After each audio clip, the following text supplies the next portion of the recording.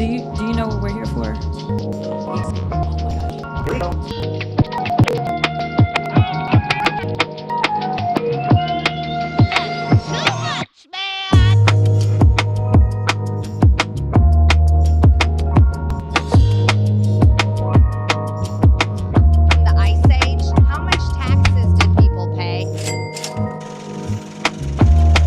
Follow the rich way, man. Not gonna do it. Wouldn't be prudent at this juncture.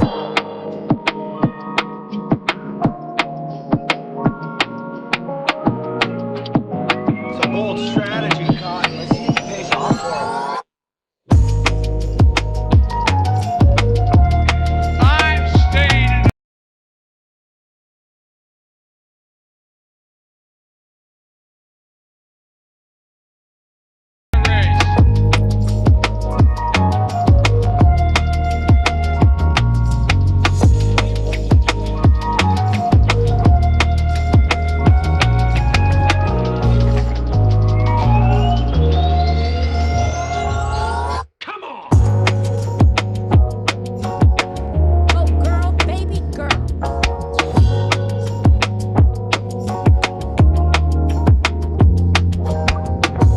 Arguably the greatest work of nonfiction of the 20th century.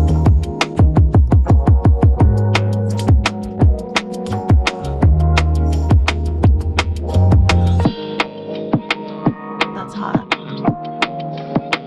So hot right now. Consequences.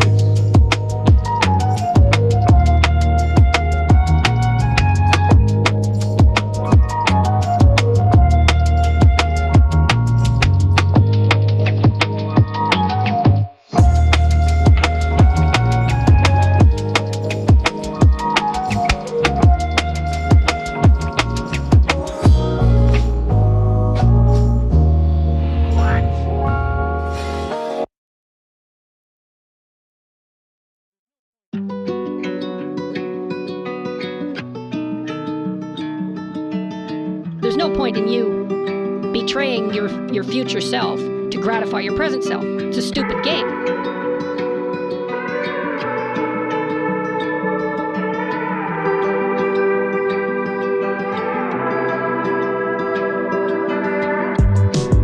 There's no point in you betraying your future self to gratify your present self. It's a stupid game.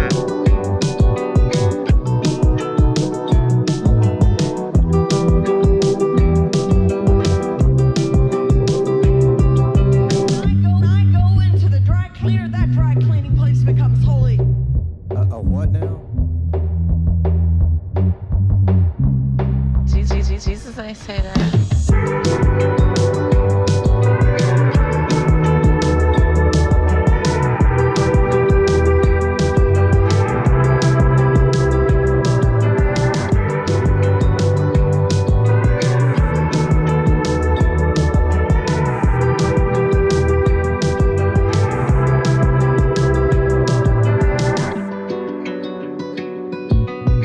So I just want to address something.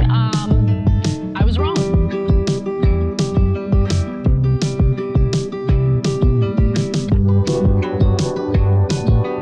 Climate and everything are the same word. You should be ashamed of yourself for having that thought.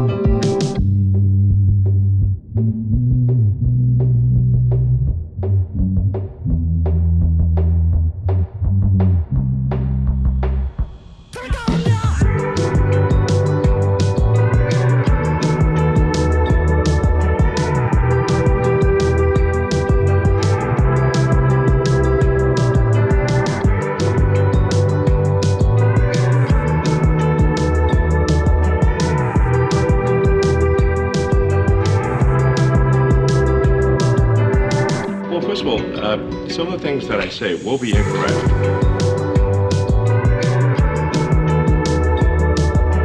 I cannot believe how people come for you already. I don't know if you know this.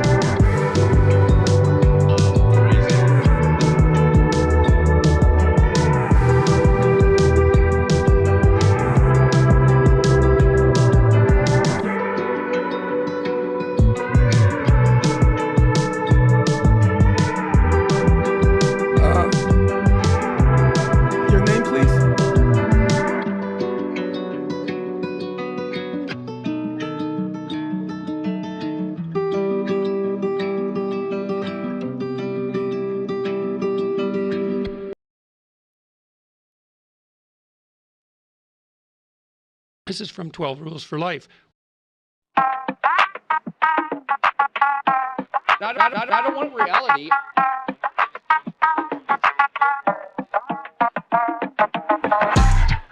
Break now.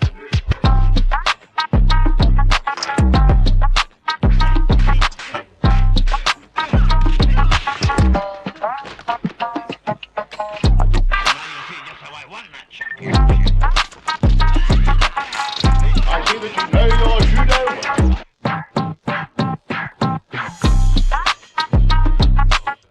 He looks good, and he looks good, and he looks hard.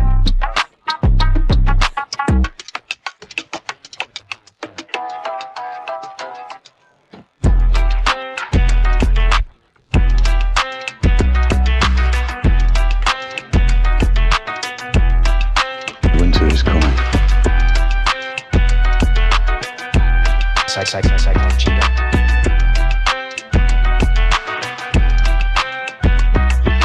Awful. Weak.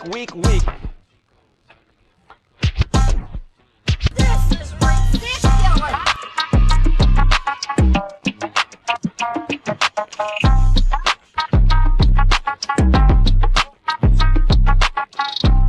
There's an old saying in Tennessee, I know it's in Texas, probably in Tennessee, that says, fool me once, shame on you. If fool me, we can't get fooled again. What you talking about?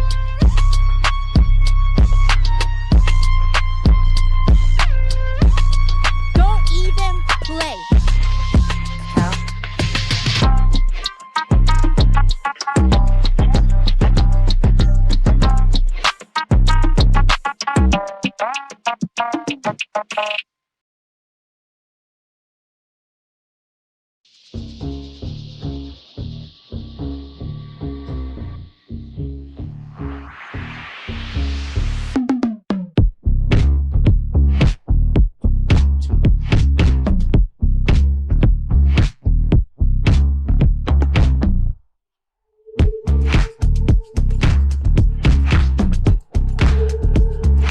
Donald Trump spent a lot of quality time with my wife. I mean, this woman is dangerous, ladies and gentlemen.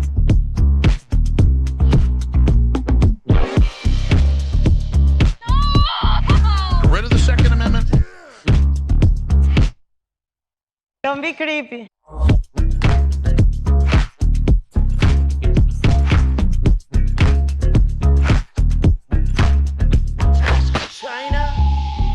China. I have to have my China. China! Science.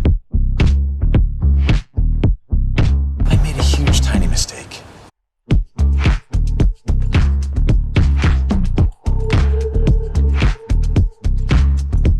What now? I feel like I'm taking crazy pills.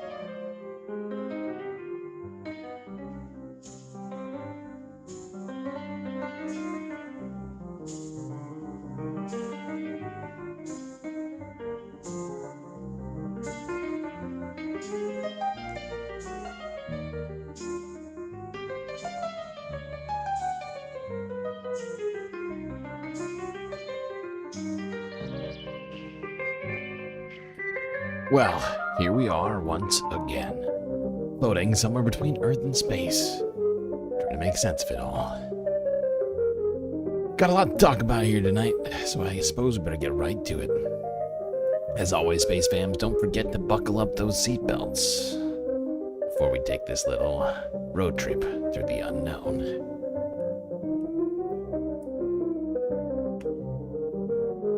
Shout-outs to everyone. How are you? Boy, a lot of chatting going on in here. Medals, Mr. Spock, Bob Carmody, Sue Fairy Dust B123 in the YouTube chat, Looney Tunes 9000, close fourth. Scouts, Morbidaslo, B-Cat, both B-Cats, Pitchforks Dragon, Moanoip, Good Heart, Yoga and Health, Icebreaker Gaming, Christopher Tablante.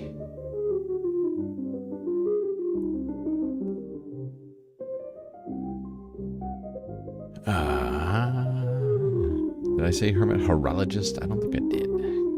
I see you. Arvin Trevino. Mozart, look at Bovine. Morbidaslo, Bela B-Bomb. Vicky. Blunted Suspect. LP Spider-Man. Spider-Man does whatever a Spider-Man does. Michael Reich.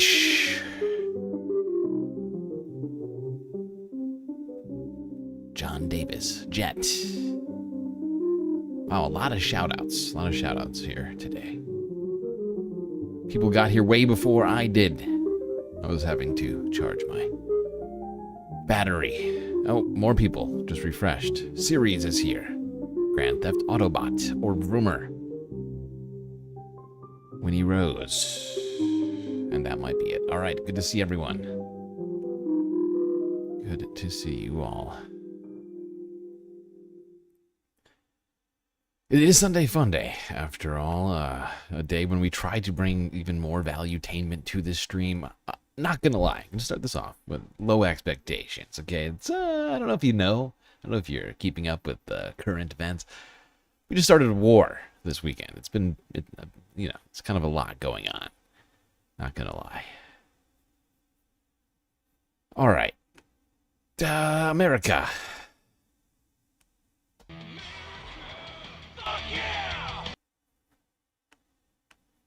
There are more than 100 national monuments across the country, but for the first time in nearly 100 years, they are eligible to essentially be sold for parts.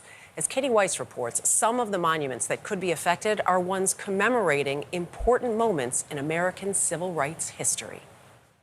It makes me want to weep, and it makes me furious at the same time. Judy Cummings is touring America's national monuments with her daughter and granddaughter. It's history through your senses. They drove from Wisconsin to see the Emmett Till and Mamie Till Mobley National Monument in northern Mississippi, which preserves the history of 14-year-old Emmett Till, who was kidnapped and brutally murdered after reportedly whistling at a white woman in 1955. Illegal. To think that this young boy was found enmeshed in weeds or with that cotton gin around his neck. It's just such a waste. Historian Alan Spears with the National Parks Conservation Association was one of many who fought for federal protections here. His badly decomposed body was taken from the water, and officials in this area wanted to have him buried immediately to sort of get rid of the evidence. His mother insisted that he be sent back to Chicago, where they had an open casket funeral, and images of Till's badly decomposed body in that open casket really sparked the modern civil rights movement. This is one of 3 sites that collectively make up the national monument President Biden designated in 2023. Another is the courthouse, where his confessed killers were found not guilty by an all-white jury. But just as the stroke of a president's pen preserved these areas, it could now take them away. The Trump administration has announced plans to revoke or shrink certain national monuments as part of an anti-DEI movement, with some land to be used for mineral extractions. So we are seeing this effort to erase and reverse history and historic preservation. It's hitting everybody right now. It's not just national monuments that are in jeopardy. Spears says under the newly proposed budget for the National Park Service, more than 300 parks across America would be forced to close down.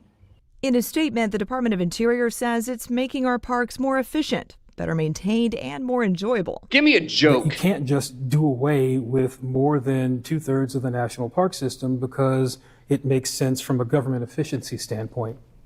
That's not what we want. You just don't buy that. I don't buy that. No, for every $1 federal dollar invested in a national park, they return about $15 to communities that they're located in. That's an enormous, enormous return on investment. An investment in these visitors, too. I don't really have words. I just kind of get goosebumps, and it's just really powerful. Brought to tears by what took place here.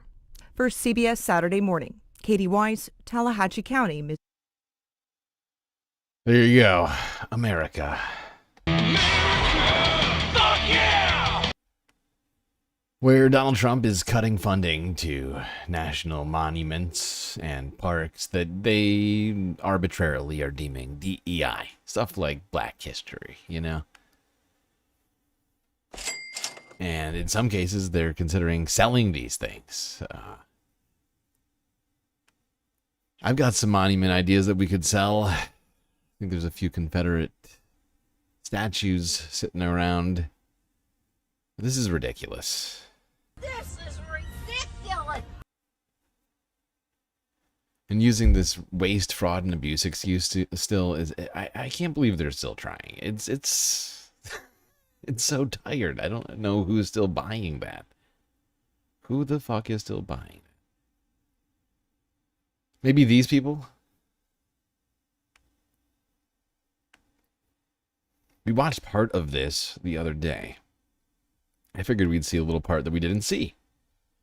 Walter Masterson and crew at the Trump birthday celebration / military parade. This is about Palestine. Instead of feeding kids, we have tanks. We need to deploy Imperial troops throughout the entire galaxy. Fuck these kids. We're the good guys. We're the good guys. How many of you watched Star Wars and thought, the Empire? If you can't tell, the reason why we're doing this part on Sunday Fun Day is because, in my opinion, this is some good old-fashioned space fun right here. Running around. Look at this guy. Look at this guy with the fucking eagle shirt. He doesn't know what to make of this situation. Oh, it's amazing. I do want to say thank you to Icebreaker Gaming for becoming a galactic individual. Appreciate you. How many months in a row is that? 2, 3? I can't tell from the color right now. They're the good guys. The rebellion blew up a battle station. The Jedi were training child soldiers. If the election was tomorrow, would you vote for him again? I used to be a hardcore Trump supporter, but kind of just feels like he's bending the knee, especially to Israel.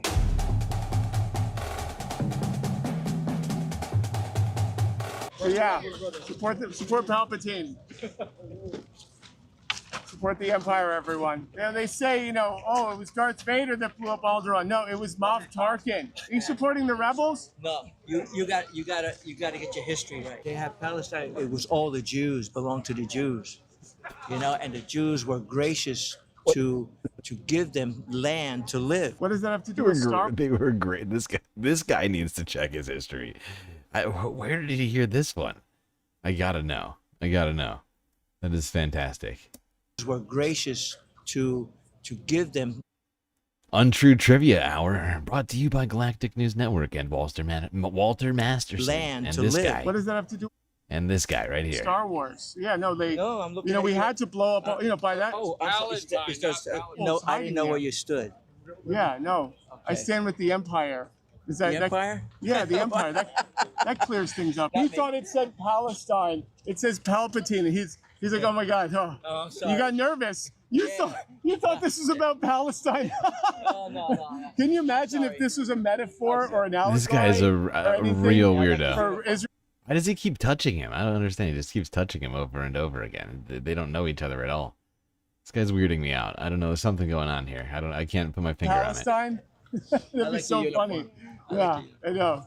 Thank God I'm just standing with the Empire. How you doing? Stand with the Empire. Stand with the Empire. You stand with Palpatine. Hey, crush the rebels. Am I right? Crush. Make America think again. That doesn't work. If we wanted people to think critically, we wouldn't be defunding schools right now. That's the point. Yeah, that's the point. We're going to a protest right now. Okay. Oh, okay. Wait, are you with the rebellion, or are you standing with Palpatine? Absolutely not. Oh. Absolutely Not gonna do it. Wouldn't be prudent at this juncture. Like, instead of feeding kids, we have tanks, which are better because they go bam, bam, bam. If I would use the F word, I'd tell you the F word, and the next word after that would be Trump, okay? Oh, thank you, thank you. Stand with Palpatine. Support the Empire. Do you support the Empire, sir? Yeah. Yes? Yeah. Oh, yeah, Yes, thank you. we're the good guys. We're the good guys. Team Palpatine. You support the Empire? Oh, of course. Yeah, yeah. Yes. Crush the rebels. Yes. You know, we need to deploy Imperial troops throughout the entire galaxy. Immediately, if not sooner. I guess you want to live under the huts, right? And have gladiatorial combat over the Sarlacc. Guys, that was terrible. If you're asked to commit a war crime, you could call the GI hotline, and then also don't commit the war crime. Emperor Palpatine, he's going to bring peace and stability. In terms of songs, I gotta say, this thing really hits all the different points for me. Hotline, and then also don't commit the war crime. Emperor Palpatine, he's going to bring peace and stability to the galaxy. Don't forget, the rebellion started it with their attack on Chancellor Palpatine. Hey, excuse me, aren't you a little too short to be a stormtrooper? But maybe back in the clone days. This is why the rebels keep losing, you know, all of this gatekeeping that you guys do. When Mon Mothma called Emperor Palpatine a monster, it's like, you know, the rebels just devolve into name calling. Yeah, what happened to decorum? Peaceful protester. Crush it, obviously. I supported Cassian Andor until he, you know, killed two pre-Morlani, pre-authority security officers from the planet Morlani 1. And then I was like, you know what, I can't support this anymore. Yeah, right. The rebellion, remember, inherently violent. I got a question for you. Yavin 4, Curtis Yavin. I mean, Yavin 4 How you doing, should man? be You an support asteroid the field. rebellion? Do you support Emperor Palpatine? Yes. Yes. Great Good. answer. You're raising these kids up Yeah, to you're going believe to in raise him to be a righteousness. good Imperial soldier one day. The rebels Believe in want to yourself. defund the Death Star. This helmet is so hot. Oh, yeah. I hate it. I hate everything about this. Yep, oh, yeah. And that Help, I'm being I repressed! support the rebels' right to protest. What I don't support is killing stormtroopers. Stormtroopers are a thin white line that keep the Empire State. These guys are out of control. They do this for like a good 20 minutes. We're not gonna watch the whole thing, but it felt like the way to start off the space stream today. Sunday fun day and all. Walter Masterson, and I always forget his friend's name. Can I remember that guy? Ben? Whatever. Those two guys out there palling it up. Introducing irony into the lives of some Trump supporters.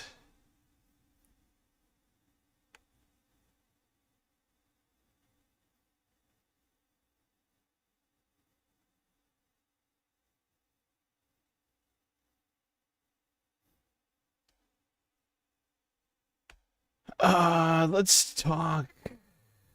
We're going to probably talk economics a few times today, but let's talk economics right now, real quick. Go to the worst of the NBCs, CNBC, or at least vicariously through the Majority Report.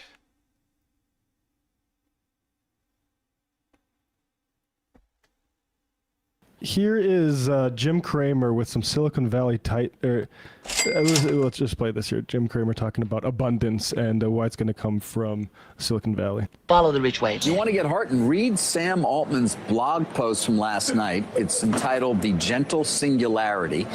And to Jensen, I think when you talk about the leaders right now in terms of where the future is, it's Jensen, and it's a lot of it's Sam Altman. Well, they're great friends. You remember, nothing took off. Now, Jensen, who they're referring to there is Jensen Huang of NVIDIA, the CEO. He is a very interesting person because he's actually the one making money out of this right now.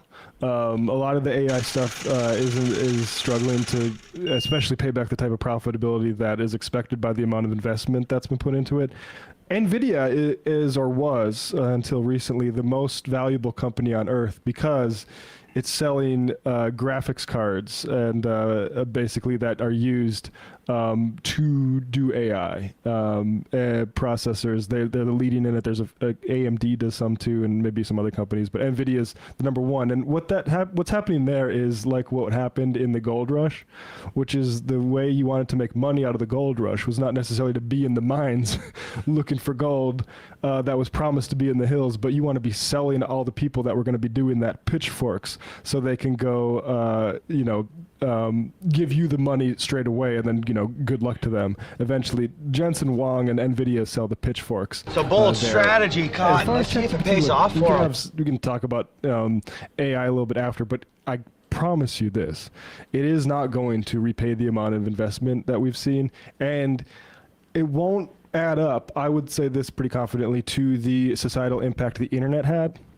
And if you can just remember the internet, you are not retiring any sooner after the internet was created than you were before. In fact, it's going the wrong direction. So the idea that all of this technological change leads to abundance for all is disproven by our own very recent history. But let's just play the rest of this. And we had Jensen. I think when you talk about the leaders right now in terms of where the future is, it's Jensen, and a lot of it's Sam Altman. Well, they're great friends. You remember nothing. Wait, he keeps saying Jensen over and over again. That Jensen Huang is the CEO and I think co-founder of NVIDIA, the biggest AI chips manufacturer. If that wasn't clear, I took out a few things that took out a few things that just struck me. That's also not true. Sorry to fact check Jim Cramer, but NVIDIA was really profitable before the AI thing because they were doing cryptocurrency. GPUs are a huge component in crypto miners, right? And so that's actually been something that's been going on for like over a decade now. It's just why it's one of the main reasons why getting GPUs right now is so expensive is due to crypto mining, because that really never cooled off. Like the price of video cards, which is just another word for GPU. GPUs were being bought by crypto folks to do a bunch of processing power for that whole meaningless enterprise that is really the only fruits of which has been to further buy our political system. Took off. I took out a few things. I took out a few things that just struck me in what is tell me something good. What is a letter that I think people should read because it's got a lot of different things in it. But part of it is, of course, talking about the near-term advances that are coming. As for the 2030s, for example, he writes, intelligence and energy, ideas, and the ability to make ideas happen are going to become wildly abundant. We hear that word a lot, by the way, abundant. These two have been the fundamental limiters on human progress for a long time. With abundant intelligence and energy and good governance, we can theoretically have anything else. He goes on to say, if we have to make the first million human... Wait. Am I misreading this, or is this just we can theoretically have anything but good governance? Is that what he's saying? I'm confused. Anything else. I'm just not sure what this is what else is referencing in this sentence. He goes on to say, if we have to make the first million humanoid robots the old-fashioned way, but then they can operate the entire supply chain, digging and refining minerals, driving trucks, running factories to build more robots, which can then build more chip fabrication facilities, data centers, and the rate of progress will be quite different. And finally, last part I'll take for you guys, and the one I've been focused on, there will be very hard parts, like whole classes of jobs going away. But on the other hand, the world will be getting so much richer so quickly that we'll be able to seriously entertain new policy ideas we never... The world. This is one of those vague words that's being used, because what does he mean by the world? Does he just mean the world economy will be bigger because we won't have to pay workers. That's basically what Sam Altman is laundering with the word world here. Because what he means is the world of people who, like himself, are deeply invested in AI and will profit from it will get much richer. And, you know, perhaps the tech stocks will go up, like Nvidia, continue to go into the stratosphere, trillions of dollars being funneled into that company. But what about the world of the people that don't have jobs anymore? Is their world going to get richer? Is that what's going to happen? And like we've been saying for a while now, one of the big problems with this, because I'm not like a Luddite, I'm not against technology. What I am against is the fact that all these guys seem to be completely forgetting about humanity in the process of all this. We have a government that is not adequately dealing with the social safety net in the first place. And there is no contingency plan for all of this, right? There is no, you know, broad, you know, whatever, right? Medicare for all, you know, no UBI, none of that stuff. And without those things, what are people supposed to do? And they're just not thinking about that. That's not important to him. Will GDP go up? Maybe. I don't know. Depends. Before, we probably won't adopt a new social contract all at once, but when we look back in a few decades, the gradual changes will have amounted to something big. Well, okay, so nobody's gonna have a job, so we're all gonna be wandering around looking for some purpose. We're gonna have an age of abundance. An age of abundance. It drives me crazy. We should make that word illegal. Illegal. It's crazy that you can just read a whole ad on the news and not have to like identify as an ad. Because that's all that was. Like every I say it all the time, like every press release, every like little like, you know, the sky is falling chicken little rant from an AI CEO just sounds like if Sarah Connor was talking about Skynet in Terminator 2, but instead of like talking about trying to prevent the oncoming AI apocalypse or robot apocalypse, she was using it as part of like a pitch meeting to like sell you it. Like, oh yeah, no, this is what I'm trying to build. And it's fanciful. I mean, like, I think that the AI taking over people's job thing, it's going to happen, right? Certainly any way that companies can skirt around paying workers for their labor, they're going to try to do it. And it might. Yeah. I mean, I think in some ways it's obfuscated and difficult to what's the word, quantify, right, on a job by job basis, whether somebody's job got taken away by AI or automation, right? But as they continue to automate more and more tasks, the less workers they will need to fulfill the jobs needed to run a company, right? Amazon, right? Warehouse, Amazon, right? As they continue to add more and more robots to the floor, while they may need humans for some tasks, they can look at it and say, okay, we need 30% labor this year. We need 50% labor this year. And as that continues, it will become, you know, one person, you know, handling 1,000 square feet warehouse, you know, just making sure to oil the robots.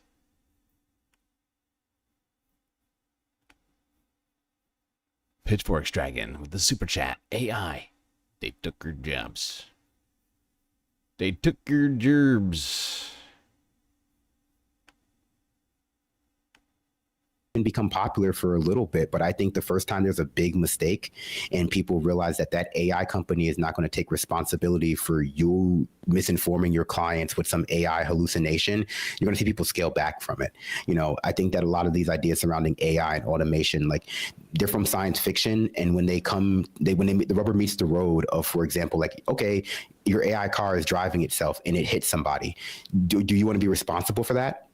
Do you want to be responsible for that accident that you weren't even driving? If not, you don't want an AI car. You don't want that to happen to you. So, you know, a lot of this is just like an ad read. And I think these people are just nostalgic for the first .com bubble, a time where, like, you know, that kind of liberalism, the kind of like a big Wall Street, Bill Clinton, Alan Greenspan liberalism, money was sloshing around, everyone like getting a taste of it, like cocaine everywhere. Like, they're nostalgic for it because, like, now the money is drying up. Like, there's not as much like free money going around with interest rates going up and Silicon Valley tech layoffs. Like, it's just an end of that, I think, era. And AI is like the last attempt to milk as much value out of people's perception of tech, like this kind of like vulgar perception of like digital technology as the saving grace for all of us as our world crumbles around us. And people are like, yeah, and it truly isn't the solution. It may be the solution for a select few if you're incredibly selfish and have enough money to completely insulate yourself from, you know, all existing world problems. But I mean, how many people can even do that? Like, you have to, like, I'm just trying to think, like, because we live in such an interconnected world right now. Like, to actually do that successfully and to insulate yourself from any, you know, these are the sort of doomer mindset type people that really like the idea of AI accelerationism in my mind. People like, and doomers in my the way I'm using it is like people who genuinely want to see the apocalypse rather than avoid it.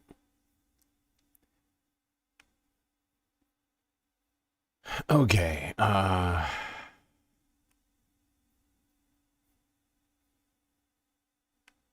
just realized I meant to put that one later on in the, because I actually have more AI vids. I don't know why I did that. I don't know why I broke them up. Let's keep talking abundance, but in a different way.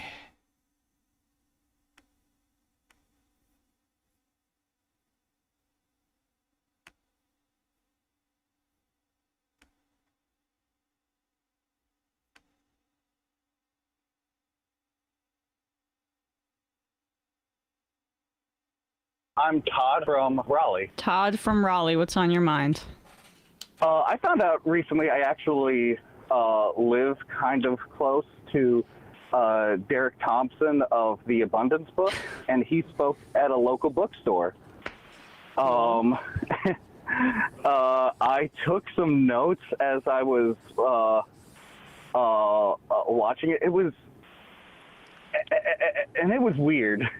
He definitely wasn't as evasive as Ezra Klein was when he was on the same, I guess, because he felt like he was in a more a crowd of like-minded people. Right. So he started his talk by just gushing over how great he thought Ezra Klein was, and how he had to like assure his wife he's not going to leave him for Ezra Klein. It was weird. Don't be creepy. And then he talks about how he's never been into politics. He went into like Dave Rubin mode. He's not into politics. He just has ideas, and he's really into ideas. He said the book isn't about, you know, him declaring the direction for the Democratic Party. He just wants to ask questions. Let me just add here that on the Lex Friedman show, Thompson explicitly said there is an internecine fight on the left for the future of the Democratic Party, and that the abundance agenda is in that fight against the left. But are you capitalizing abundance, or is it a lowercase abundance that Ezra and Derek do, as opposed to the bad abundance that they have nothing to do with at all? It's just a coincidence. Go ahead. Well, he does like immediately contradict himself. Is the weird thing. He goes into I just want to talk about ideas, and it's because I'm not actually that into politics. But then he sort of subtly admits that the book is being blown up because it got caught on by people with money and put him and Ezra Klein in front of politicians. And then he goes on to like a big Richie Torres love fest. Oh, Nice. And how, you know, some people are saying he'll be the next governor of New York. That's and hilarious. That's perfect. Fuck Richie Torres. If he thinks he's gonna be the governor of New York, we got some things to say.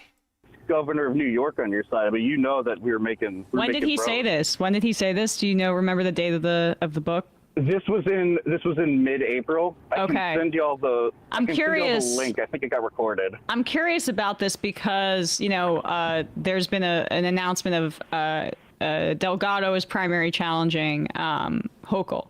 And Richie Torres has been talking about jumping into the race, it seems, but I wonder what his angle would be. It would be an interesting abundance test case there, but like, they're kind of screwed if he's the best guy they can get from the Democratic Party to buy on, right? He'll say yes to anything. Yeah. Jared Polis, yeah. If it comes with a price tag, Richie Torres is all for it.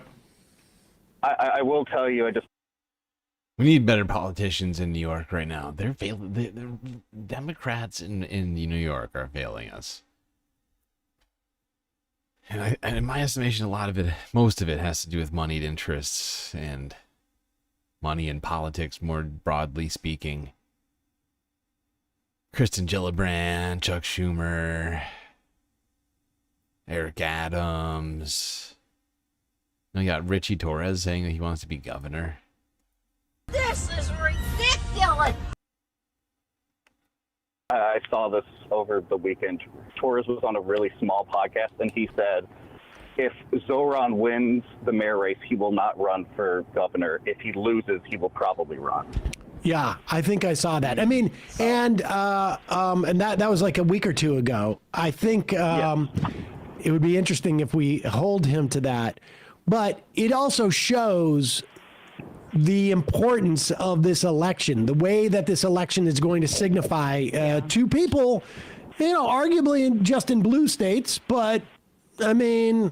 But this is a huge fight in blue states. We've seen decreased Democratic enthusiasm in blue states, and it's also being used as the front in the culture war by the right about the depravity here. That's how they're approaching it. I would also argue that no one had a problem promoting Eric Adams as a national candidate. Right. Well, I should say not no one, but none of the centrists in the Democratic Party had a problem promoting Eric Adams based upon his win in New York. Yeah, and now you got James Clyburn out there endorsing Andrew Cuomo. It's the same story. It's the same story, different chapter. City, and we should say this was also in a presidential election, right? Yeah. I mean, so no one had a problem at that time. But okay, be that as it may. Anything else? Yeah, there was a few little weird things that it didn't make sense to me, and it showed the blatant sort of weird recycling of it's principled on nothing but anti-progressivism. He talked about how we built a lot during the New Deal, but said that also the building during the New Deal caused a lot of pollution, which is why we had the Clean Air Act.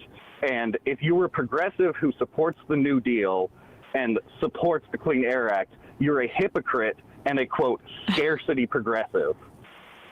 That is... Come on! Crazy. Which they want to paint all the left as degrowth. It's very evident that's the corner they'd rather be punching towards. And that was a straw man that Ezra relied on heavily in his interview with Sam. And then he went on to say that, environmentalist groups need to change their goals because the current issue for the environment is climate change. And it's not the environmental issues of old that the Clean Air Act addressed of making air and water clean. Because he said, and I quote, no one has dirty air and water anymore.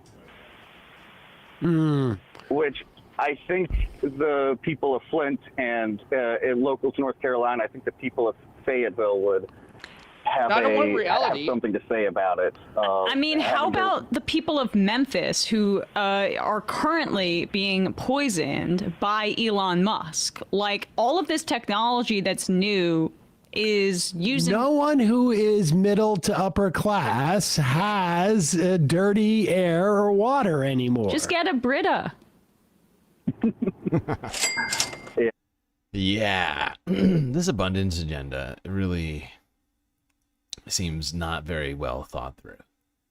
Much of this seems to be coming from a very narrow slice of people, of, the sort of political class, people like Ezra Klein, who perhaps don't, have to mingle with regular folk on a too consistent basis, if at all.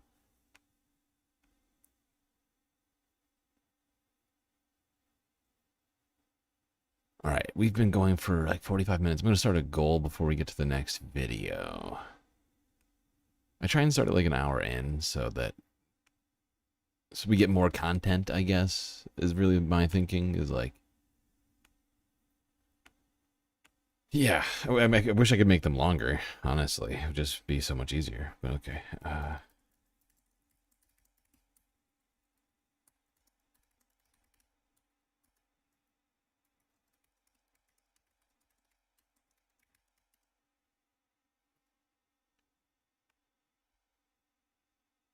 Okay. Where do we leave off?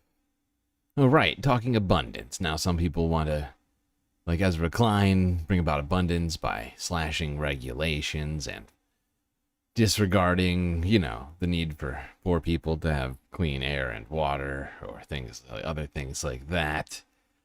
You know, some people want to bring about abundance by taxing the rich and, you know, trillion-dollar corporations, more money, and, you know, things like that, raising the cap on Social Security, Medicare for all, you know, actually regulating further things in the environment so that we have, you know, more time on this planet rather than less. And some people, they, you know, perhaps in a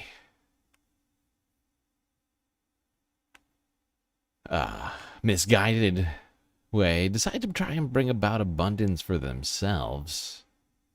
6 ABC Philadelphia from yesterday.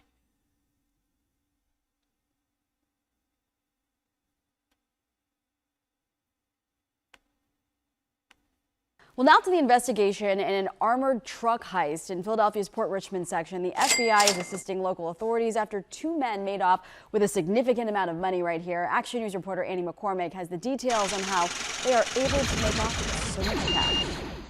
It happened just before 8 o'clock this morning, and sources are telling us that Brink's driver was alone in the truck when he was approached by 2 armed men who made off with more than $1 million in cash and his gun.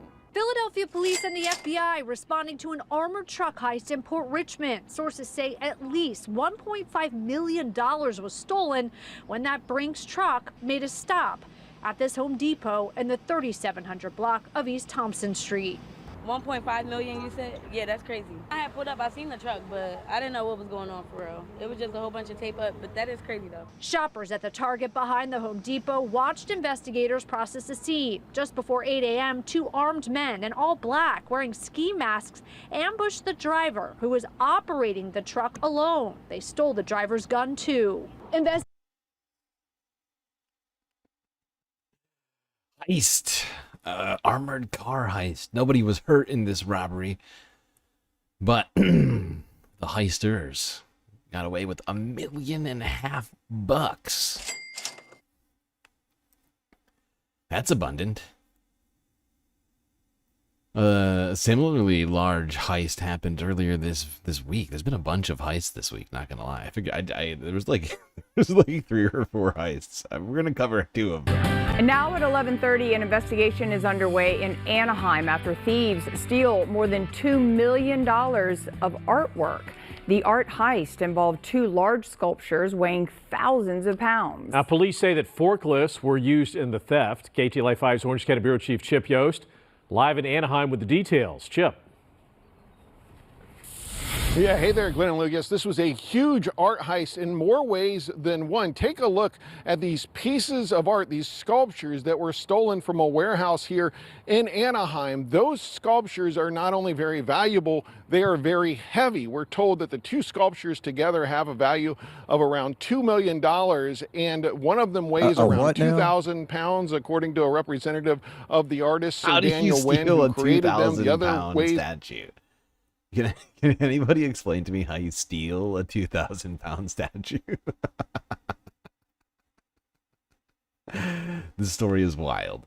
Around 4,000 pounds. So around 4,000 pounds, one of them 2,000 pounds.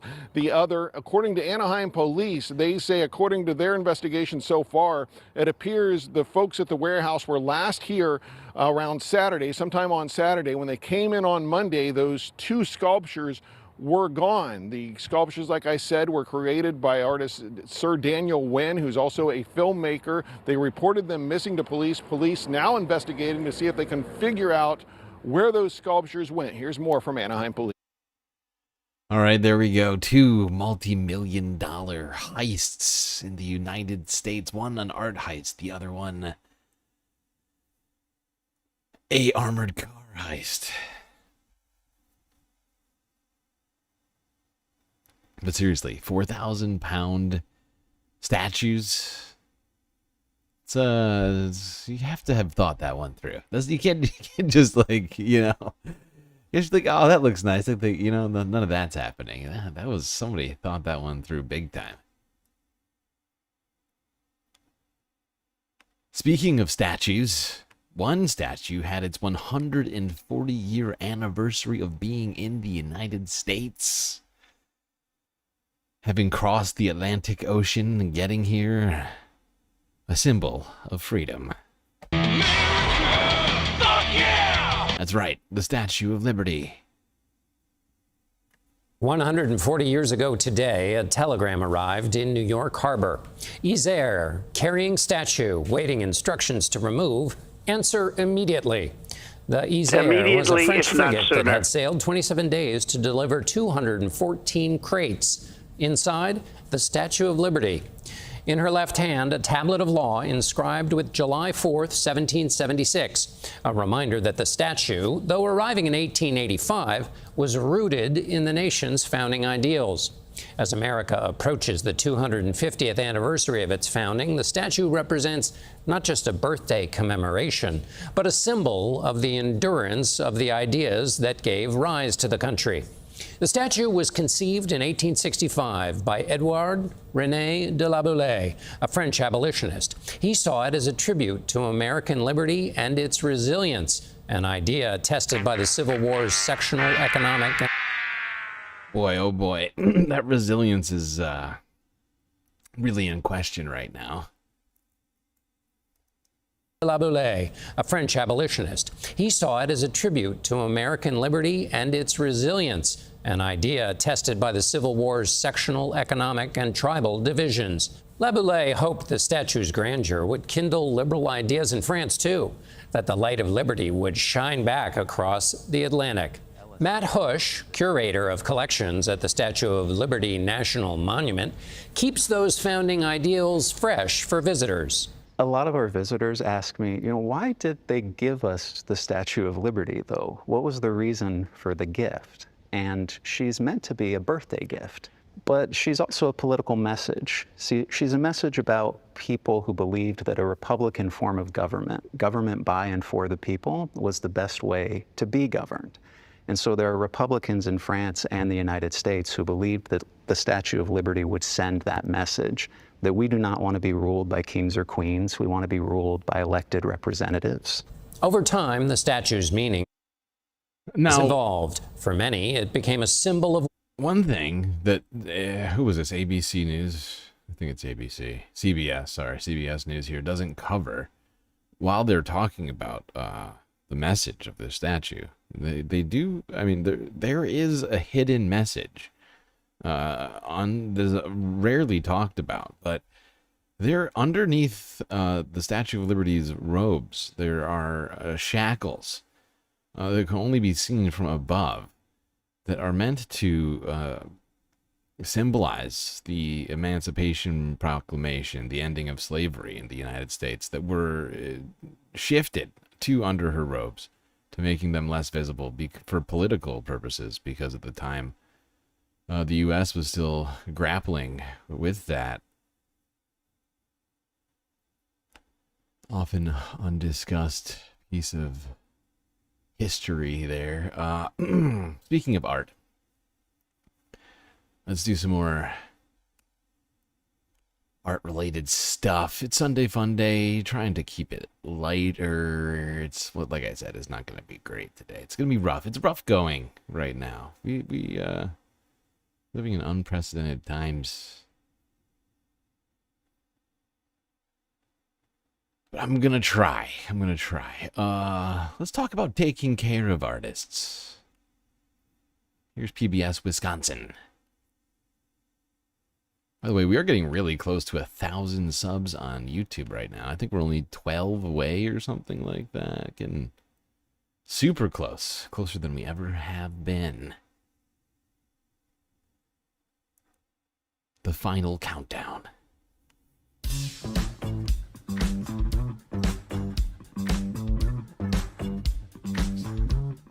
Milo Music is very artist-focused and community-forward. We pride ourselves on taking care of the artists 100% from the time we initially make contact with them all the way through till when they leave. From the moment we booked it to getting on site, we feel really taken care of. The logistics are super smooth and easy. There's a sign-up sheet for a free massage. There's amazing food ready for us anytime we want it. It's a pretty prime place to be. There's an artist care program here that includes things ranging from dental care to chiropractic care to massages to tons of free food. Getting some hearing tests, even being able to get your hair cut. Those are things that you just never really have access to at a lot of festivals. We enthusiastically signed up for a dental appointment. Yeah, really, you're the dentist. And massage therapy. I had my ears tested today. She is not going deaf. Grateful for that. I went to the chiropractor earlier on the company dime. We're playing with house money tonight, baby. I'd say we feel very appreciated here. That's what I had heard about the festival before. That's all I heard about it was free health care. My friend who was here, he's like, oh man, you can get a massage and your eyes checked and your ears get custom earplugs. I'm like, oh, yeah, that sounds nice. We got our hearing check today, and we got like free molded. Amazing. Gotta love it. Gotta love this story. I mean, come on. If this isn't Sunday Funday, I don't know what to tell you. Are you not entertained?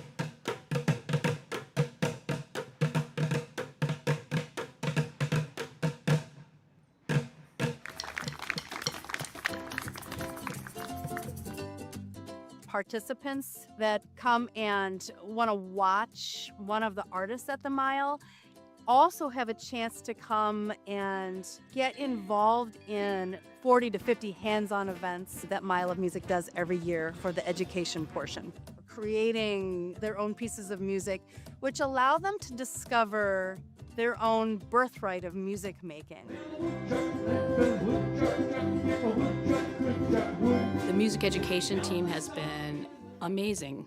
You need to have young musicians and inspire creatives, young and old. And education in music means really just a community coming together around joy. Whether you can just hit a drum one time, that you've been a part of how the soundscape of the Mile of Music has played out for that year. And that kind of gives people who attend the mile a little bit of a chance to understand like why music making might be important to the artist. It's because they felt what it was like to make music and make music in community. Another great story relating to music there. Both of them from PBS Wisconsin. Wisconsin really seeming to support its music programs and artists.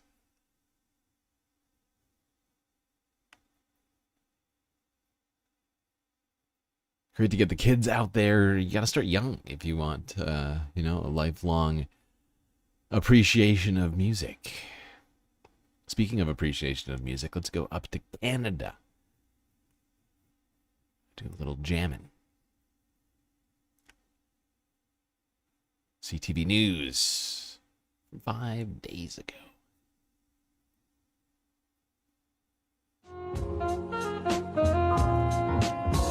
Music is in the air as Halifax counts down to the 39th annual Jazz Festival. The variety of music that we offer at the festival is a key to our success.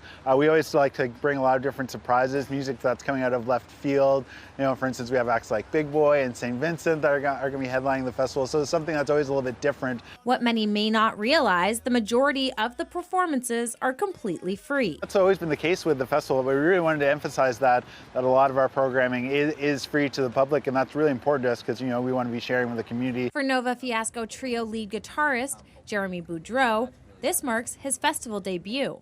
It's my first time putting my compositions in a jazz context. I've always written in private for the longest time, but this is the first time that my music will be put in a jazz context and performed in front of people. Jeremy will be one of the acts performing for free this year at the Halifax waterfront, and being able to share his music with his community is a dream come true.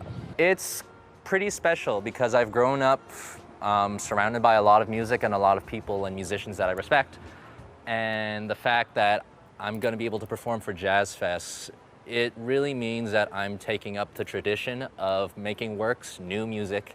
With accessibility at the heart of the festival, organizers hope the music will reach as many ears as possible. So many people are coming to the city and looking for different experiences, and for us to offer something that's like entirely unique and spontaneous and with jazz at the heart of it is really important to us. And for Jeremy, a chance to strike a new chord in his musical journey. It's kind of significant in the fact that now at this point in my life, I think I'm really starting to really gain some momentum and some traction with getting my music out there and performing in front of people. Jazz Fest runs July 15th to 20th with shows across the city.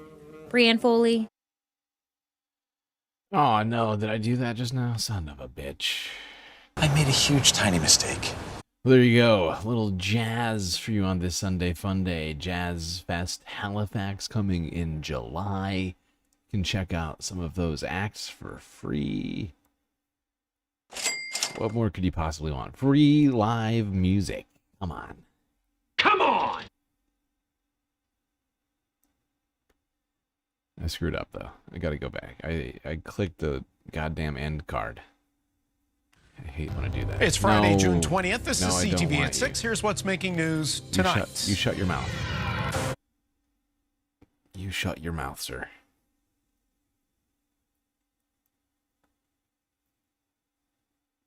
I didn't close the tab. I clicked an end card on the video. It sent me completely out of my playlist and just scuttled all of my plans here. Okay, take two.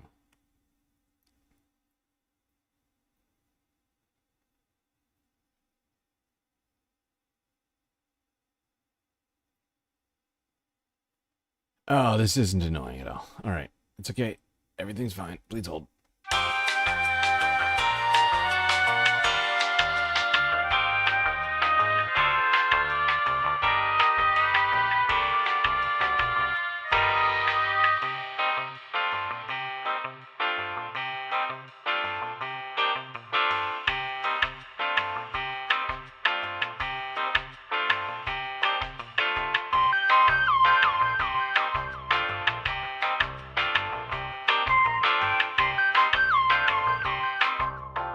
Okay, I'm back. Let's go back to talking politics. Of course, Bernie Sanders has been out there getting back to the Fight the Oligarchy tours across the United States. One man who showed up to the one of the more recent, this one was in, I think, Oklahoma? No, Texas? God damn it, I can't remember. But Greg Casar was there. He had some things to say about the oligarchy and the future of the Democratic Party. Oh, this was in Texas. Okay, yeah, that makes sense because he is a lawmaker from Texas. Here we go. Greg Casar. Buenas tardes, McGowan! Buenas tardes, McGowan! How are we feeling down here? How are we feeling up top?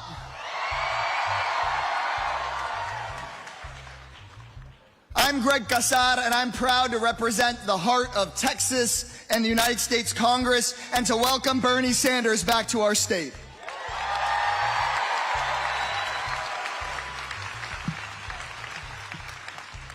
You know, there's some people who have told me they don't understand why Senator Sanders would fly all the way from Vermont down to South Texas. What? There are some people, and it's those people who have this Texas-sized hole in their vision of the future of our country. They've just written us off.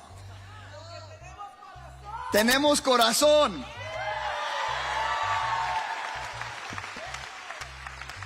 There's those same people that say that the RGV has been bought off by billionaires, by Elon Musk, and that there's no getting it back. Short-sighted people who think that Texans are so divided that we just deserve this, that Latino communities and small town communities in Texas deserve what we're getting. I don't think that's right. There's people who think that this is the best that we can do. But y'all, I refuse to believe that this is the best that we can do.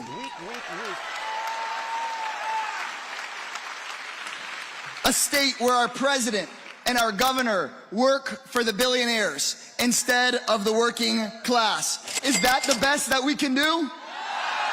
Come on. A state where it gets harder and harder to scrape by while campaign contributors and their Republican puppets get them tax breaks and government contracts. Is that really the best we can do? A state where every damn Republican that we send to Congress, instead of helping us, is trying to kick us off of our health care in order to make their friends more money? Is that really the best that we can do? A state where you have to worry about your family being ripped away from you on the way to school or on the way to work when they've done nothing wrong, getting ripped away from you for no damn reason? Is that the best that we can do? Do we deserve that? Texas, it's time for a change, am I right? It's time for a change. Immediately, if not sooner. Anyone who wants you to believe that this is the best that Texas can do does not know their history. Texans won Juneteenth. Texans won Roe v. Wade. Texas is the birthplace of the Civil Rights Act and the Voting Rights Act and Medicaid and Medicare. And I'm going to tell you right now, right here, that this place, McAllen, Texas, can be the birthplace of a... Hold on, I'm sorry. This is not important, but I just noticed this. This dude looks... Am I the only one who sees it? This guy on the far left-hand corner, he looks like Ozempic Hassan. This is hilarious.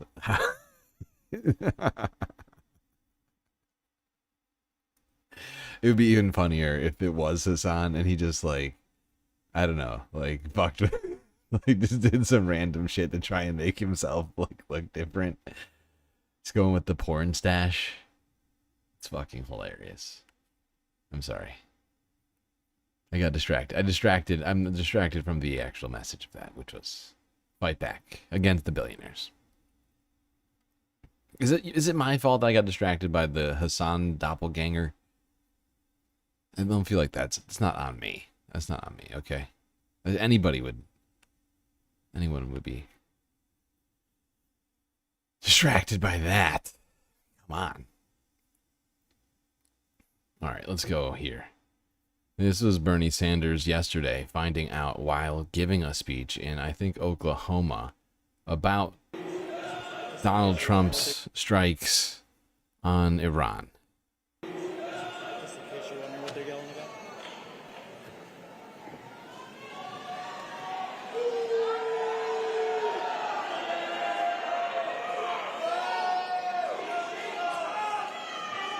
This is a statement from Donald Trump, quote, "We have completed our very successful attack on the 3 nuclear sites in Iran," etc.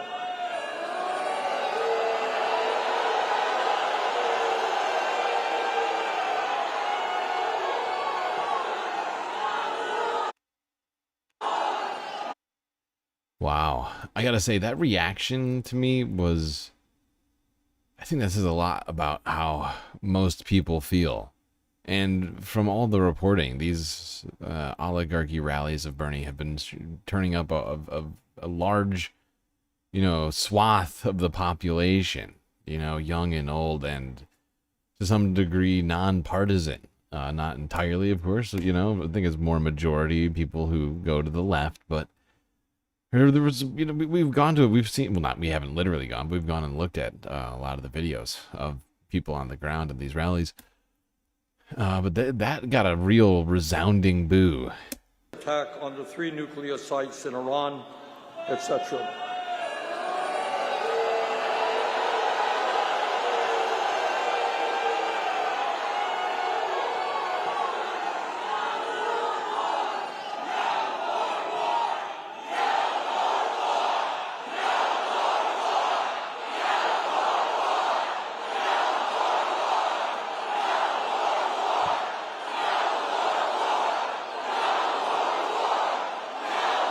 I agree. And I want to tell you something. Not only is this news that I've just heard, the second alarming that all of you have just heard, but it is so grossly unconstitutional. All of you know illegal that the only entity that can take this country to war is the U.S. Congress. The president does not have the right .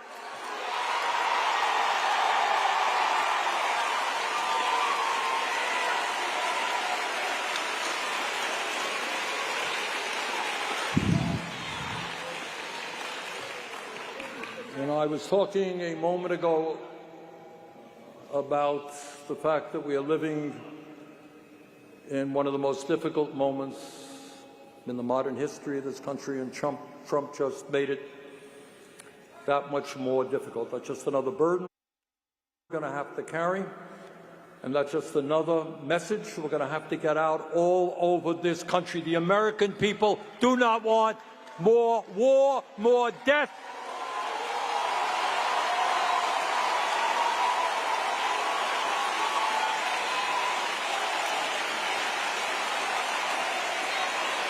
You know, it might be a good idea if we concentrated on the problems that exist in Oklahoma and Vermont, rather than getting involved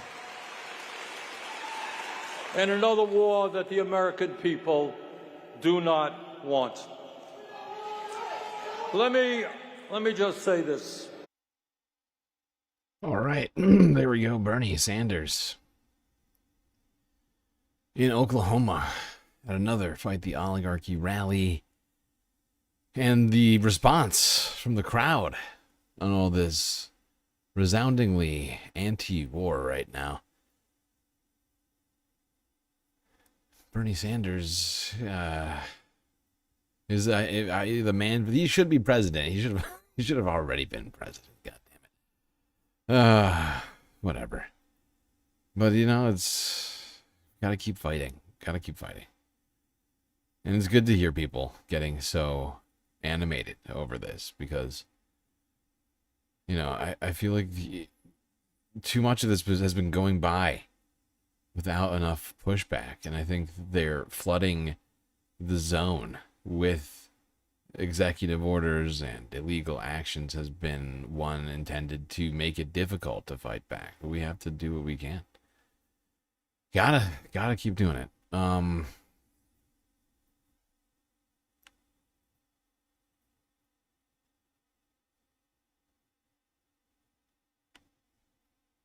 Now, while at that rally, one rally goer, Bernie was taking questions at this rally. How you do that in a crowd of that size, I don't know, but he was doing it. Stay with Forbes breaking news here. See what this rally goer had to say to Bernie.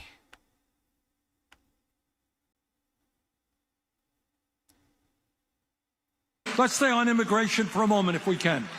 Anyone else want to say a word? I see a woman straight in front of me. Yes, thank you. Let's get a mic. We'll get you a mic.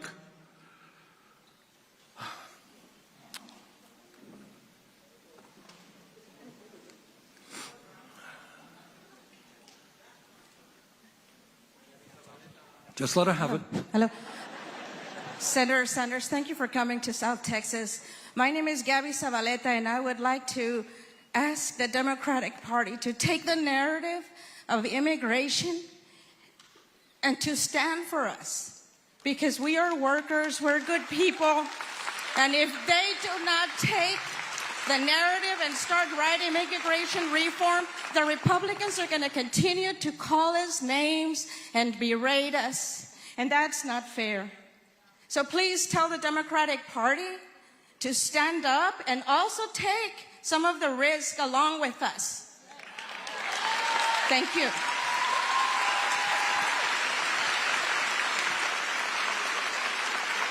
Thank you very much. I mean, I am, as it happens, I am an independent, the longest serving independent in congressional history. But I caucus with the Democrats, and I'm part of the Democratic leadership. I will convey your feelings to the leadership. But I'll tell you, there is, let me just say a word on this one, and maybe Kendall, the new chair of the Democratic Party here, has spoken about it. It is no great secret that 40, 50 years ago, if you went out on the street in Texas or Vermont and you said to people, which political party represents the working class of America, no matter what their views are, so well, it's the Democratic Party. Who represents the wealthy and the powerful? Oh, it's the Republican Party. But the Democratic Party, many decades ago, had the brilliant idea that they would start accepting corporate money. And over the years, while they were strong on issues like women's rights and civil rights and gay rights and the environment, they in many ways turned their backs on working families.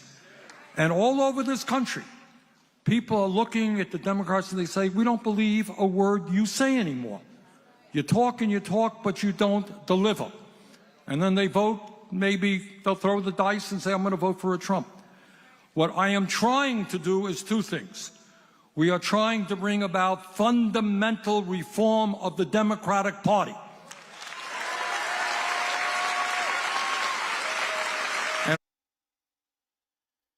Yeah, that party certainly needs more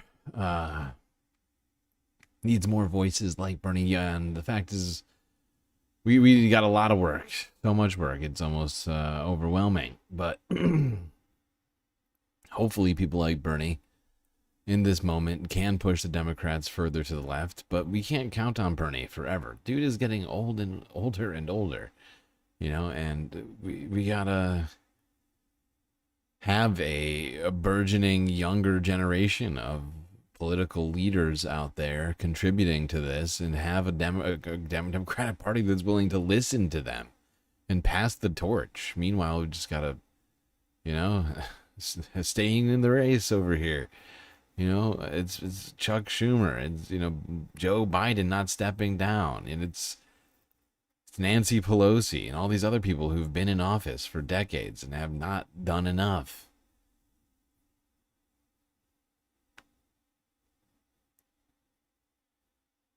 Now, that voters' question was about immigrants and whether or not Democrats would stand up for them in this country, something that they're not doing enough. I mean, Karen Bass sicking the police, the LAPD, and the Sheriff's Department on peaceful protesters standing up for the rights of immigrants. They haven't done enough. They have not done enough. You know, some people, at least I personally, would say that in many cases, the people who we call immigrants are indigenous to this land more so than who is often framed as being real Americans. That's right, indigenous people were here first, before European settlers ever heard of the New World. And it was National Indigenous Peoples Day a couple days ago in Canada.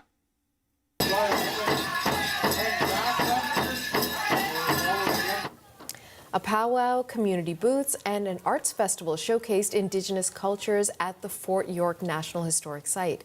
Organizers say it's important to hold such events in big cities like Toronto to foster conversations, understanding, and reconciliation. National Indigenous Peoples Day is held on the summer solstice. It's traditionally been a time of renewal, connection, and celebration of Indigenous communities. Still here, we're Resilients, we're speaking our language, we're celebrating our beautiful Wolastoqey culture. And this was the scene today in Fredericton, where a powwow was also held to commemorate the day. You heard there from the chief of St. Mary's First Nation. He said that it's important for people to come out to events on National Indigenous Peoples Day to honor the community, show support, and their commitment towards reconciliation. The event had plenty to offer for visitors, including performances, activities for children, and vendors.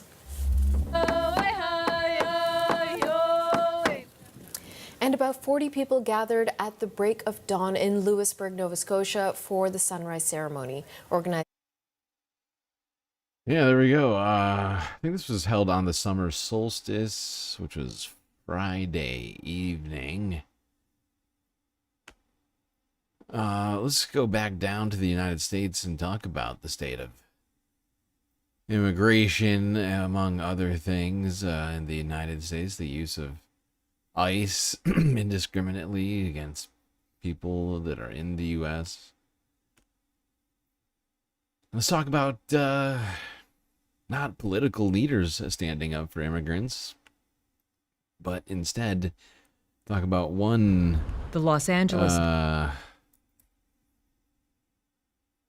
business which is standing up, the LA Dodgers. The Los Angeles Dodgers are donating $1 million to families of immigrants impacted by the surge in detentions and deportations carried out locally by U.S. Immigration and Customs Enforcement agents. The team, which has a large Latino fan base, said it would partner with the city to get the money to those in critical need, and that additional community efforts would be announced in the coming days. The news comes 2 weeks after ICE agents began raids across L.A., leading to calls from some Dodger fans for the team to take a stand against the federal government's mass deportation efforts. Maria Acosta, a Dodgers merchandise seller, spoke to Reuters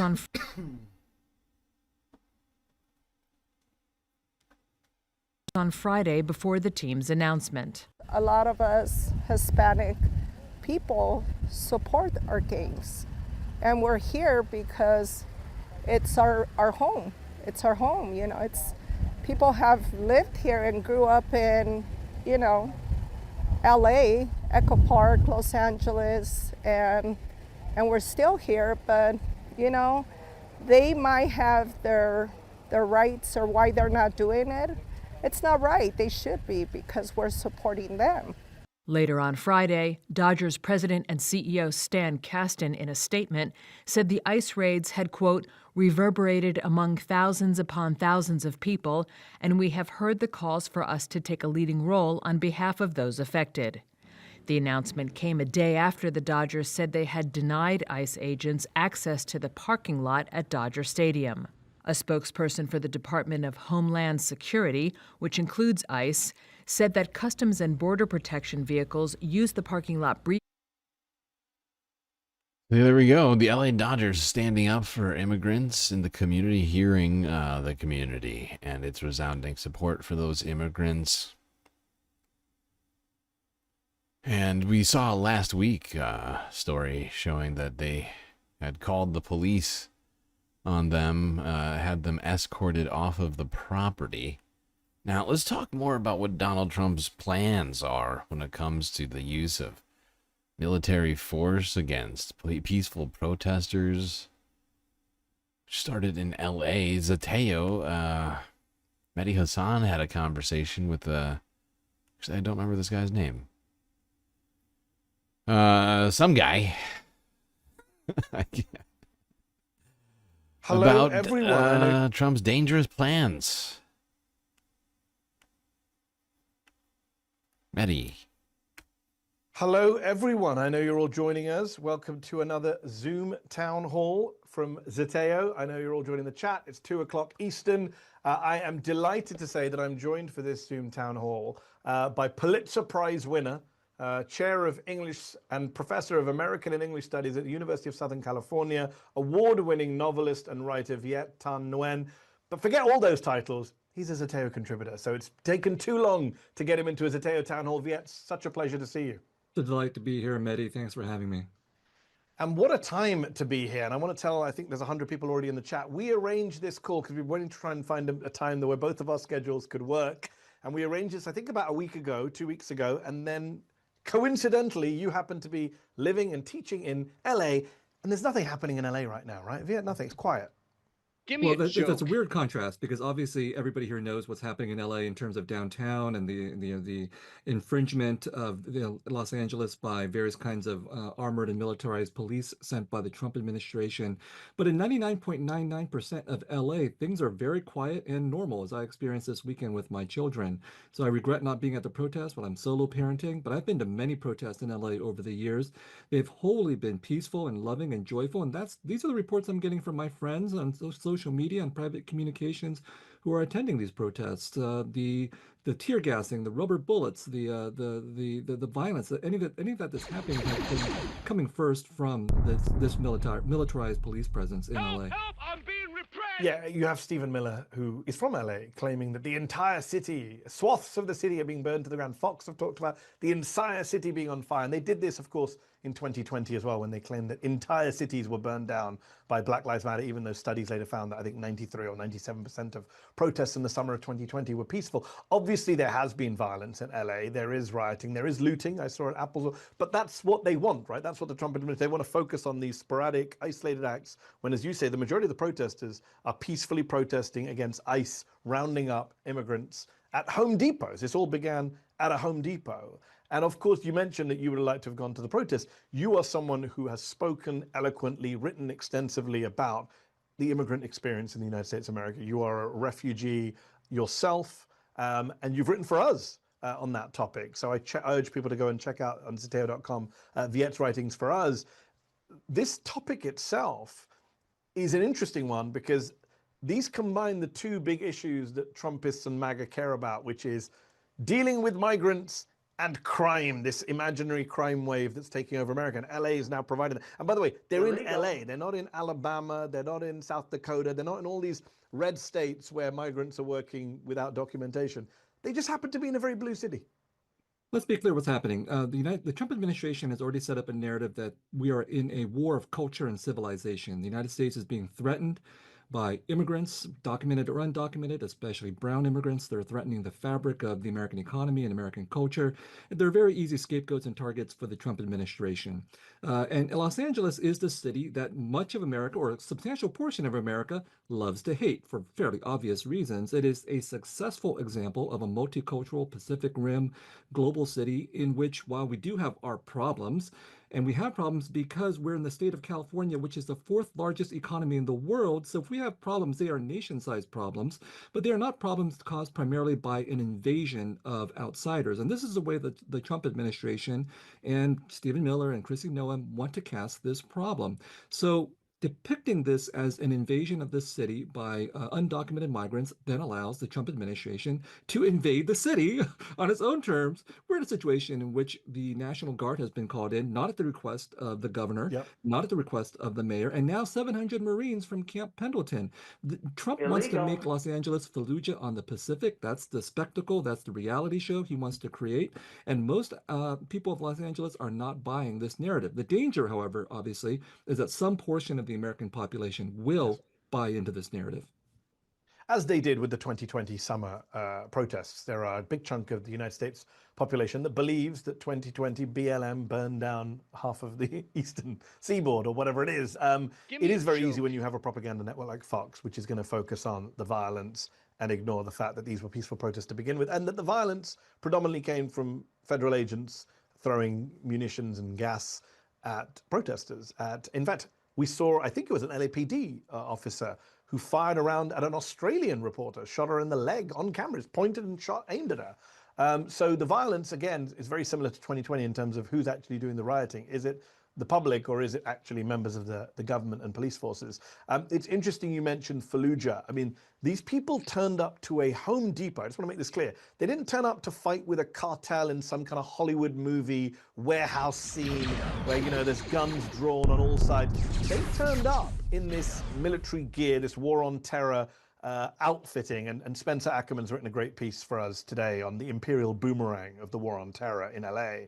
They turn up at a Home Depot, and there's reporting from the Wall Street Journal, I'm not sure you've seen today, where Stephen Miller was telling them, just go to Home Depots. We need to get the numbers up.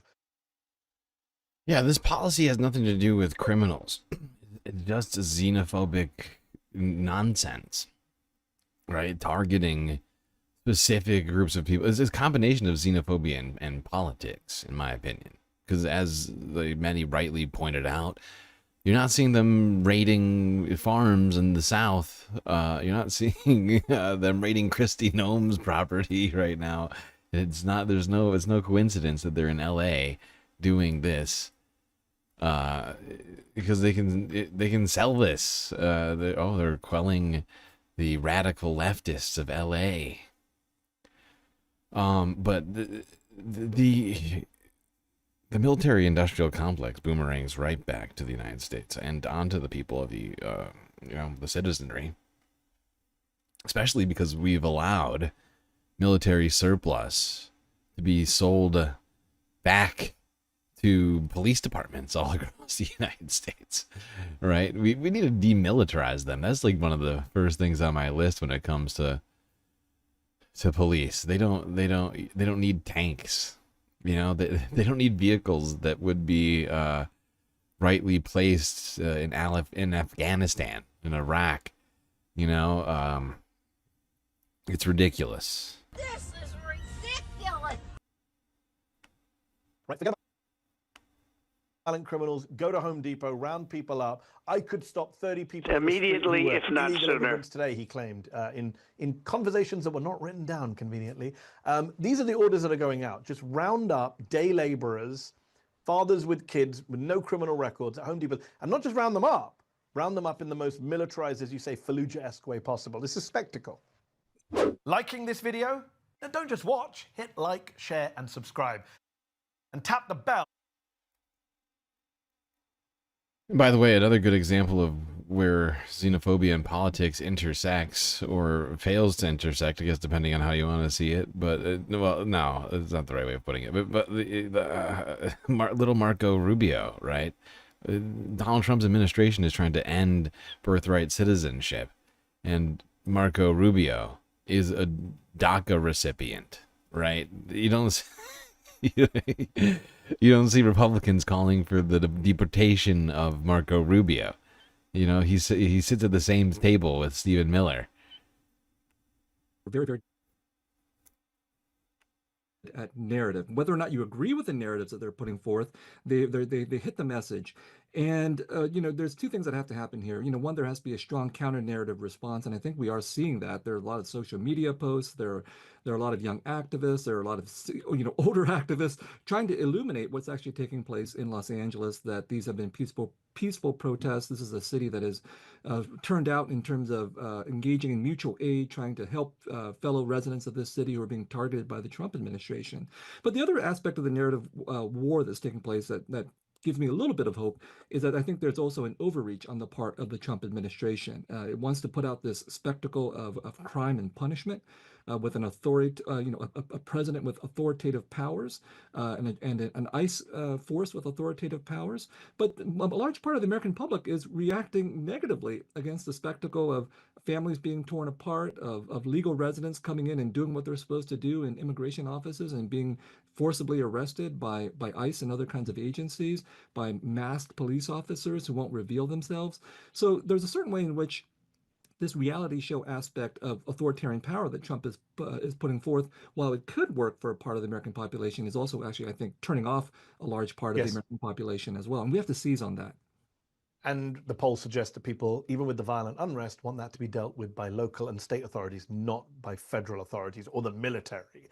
And just to be clear for people tuning in, this is the first time since 1965 in LBJ that a president has deployed the National Guard against the consent of the state's governor. And before that, it was Eisenhower. Both Eisenhower and LBJ did it to protect civil rights protesters. They didn't do it, in fact, to abuse people's civil rights, which is what Trump... Yeah, and basically, Donald Trump is going in the complete opposite of the precedent of having done this in the past. Rather than doing this to protect the people, he's doing it to oppress the people for disagreeing with him publicly. Help! Help! I'm being repressed! doing right now. The violent unrest is an issue, though, in terms of spectacle terms, in terms of what people see on their nightly news. Even Omar Jazeli, one of our subscribers, has a question for you, Viet. And if you have questions, I know there's more than 100 of you in the chat right now. Head to the Q&A section, write down your questions. I'll try and get through some of them.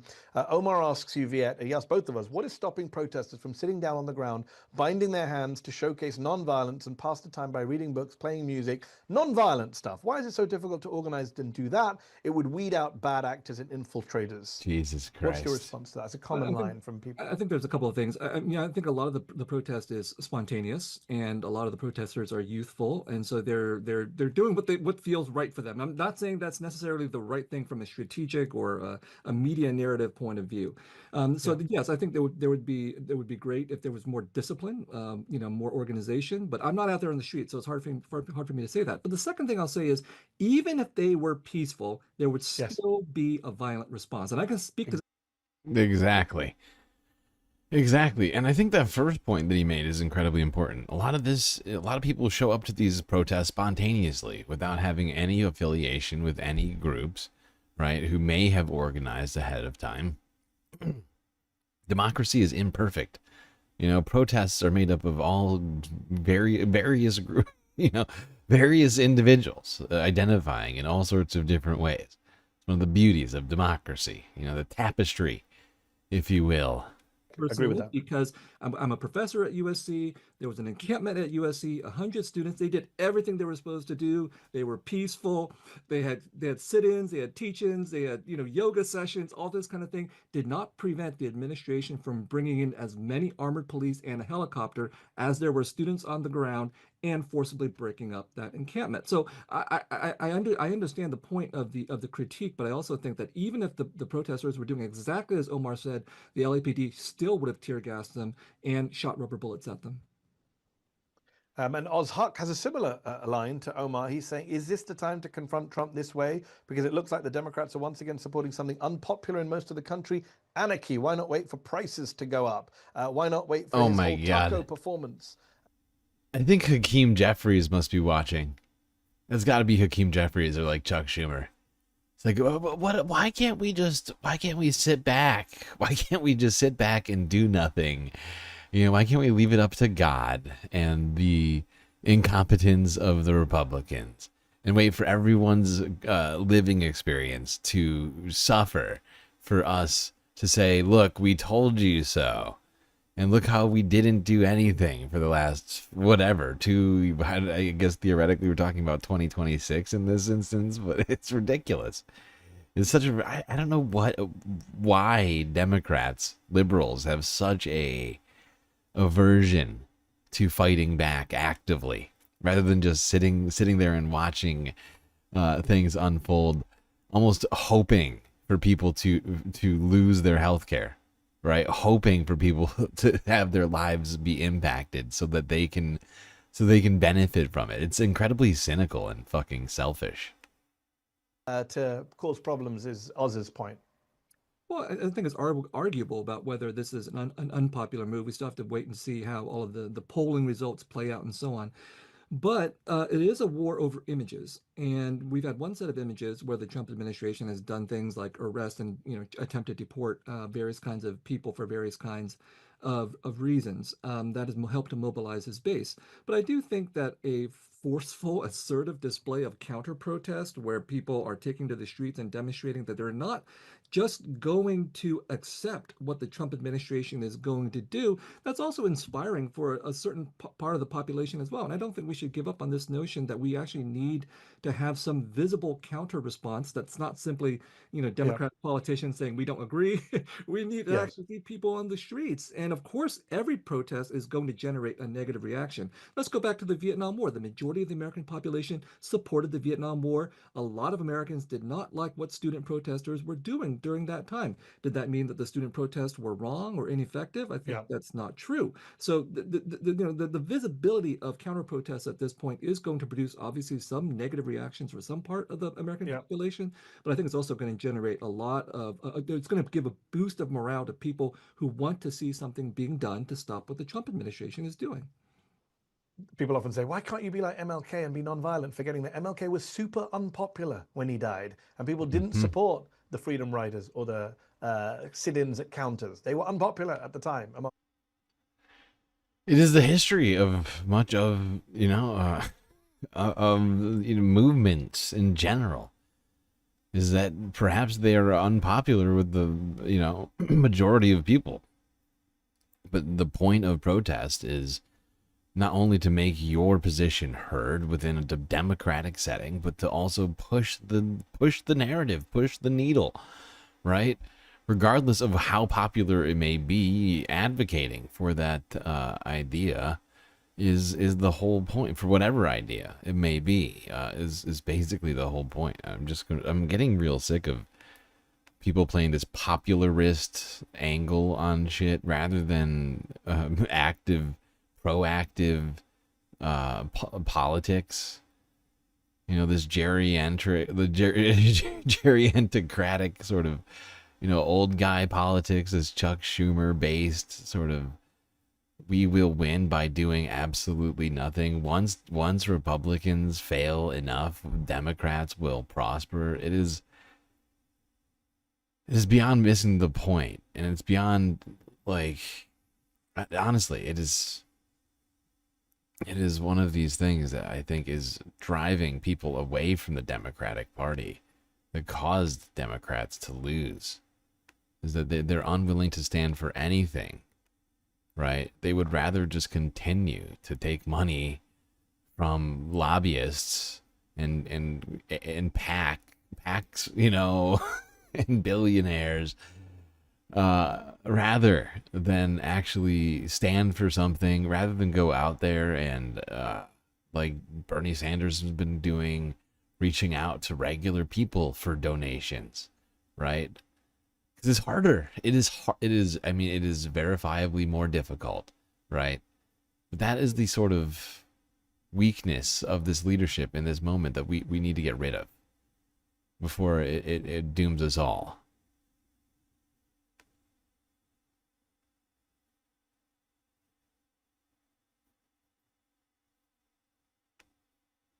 Speaking of LA, Vice President J.D. Vance made a trip to LA in the wake of Donald Trump's calling the National Guard in, or rumor, the completely blank super chat. Thank you, or rumor. I'm not sure what to say to that, but thank you.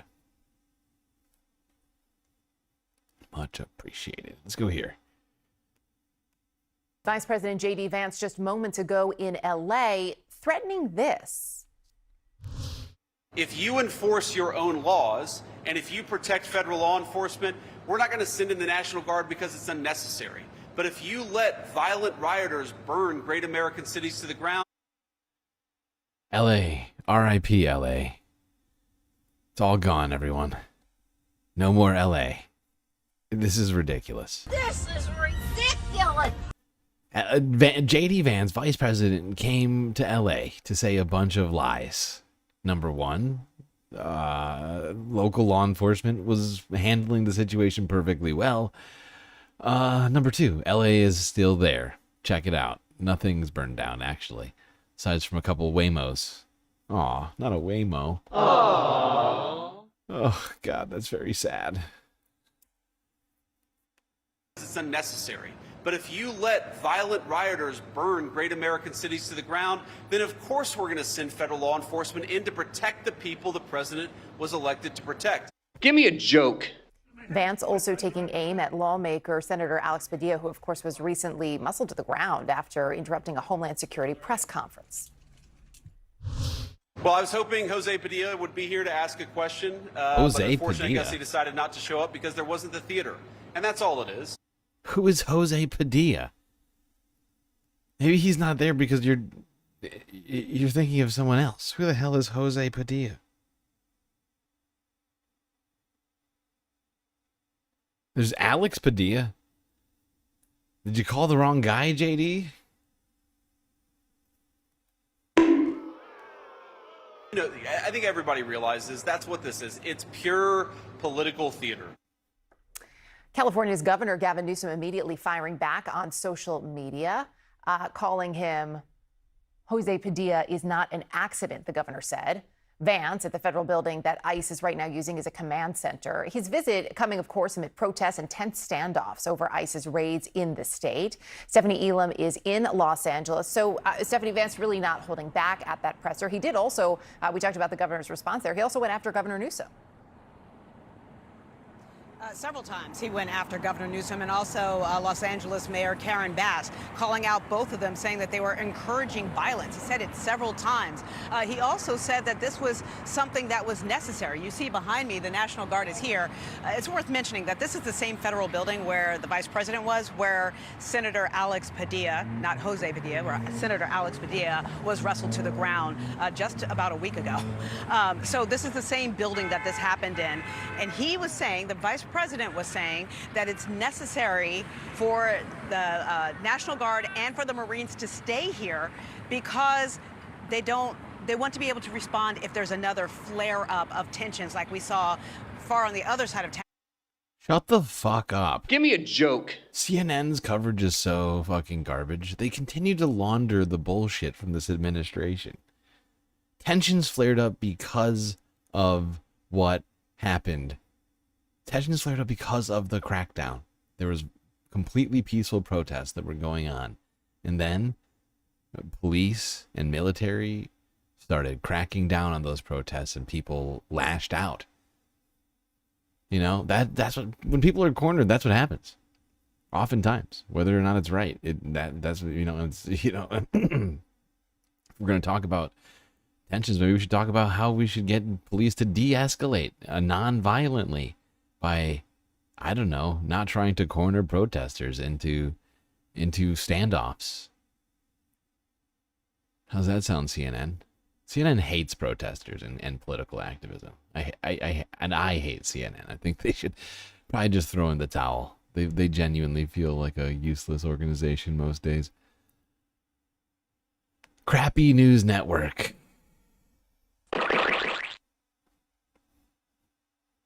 Columbia Rican getting us the first super chat that is going to actually break the ice. Although I'm going to count this as being at 1.5 due to Orb Rumor's first $2 super chat, even though technically I feel like that's just like giving away like $1. My God. Just giving away money over here.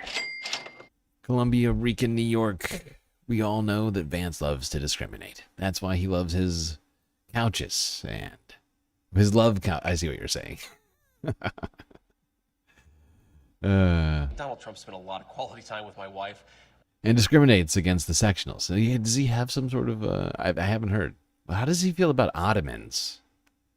Or like a chaise, you know, like a love seat. Is it different?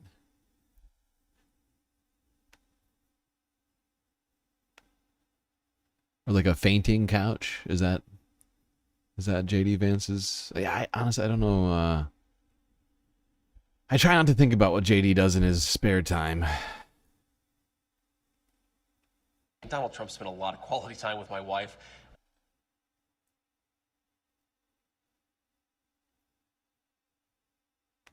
All right, let's talk about one man who has been just had his life irreparably altered by the actions of ICE. Kilmar Abrego Garcia.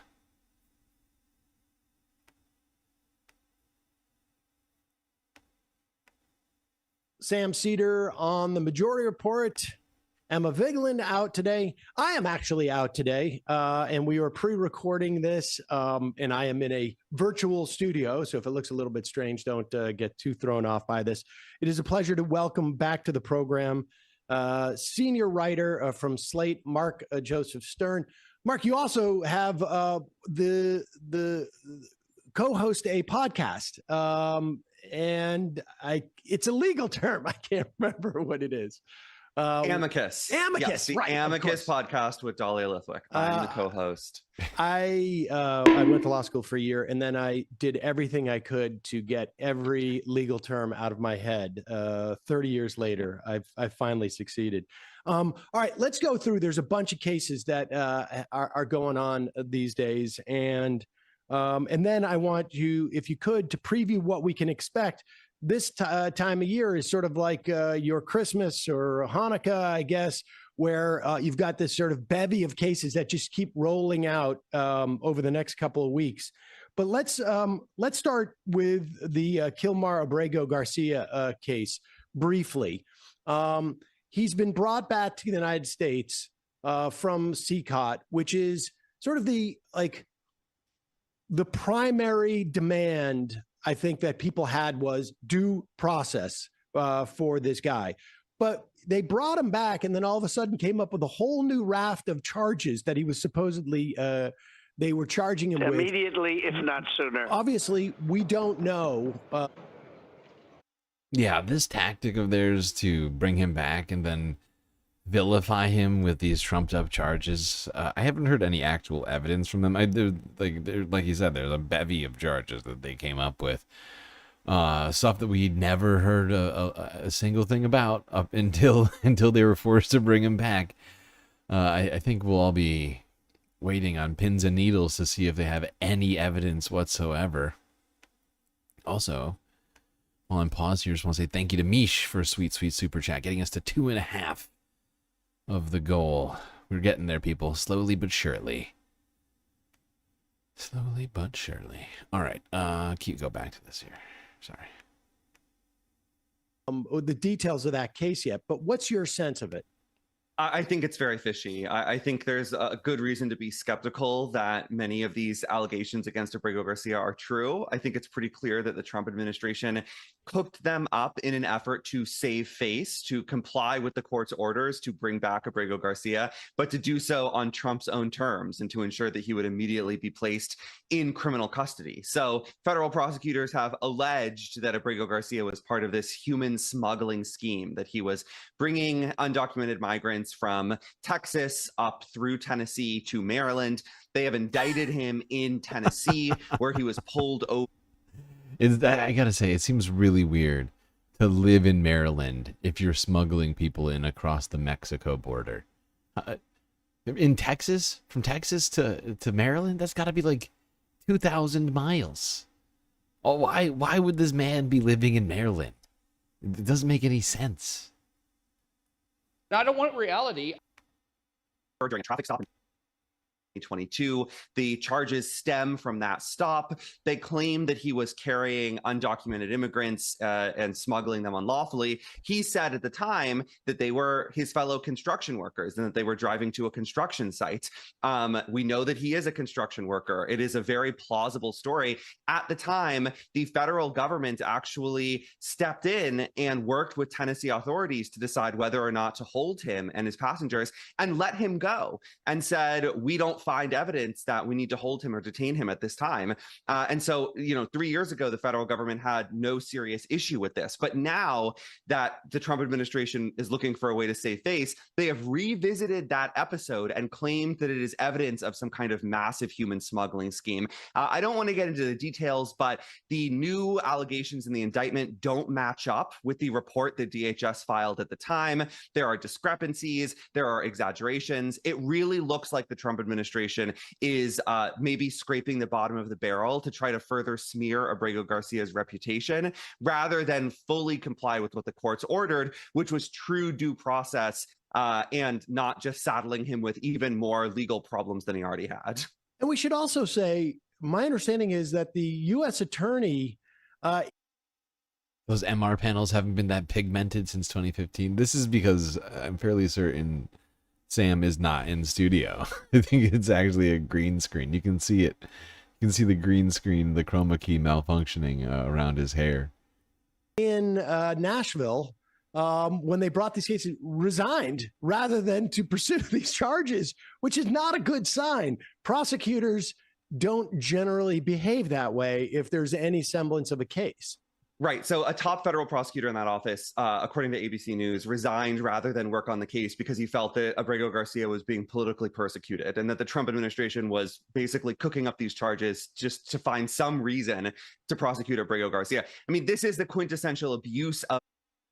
Yeah, and this is exactly along the same lines of what I've been saying this whole time, is that this is a combination of racism and politics, and that his base loves the racism, and that they love a good old twofer. If you can, you know, make a claim that, you know, somehow owns the libs and also targets brown people simultaneously, immigrants and the like, trans people, whatever it might be, then that's just added.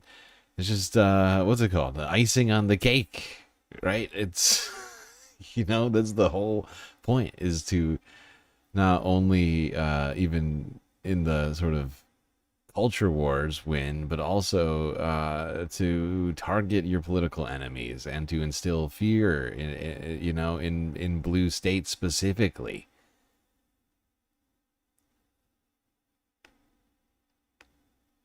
Prosecutorial discretion, right? Starting with the man, then picking the crime. The Supreme Court has warned against this time and time again. If you pick any one person, you can almost always cook up some criminal allegations against them. I'm sure if the government spent enough time, it could find some reason to indict you or me. Even Neil Gorsuch, no flaming liberal, has talked about this issue. And so I fear that the administration is successfully smearing this guy's name. People don't understand that an indictment means very little. Famously, you could indict a ham sandwich, and we need to wait until the federal prosecutors actually show us real evidence before drawing any conclusions here. Yeah, my bet is in 3, 4, 5 months, 6 months, this sort of quietly goes away.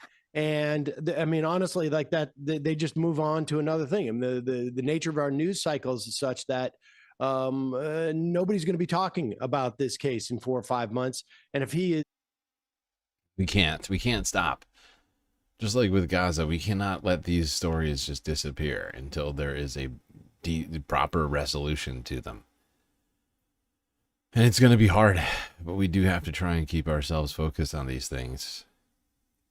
Because if they are buried in the news, it'll be too easy for the Trump administration to get away with what it wants to. All right, we're going to get back to talking about ICE. Some of the recent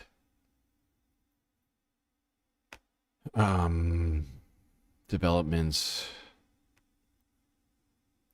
there, but I take a quick break because we are at 2 hours, so stick around.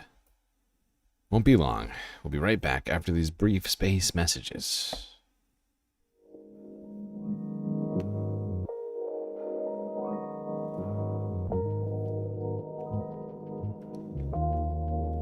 All right.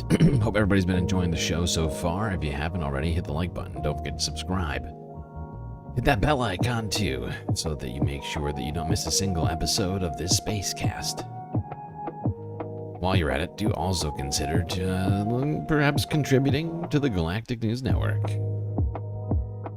That's right, your donations help fund the show. Without space fams like you, the production of all of this would be near impossible. So many great ways, of course, for you to show your support. YouTube, Super Chat, Super Stickers, memberships, Cash App, and PayPal too.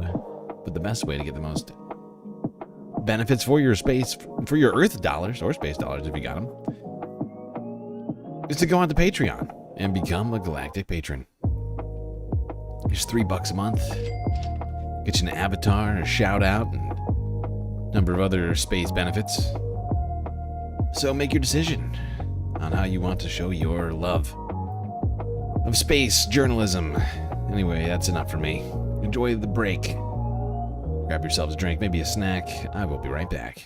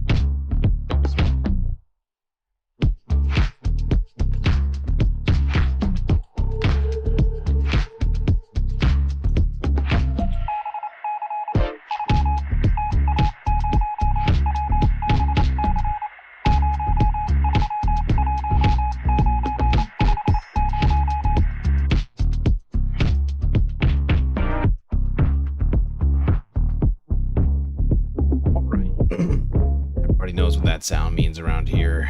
Of course, it means it's time for us to get back to the show. Immediately, if not sooner.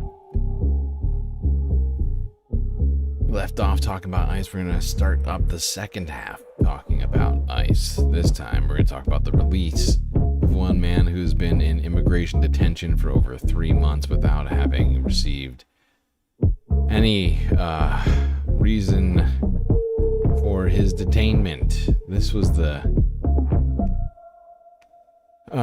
release of Mahmoud Khalil.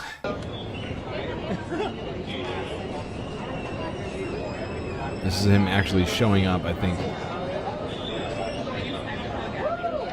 I think this is at the airport in New York, if I'm not mistaken.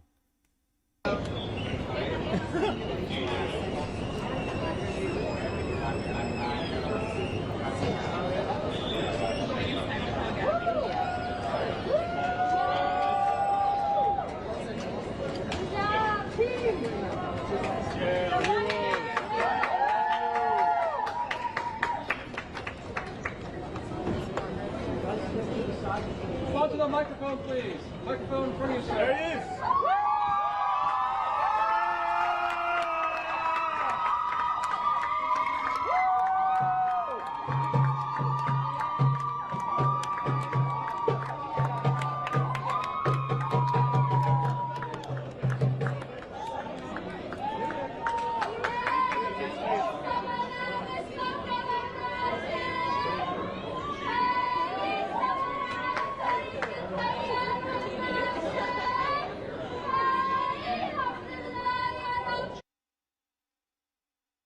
There we go. Mahmoud Khalil arriving in Newark Airport after being held in ICE detention for over 3 months. Here was the live press conference. I had to switch between different channels because Forbes's full war against Palestinian. Forbes's audio was terrible. But PBS cut it off. It kind of pissed me off. It was like, oh God, I had to pick and choose which thing I cared more about. Full war against Palestinian across Palestine. The U.S. government is funding this genocide, and Columbia University is investing in this genocide. This is what I was protesting. This is what I will continue to protest with every one of you. Not only if they threaten me with detention, even if they would kill me, I would still speak up for Palestine. Again, I just want to go back and just continue the work that I was already doing, advocating for Palestinian rights, a speech that should actually be celebrated rather than punished, as this administration wants to do. But we'll take a few questions. Mahmoud, what would you say to the Trump administration because they wanted to keep you detained? What is your message for President Trump? Just the fact that I am here, it's a message. The fact that all these attempts to suppress pro-Palestine voices have failed now. So this is the message. My existence is a message. The Palestinian existence is a message to this administration. How does it feel to be free? How does it feel to be free? To be honest, I'm I'm still trying to just comprehend that. Of course, it feels great. When I was on the inside, I was free. It's just I was locked up. The fact that they put me in that place, that didn't mean that I was not free. I continued to advocate for Palestinians, for the immigrants who are left behind in that facility. That 1,200 men who, all of them, are incredible men, who the Trump administration are trying to portray as whether criminals or just like illegals, as they say. And as I said yesterday, whether you are a citizen, an immigrant, anyone on this land, you're not illegal. that doesn't make you less of a human. And this is what the administration is trying to do, to dehumanize me, to dehumanize the immigrants, to dehumanize anyone who actually does not agree with what the administration is doing. Excuse me. We're not going to do any more questions today. There we go. There's oh wait, is this go directly into Tomorrow it? to the press conference. Mahmoud, do you still believe in the promise of America? Excuse me, please. No more questions today, but we do have one more speaker. And you can come tomorrow to the press conference where there will be time for many, many more questions. But because of the security here, we have to leave. So thank you. Thank you, everyone. First of all, first and foremost, I think we speak on behalf of so many people across this country, across the state of New York, but also across so many communities in the United States, and welcoming Mahmoud home to be here and to be reunited with his wife and his newborn son. Mahmoud Khalil was imprisoned for 104 days by this administration, by the Trump administration, with no grounds and for political reasons. Illegal. Because Mahmoud Khalil is an advocate for Palestinian human rights, he has been accused baselessly of horrific allegations simply because the Trump administration and our overall establishment disagrees with his political speech. This was a form, his detention by ICE, being taken from his home, as well as other advocates, Ms. Ozturk in Boston, Massachusetts, ripped off of the street, being taken is wrong. It is illegal. It is a violation of his First Amendment rights. It is an affront to every American, and we will not allow and we will continue to resist the politicization and the continued political persecution that ICE is engaged in. And so we welcome Mahmoud home. We will continue to support. I also want to thank the incredible work of CCR, the ACLU, IMEU, and many other advocacy organizations, the lawyers. Okay, I think that's enough from that one. AOC there at the airport welcoming Mahmoud Khalil after being wrongly held in detention for over 3 months, making a statement, both of them sort of reiterating the same messages. That this detention and this administration is using ICE as a political weapon.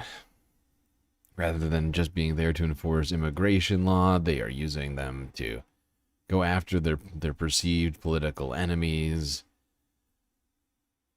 and make a spectacle of this supposedly great nation. But ICE isn't the only one that's got concerning plans as it relates to federal law enforcement organizations. The FBI is, going to be probably persecuting trans kids. That's certainly on their bucket list right now over there.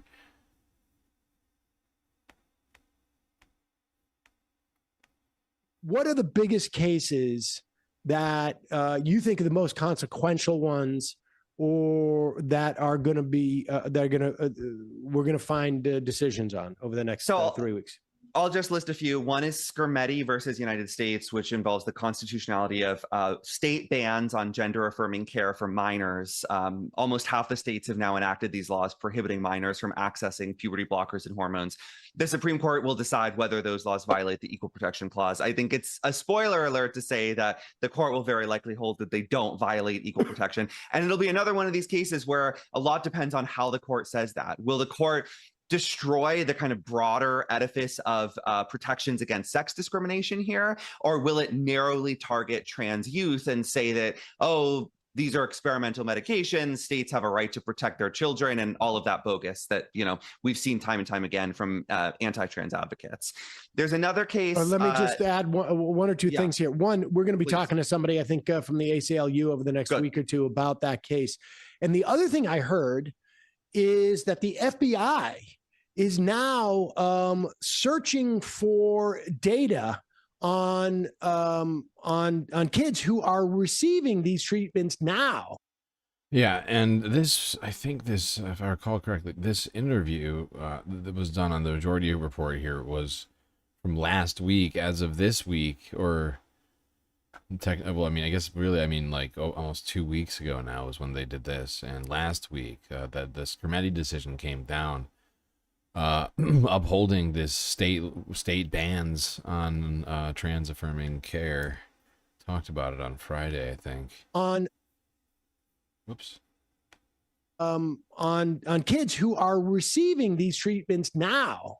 Yes. So that as soon as that ruling comes down, they can step in and either threaten or prosecute doctors, or I don't know who else would be liable under this ruling. And parents. Yeah. The Federal Trade Commission, too, the FTC, has started opening a potential investigation into doctors that advertise and provide this care, claiming that it's unlawful. This is really going to enter us into a new stage of this fight. The Supreme Court's going to pretend like it's just settling the issue and leaving it to the states. They're going to do what they did in Dobbs and say, oh, we're not saying this can't happen. We're just leaving it up to the people in the states. But with the Trump administration in charge, that will be very clearly a lie. And the Trump administration is going to have. Here's my question, and now technically I don't think this has gone all the way up to the Supreme Court, but what is the Supreme Court going to rule on Donald Trump's use of the National Guard? So far, I think it's gone up to federal appeals court. But if that makes all the way up to the Supreme Court, what is the Supreme Court going to rule? Because in this case, they're saying when it comes to health care, states' rights. But does this apply as well to the states' rights to determine what it is or it is not that's done by the National Guard? That's one thing I'd love to know. Put its thumb on the scale of trying to expand these bans and using the federal government to impose these bans, which like honestly, the Supreme Court seems to be ruling in an incredibly inconsistent manner in so many different ways that seems to just like defy all logic. It's incredibly frustrating to me. Has already tried to do through executive orders that would defund healthcare providers and universities and hospitals and institutions that do provide gender-affirming care to minors. We should also say the Medicaid provisions in the so-called Big Beautiful Bill. My understanding is both defund care for trans kids, but also for adults. Yes. That's correct. And, if the Supreme Court does rule in favor of these bans, I doubt there will be any sort of line that it will draw that will prevent states from applying them to adults. And some states like Florida are already trying to apply the bans and extend them to adults receiving this care. So, yeah, the Republican reconciliation bill is an effort to further that goal by prohibiting states from using their own Medicaid dollars to provide gender-affirming care, which would be devastating to transgender people because so many are relying on Medicaid to get this care. Okay. Next case that you think we should be looking for. I'll pick the birthright citizenship case because it's both really important and really weird. So, Trump has tried to end birthright citizenship for the children of undocumented immigrants and also the children of temporary visa holders. 3 different federal courts issued nationwide injunctions blocking that policy. The Supreme Court agreed to consider those injunctions, but it didn't agree to do so on the merits. Instead, it agreed to decide whether or not federal courts have the authority to issue these so-called universal injunctions that apply nationwide rather than much narrower injunctions that only apply to the plaintiffs. Now, this has been an issue sort of broiling in the lower courts and the Supreme Court for many years. Both presidents of both parties have faced these nationwide injunctions. They have been abused. I don't think anyone denies that. But this would be, I think, the worst possible time to take away the lower court's power to issue nationwide injunctions, because so much of what Trump is doing that is patently lawless applies all across the country. And if a federal court can't issue a really broad injunction, then it will force many, many different people all across the country to rush to court to try to get their own injunction protecting their own rights. And also because 22 of the plaintiffs in this particular case are states, they're blue states that are arguing that they have a right to continue recognizing the citizenship of children born in their borders. So if the Supreme Court undoes these nationwide injunctions, what will happen is in 22 states, which are plaintiffs, there will still be birthright citizenship for all children, regardless of their parents' legal status. But in 28 states that chose not to sue, there will not be birthright citizenship. So a child born in Philadelphia, this has insane implications. They're not a plaintiff. Pennsylvania is not a plaintiff. They're not part of this. Like think about that. Since this was a voluntary class action that was waged by certain states, but not all of the states, the ruling in this matter will only apply to those states, and depending on how it goes down, essentially, like, you could have citizenship rights in one state, cross a border, and be potentially under threat of deportation, depending on, whatever it is that DHS and ICE is doing, whatever the current administration happens to be, or I don't even know. Could a state, like, this is all just going downhill quickly. All right, let's keep talking about the kids, whether, but this time we're going to move on from talking birthright citizenship and healthcare for trans kids. Let's talk about how Republicans are relating to the children.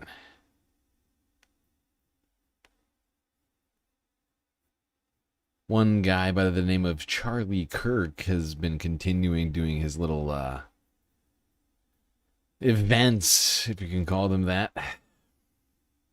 I tried to find this whole event.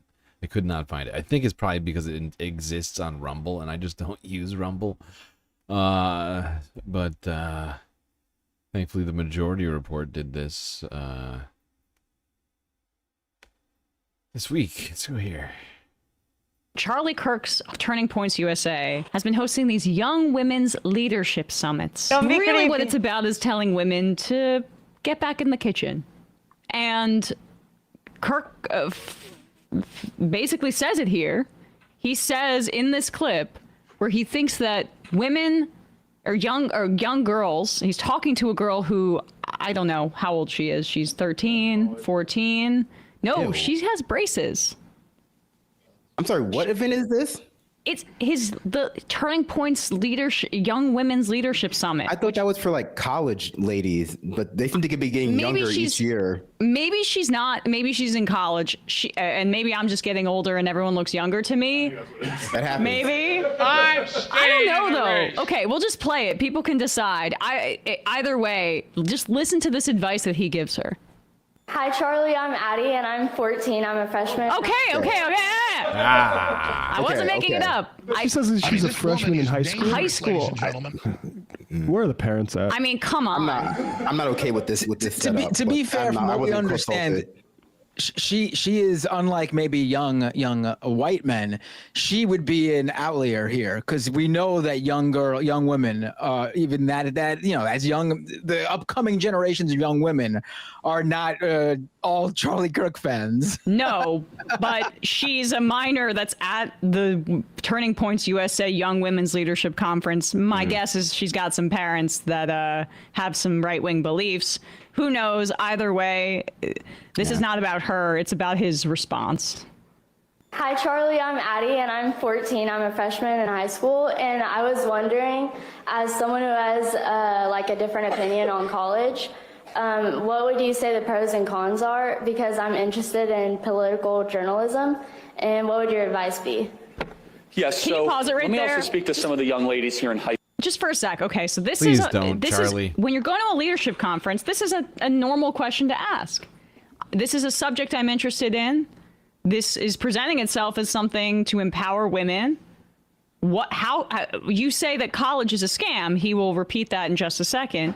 But how can I become a political journalist if you're saying that you have a different opinion on college? What are your thoughts? Yeah. And just a reminder, Charlie Kirk didn't go to college because a billionaire, I think Bill Montgomery, a guy who later died from COVID. Emma's point there, I think, really illustrates the patriarchal views that exist in the Republican Party and why this is so tragic as well. It's not clear to me whether or not this young girl looks up to Charlie. I would assume that since she's there, she does. And that's why she's asking him how to break into the journalistic field. And we haven't gotten to his answer yet. The fact is, it's not good. I think that's the one who convinced him to forego college and become a propagandist for billionaires to get their taxes down. Right.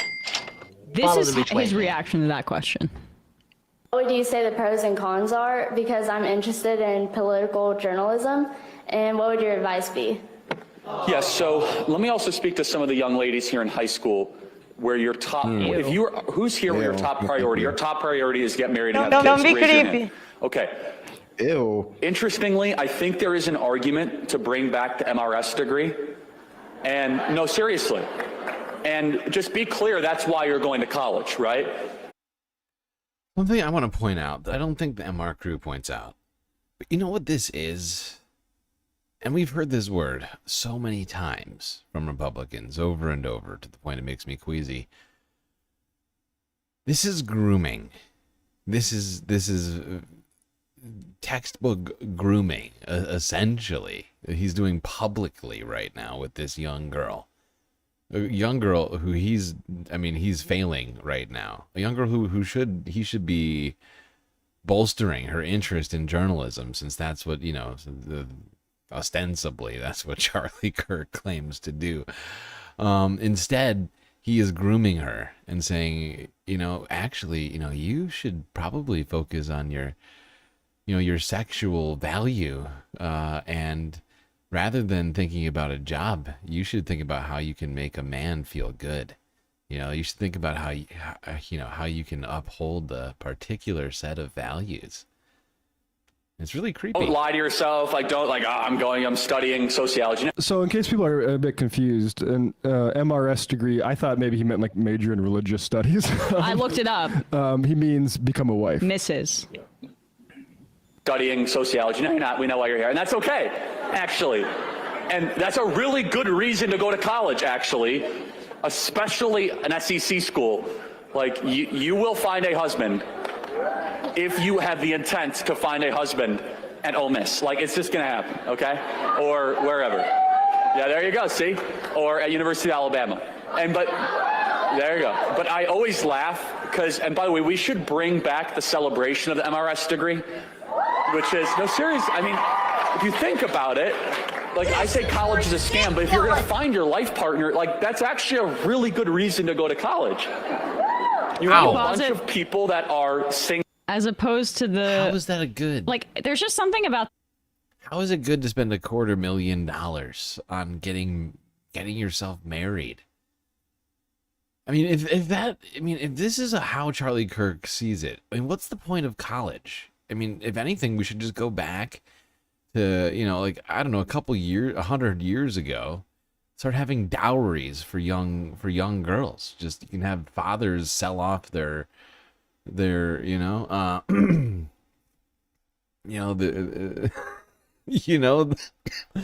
children into marriage. Will have arranged marriage. Parents will decide who you marry.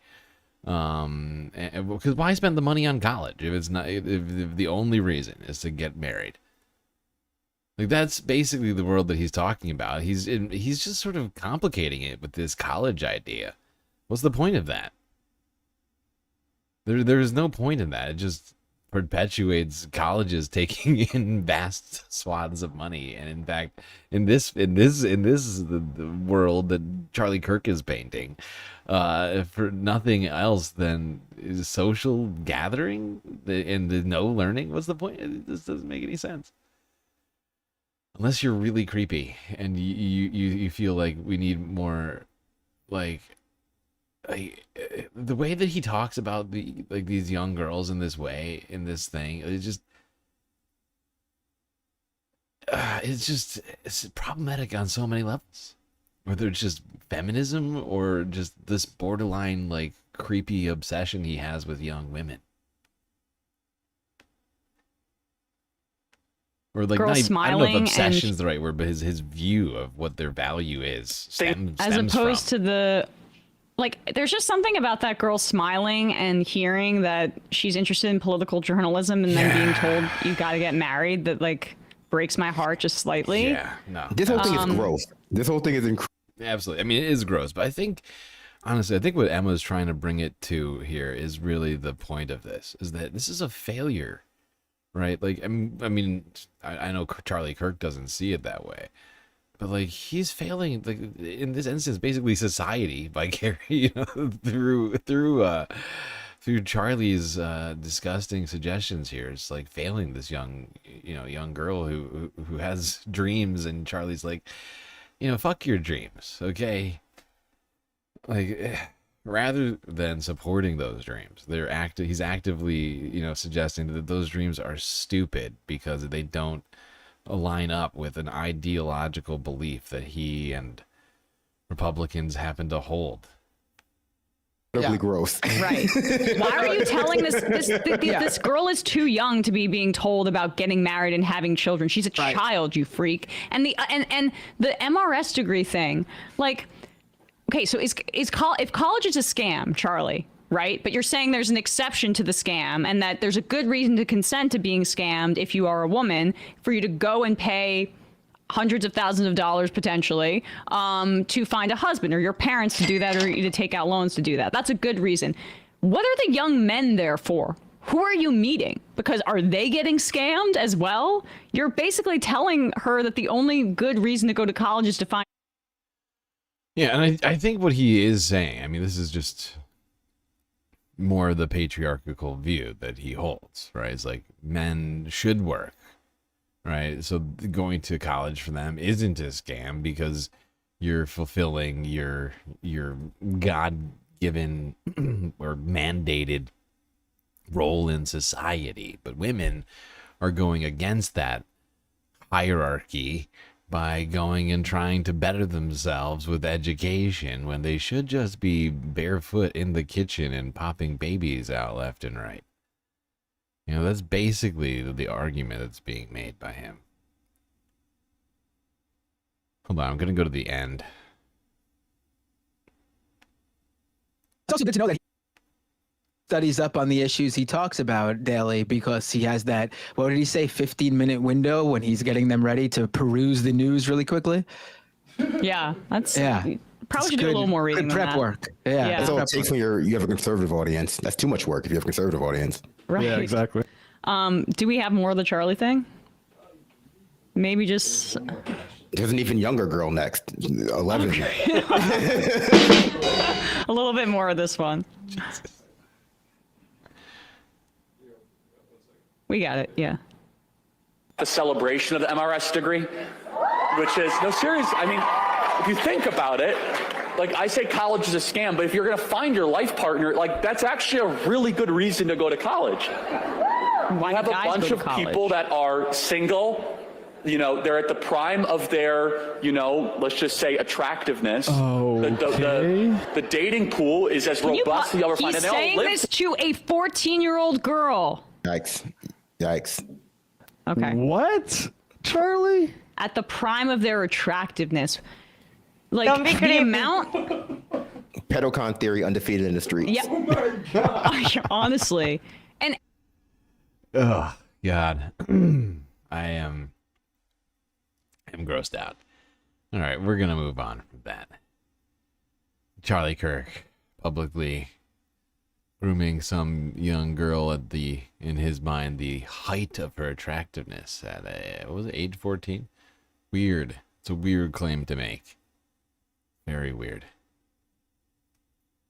But seriously, in Charlie Kirk's own fantasy world where women just go to get MRS degrees, I just want to point out that there's no reason for that. And you're just sort of You're complicating a situation, you know. If you want things like to be like that, right? Then we just go back to arranged marriages, you know, child brides and dowries and you know, trade you my calf for your daughter type of shit. That's basically what they're talking about. For no reason, let's talk pizza. Little Sunday Funday palate cleanser. It's summer. You could be grilling pizza right now. Okay. Here from the grill. We're just gonna top that sandwich off and we'll give it a beauty cut. We're back at TA Appliances and Barbecues for another segment of Get Grilling. Here's from Chef Matty B. Thanks for joining me again, Chef. Colton, great having you back. I got a good one for you today. I think you're gonna love this one. Because who doesn't love pizza? That's what I was gonna say. Typically on the barbecue, you got the steaks, you got the different types of meat. You can do pizza. Now you got pizza, because you can buy a whole pizza oven, or you can buy a pizza stone for your barbecue, for your broil kit, and then you can just cook pizza on your barbecue itself. Yeah. Crazy. You could do that. Okay, that's enough. We're not gonna watch this whole thing. All right. What's going on with the UFOs? I don't know. Let's go back to talking about the law and how big law is causing our democracy some problems, especially as it relates to corporate greed.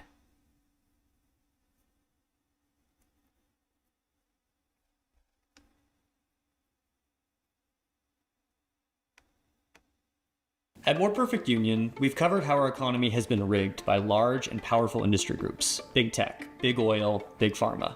But there's one group you might not normally think of as large and powerful, even though they've been instrumental in driving our society further into oligarchy. They're known as big law. Big law. Big law. Big law firms. Big law firms, smart law firms. These are the law firms of the rich, the wealthy, and the powerful. The biggest companies and the biggest banks in the world. The big clients that the big firms have. Just give me a list of the Fortune 500 companies. Give me a list of any evil corporation. Meta, Boeing, Exxon.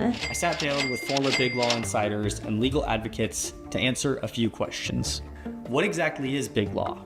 How did it get so big and so powerful? And what's going to happen to these firms under Trump? These are people that are bad people, really bad people. They tried to turn America into a corrupt communist and third world country. But in the end, the thugs failed and the truth won. So let's start with when law got big. To understand the rise of big law, we need to look at the rise of the modern corporation. That's because you should really think of these big law firms as the conciliaries of oligarchy, or basically like their right-hand man. In mob movies or TV shows like Breaking Bad, when a criminal enterprise gets too big and starts running into problems with handling their money or enemies that want to take them down, they bring in a lawyer that they can trust to help them navigate those problems. The revenues from the salon go to the owner. That's you. Your filthy drug money has been transformed into nice, clean, taxable income brought to you by a savvy investment in a thriving business. Corporate America reached a similar inflection point in the 1950s and 60s when the post-World War II economy was booming. As American businesses got bigger and more global, they needed to deal with new laws, rules, and regulations. That's where lawyers come in, not just to represent businesses in court, but to act as their trusted advisors in navigating a new and complex world. Then there were also these pesky people called workers and consumers, whose interests were at odds with growing corporate power. At that time, you had a rise of people trying to build power for workers, and specifically people trying to build power for consumers. So you had folks like Ralph Nader, who were really leading these big movements to say consumers have rights. It was gaining popularity. In the early 1970s, I think 1971, Lewis Powell, who went on to become a Supreme Court justice, wrote a memo to the Chamber of Commerce about what would it look like to use litigation, to use the courts to improve the power, to strengthen the power of corporations in the United States. Lewis Powell was saying, well, what can we do about that? How do we shut this down? What are the best avenues to reinforce the power of capital? And one of his recommendations was that it is very easy to do that via the courts. The memo, known as the Powell Memo, is sort of like a moment in a mob movie when the bosses have gotten all the money they could ever dream of, but then they realize what they really want is total domination. When you started this thing, did you ever dream of having $5 million? I know for a fact that you didn't. I know for a fact all you needed was $737,000. I'm in the empire business. The Powell Memo and the subsequent shift in how businesses viewed themselves ushered in an age of shareholder capitalism and monopolization, which got hypercharged under the Reagan administration when deregulation, tax cuts, and free market policies became the name of the game. You had almost a pincer movement where the Reagan administration, from the government aspect, was trying to create rules that allowed big corporations to amass more money. And then on the big law side, you had lawyers who were able to help those big corporations take advantage of new opportunities that came from withdrawing the federal government and reducing regulation. This was a feast for corporate lawyers. Every merger, every hostile takeover, every buyout meant more billable hours and more work for their firms. And this is where the big firms that we're going to talk about really get big. Take, for example, Paul Weiss. Some of their top clients are Exxon, Chevron, Johnson & Johnson, JP Morgan Chase, and Richard Sackler, or Wilmer Hale. They work with Northrop Grumman, the weapons manufacturer, General Electric, T-Mobile, and PepsiCo. How about Perkins Coie? They work with Boeing, Amazon, Google, and Texaco. They are representing the entities that are doing some of the most egregious anti-worker, anti-union organizing in the country. For many of these law firms, representing their clients doesn't stop outside the courtroom. Often these firms will go directly to federal agencies to advocate for rules and regulations that benefit their clients.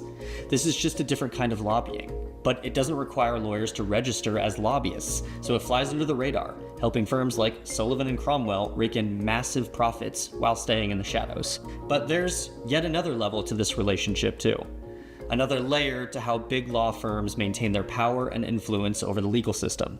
It's called regulatory capture. When we talk about regulatory capture, we talk about the existence of agencies not able to serve their function because the individuals who lead or staff them are conflicted. There's potentially no better example of regulatory capture than the career of Eric Holder. In 2001, Eric Holder is a partner at Covington & Burling, an elite law firm known for working with the biggest banks in the country. Banks like JP Morgan Chase and Citigroup, the ones who helped create the 2008 financial crisis. In 2009, he left the firm because Barack Obama had just been elected president of the United States, and he wanted to tap Holder to be the new attorney general. So this private corporate lawyer, coming from a firm that represents the biggest banks in the world, would be the country's top law enforcement official. In 2015, after 6 years as the attorney general, Eric Holder left the government, but not to retire. He walked out of the DOJ back to Covington & Burling, where they, allegedly, always had an office waiting for him. During Eric Holder's time in the government, not a single banking executive was prosecuted for the fraud that they committed. Examples like this exist across the government. Lanny Brewer, former White House counsel, jumps to Covington for a while, leaves to work with Eric Holder in the DOJ, and then leaves to go back to Covington.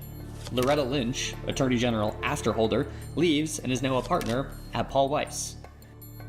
This is a feature of big law. It helps them protect their corporate clients from government regulation because corporate lawyers staff the government. And it helps them with their marketing. Covington, by hiring Eric Holder, is able to use his... And this is something about our system of government that I've talked about in the past, and it's not just with big law. It's also banking and all sorts of other industries where people who originally were regulating the very industries that they now serve. People, you know, like I said, across industries, you know, people who are integral in the formation of the law, understanding the law, go and then get paid big money by private companies to help them circumvent that very law that they had at one point had their job being as upholding. It's incredibly unethical, and the fact that it has been allowed to continue on in this fashion is just egregious. reputation. They're able to capitalize and monetize on his public service at the highest level. It allows them to get clients on the basis of having a former attorney general, the former chief law enforcement officer of the United States. So that's the short version of how law got big. But unlike many of the shadowy organizations we've covered in the past, big law has a big weakness. And you need to take a look inside to understand what that is. You know, what are big law firms like on the inside? What's it like to work there? Working in a big law firm is intense. And it is intense specifically in terms of hours and lack of sleep. Something that I think is, I took away from spending this period of time in this very high wage earner group was that for people to sleep at night and tell themselves that their labor is worth the kind of disproportionate pay that they earn in these industries, you have to work really, really, really hard. Partners at the top big law firms will bill out at rates exceeding $2,000 an hour, and as a result, they need a certain set of client. You have to be either a high net individual or a large corporation or someone with very deep pockets to be able to afford the rates that the big law firm partners charge. There's a very limited $200,000 an hour. Did I hear that right? That is ridiculous. This is ridiculous! You have to really, really, really hard. Partners at the top big law firms will bill out at rates exceeding $2,000 an hour. Oh, $2,000. And as a result, okay. They need it's still fucking insane. certain set of client. You have to be either a high net individual or a large corporation or someone with very deep pockets to be able to. It's like $50,000 a day. It's insane. afford the rates that the big law firm partners charge. There's a very limited list of clients that big law can engage that are paying because the rates are so very high, thousands of dollars an hour in some cases for one individual person. And so there's not a lot of corporations, even among private industry, there's not a lot of corporations that can or want to pay rates like that.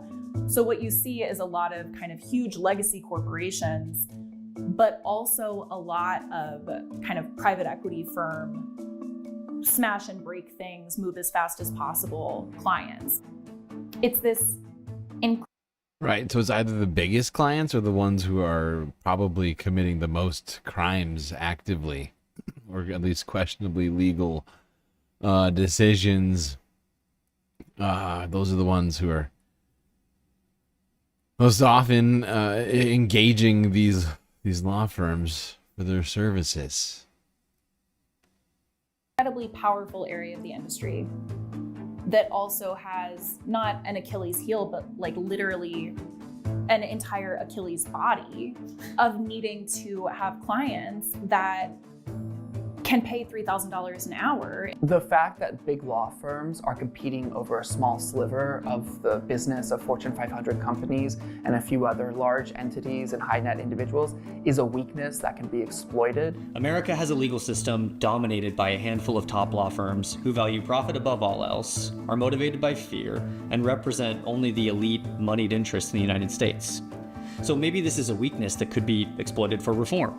They could stop appointing corporate lawyers to top government positions, possibly. The government could pressure big law's profits to reduce their influence on the government itself. Now, President Trump is putting certain law firms on notice. Since January, Trump has signed more than 100 executive orders, and in some of those orders, Trump is targeting law firms directly tied to prosecutors involved in cases that have been against him. Well, starting in February, Trump signed 7 executive orders that named specific law firms. The orders say that the firms should have their security clearances revoked, they shouldn't be allowed in government buildings, and government agencies shouldn't be working with them. Basically, he's attacking their bottom line directly. He's making it impossible for them to do business. If these firms can't work with the government at all, they can't represent their massive corporate clients, and without the biggest corporations in the world, their business model doesn't work anymore. When, as a lawyer, your career is based on making tons of money on this particular scale, it is a vulnerability that can be exploited.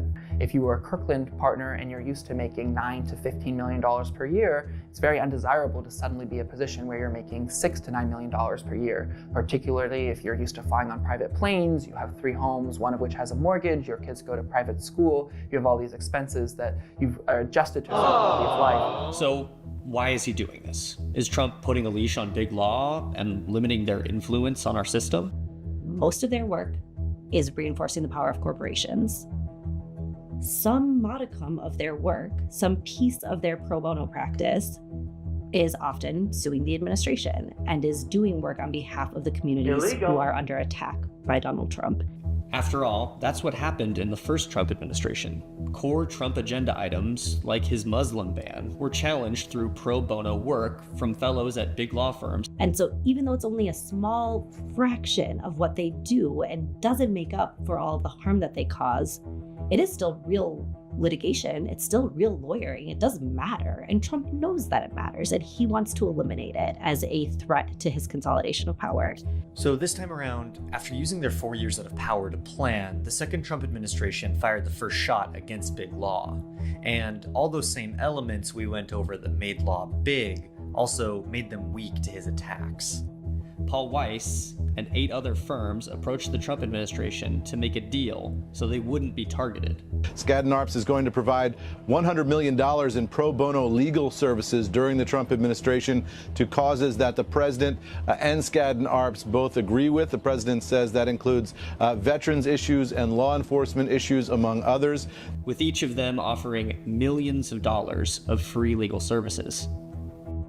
So these attacks do 2 things. First, it gives Trump legal representation to use for his agenda. He says he'll use it for negotiating trade deals, doing veterans work, defending immigration cases, and potentially defending police officers. But second, it eliminates a potential challenge to his agenda. If lawyers are afraid to bring pro bono cases against the government, it clears the way for him to do what he wants. Big law lawyers are not on the vanguard of the resistance, but they have the ability.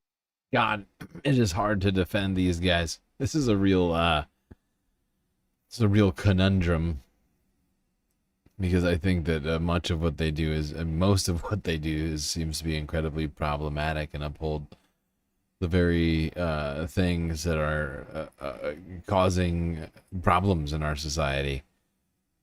And defending, just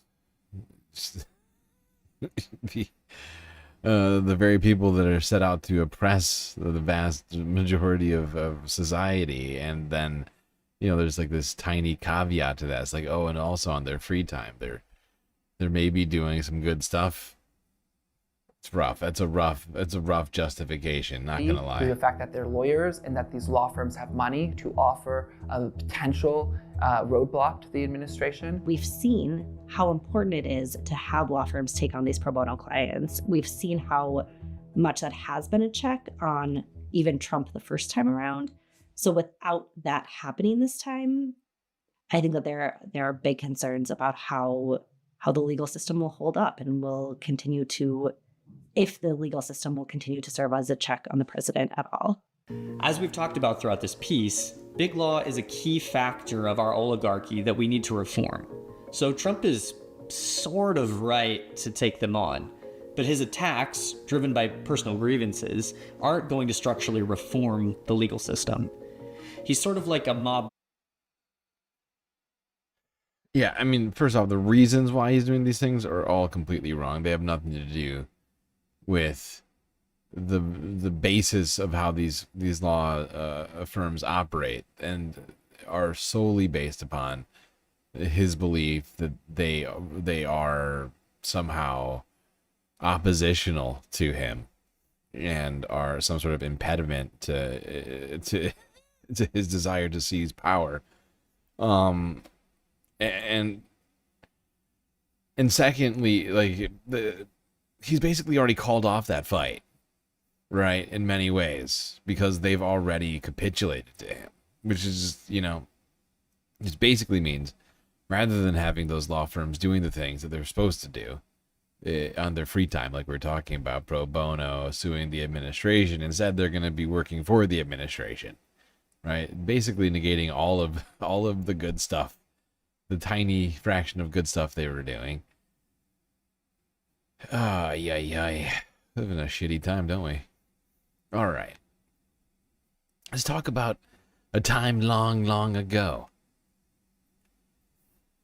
One man who's been besmirched.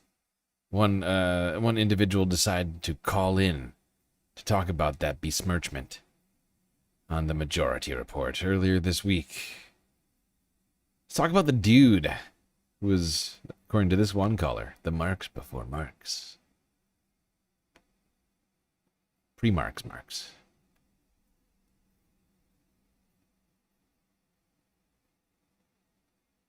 One last phone call.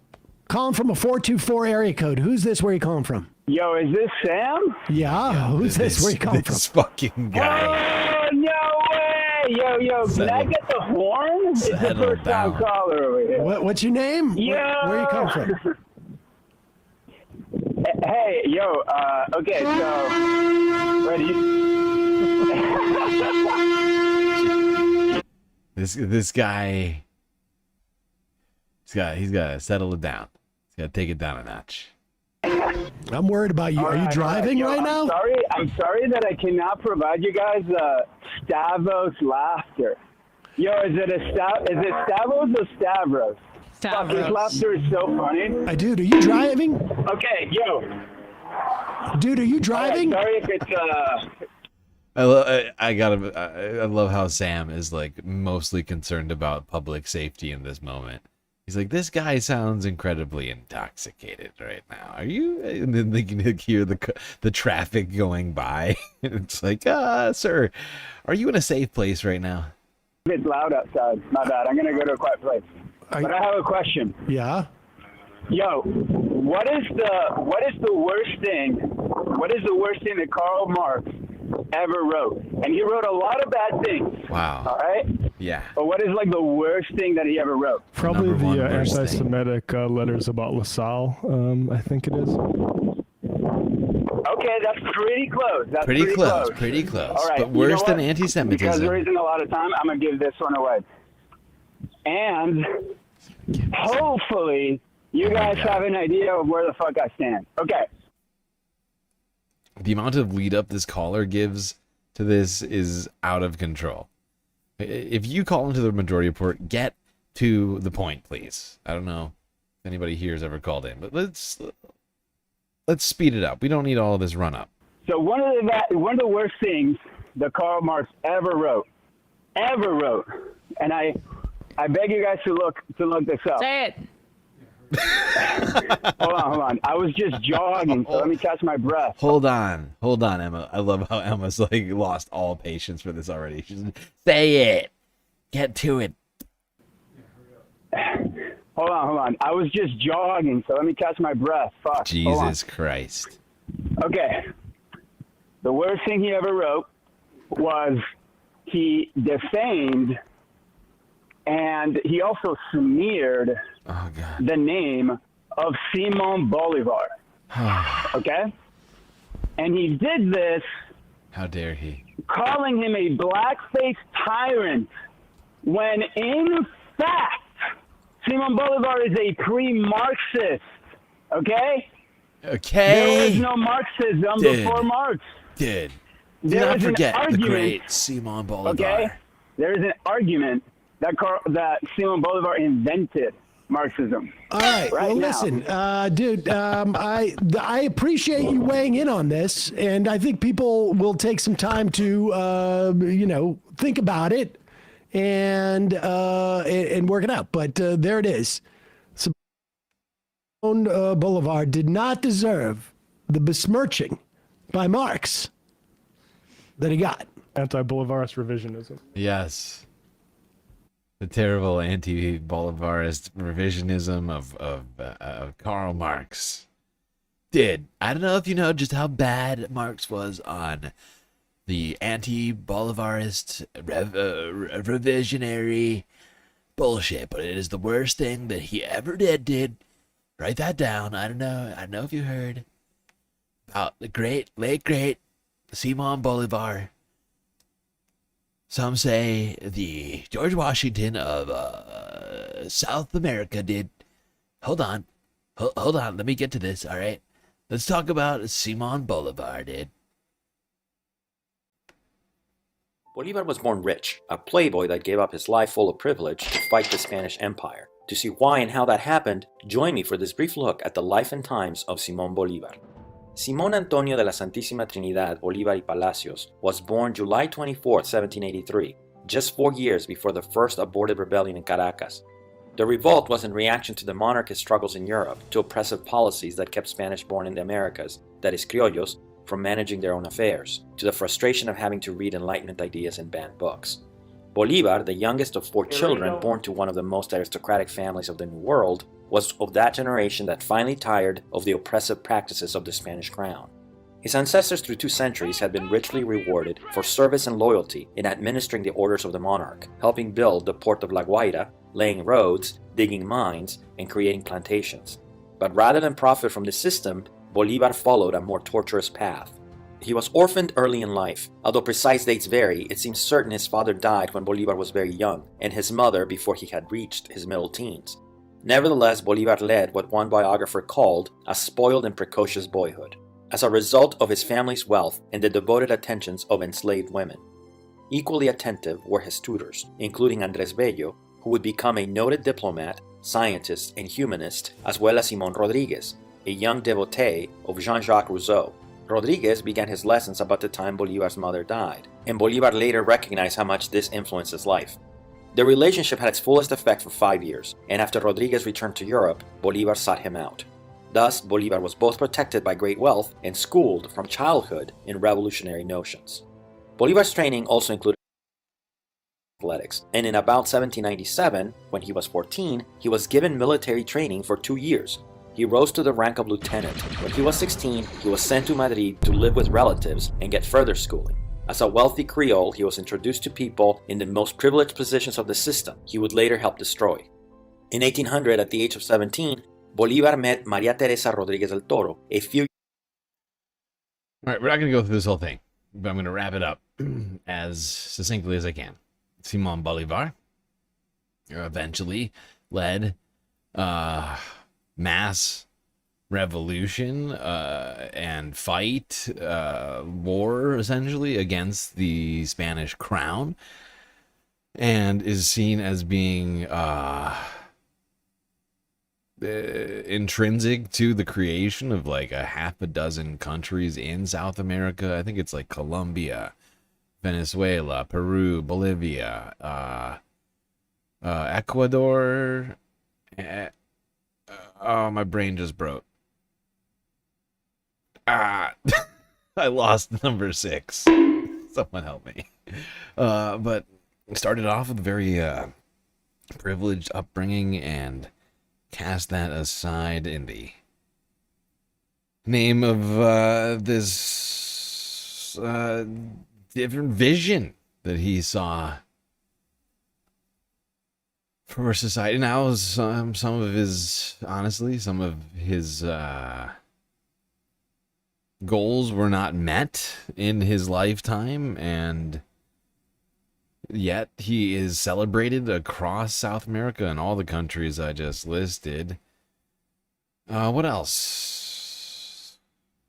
But yeah, no, he had a generally like a multiculturalist, democratic vision for society. I don't know if I would call him a Marxist. Honestly, I don't know enough about Simón Bolivar to even really address that guy's complaint about Bolivar. But I figured we'd talk about him just for fun, since since that clip got posted to the Majority Report channel.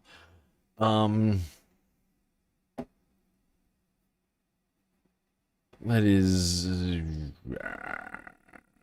let's see.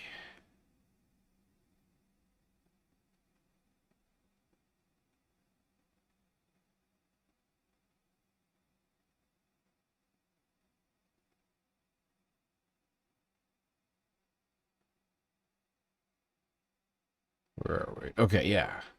Let's take a little break.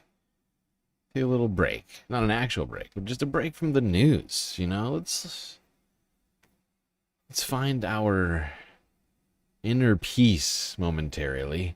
A couple days ago, it was the International Yoga Day. People in New York at Times Square were gathering to practice yoga together. It felt like a Sunday Funday story. Have you ever seen one?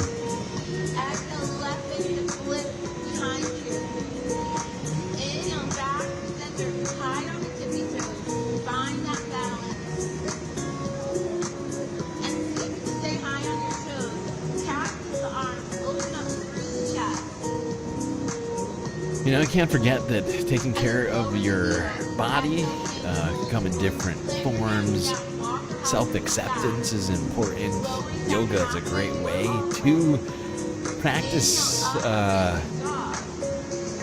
self-care, something that we all need more and more these days, considering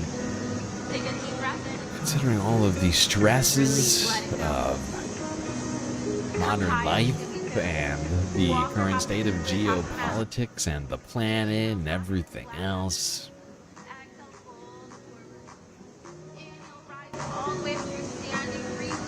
Do some yoga, grab yourself a glizzy.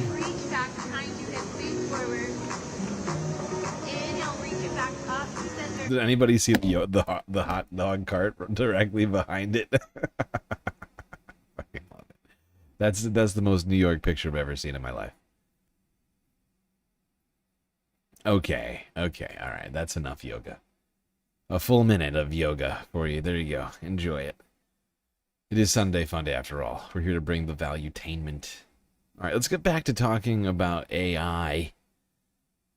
This is something we've been talking about for quite a while. All the different problems that arise when we talk about AI, whether it's, you know, energy use, and other sorts of environmental concerns around it, its potential collapsing of certain aspects of society, and its threat to labor.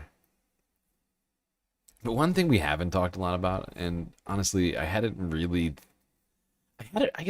thought about it as much as everything else we've talked about with it, but according to a new study, people who use ChatGPT regularly for completing tasks may be destroying their brains. Here's Navarro Media on that from 2 days ago.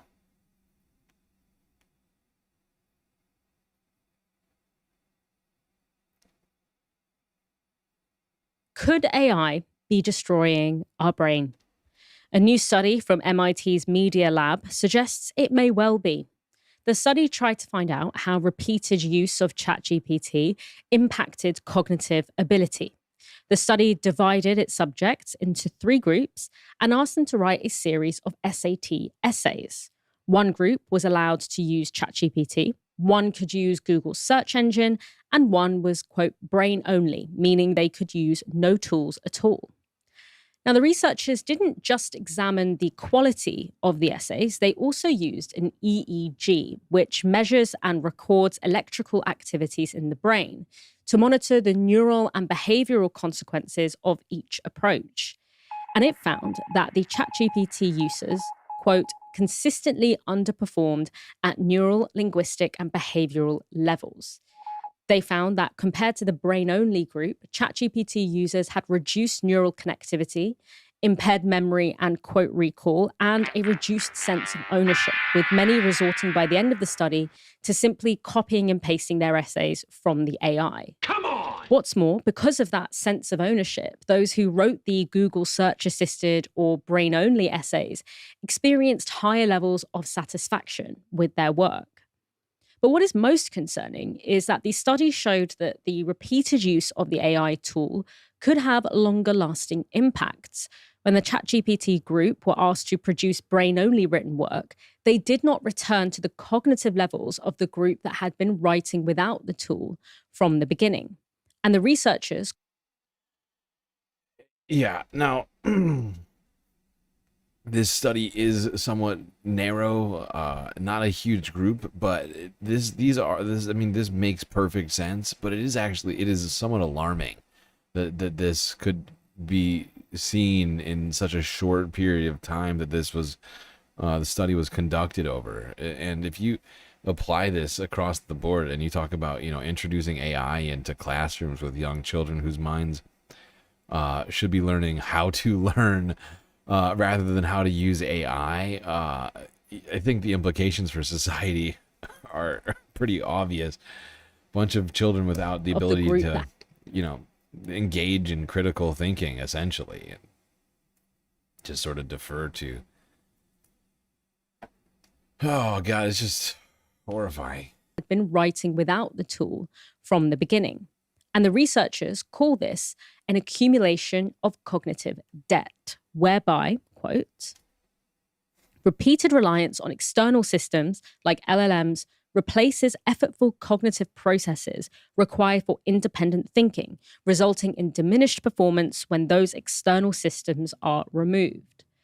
This finding led the researchers to voice concern that large language models could, quote, fundamentally restructure cognitive architecture.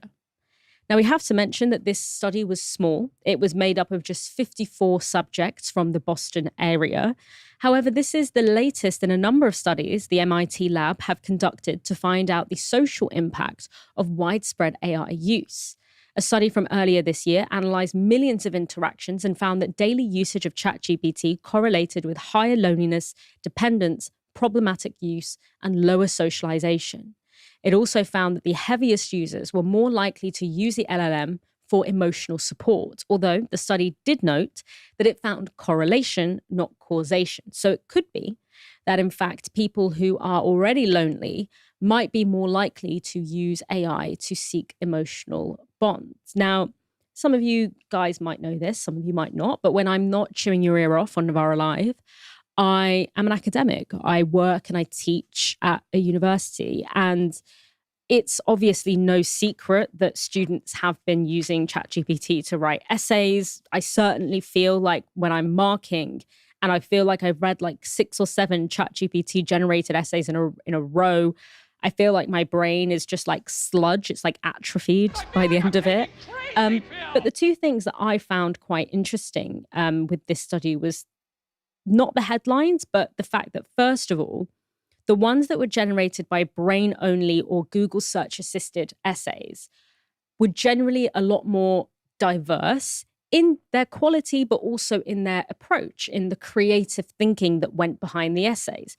Whereas the ChatGPT ones were largely, standardized in quality and standardized in content. And I think that kind of flattening of knowledge and that flattening of like, suddenly now when you write an essay prompt, everyone's sort of giving the same version of the same essay, and like it kind of makes sense and it's kind of passable, but like the dynamism of like human thought and creativity is completely lost because ChatGPT will always do lowest common denominator thing.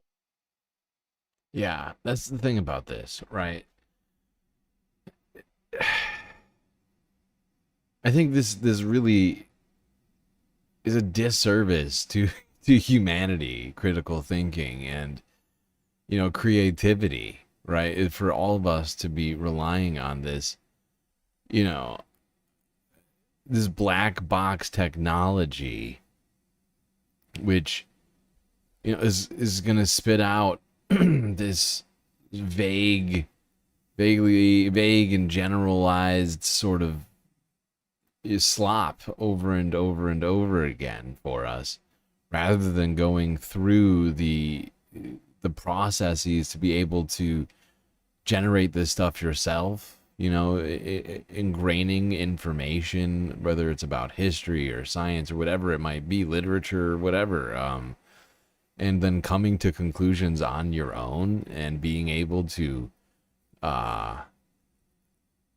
portray those ideas through your own volition and capabilities, rather than this crutch that AI, I think, is becoming very quickly for a lot of people. you know, I don't know exactly how pervasive it's become, but considering everything that I've seen out there, I feel like it's becoming more and more pervasive, especially among the younger generation. I don't blame them for it, honestly, especially considering how our society is set up. But we have to, this is why we have to, we have to regulate this stuff, but B, why we have to be encouraging those things I was just talking about in society, but we're not doing enough of that either, right? Encouraging critical thinking and reading and learning and creativity, right? Rather than marketability and capital accumulation and whatever else, profit seeking and like that. You know, unfortunately, in that equation, one of those things does have to take a back seat.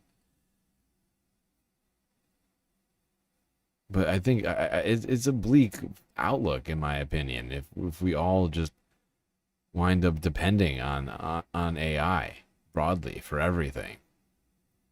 Because it does put into question as well it's basically the like the existence of humanity, right? Because if we're not even going to engage in our own human experience and question things, you know, what was the point?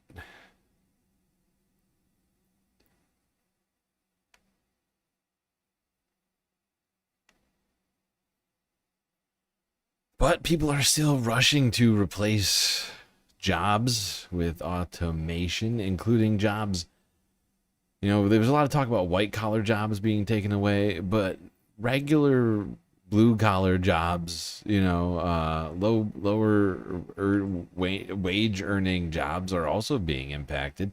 We've seen all sorts of examples of that, whether it's cashiers, whether it's warehouse workers, coders. Well, coders aren't low-paying jobs, but you get what I'm saying.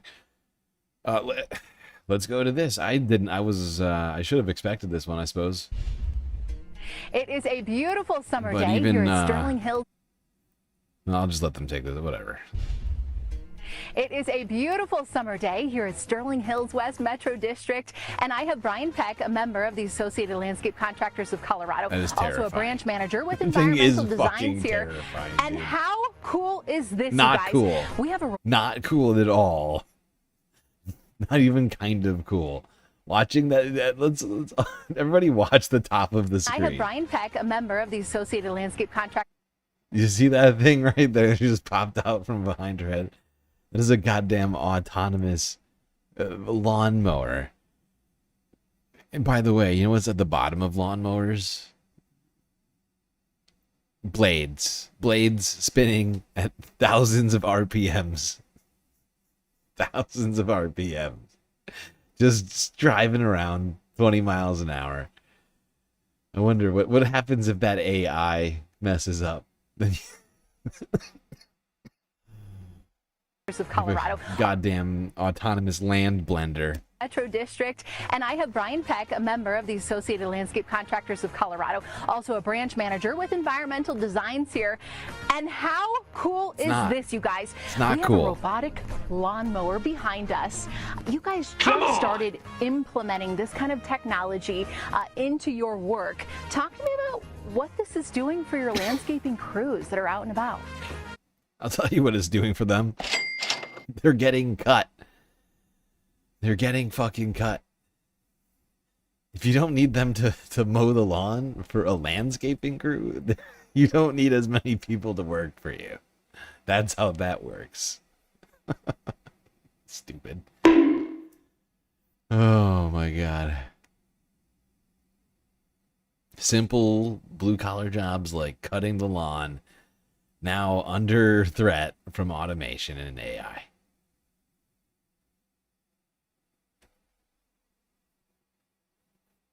Just what we need. That'll be good for society.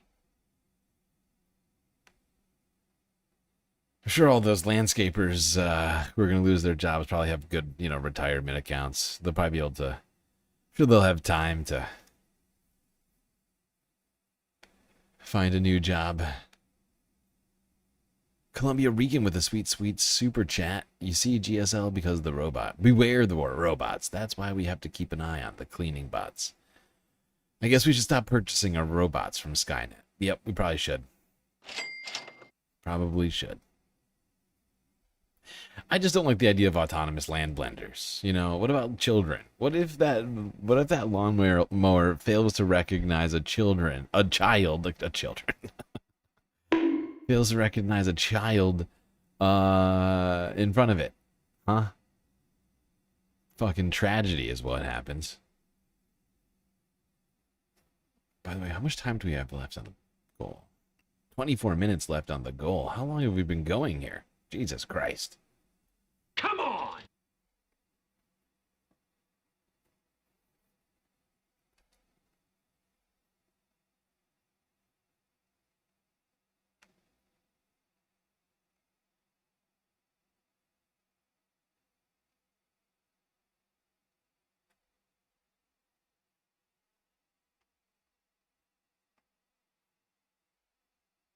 All right, let's talk about another piece of technology which Donald Trump railed against earlier this week.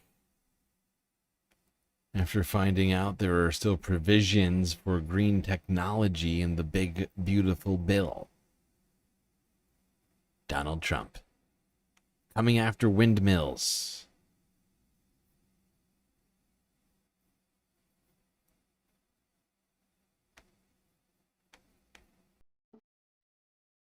Donald Trump slams windmills in rant on green tax credits.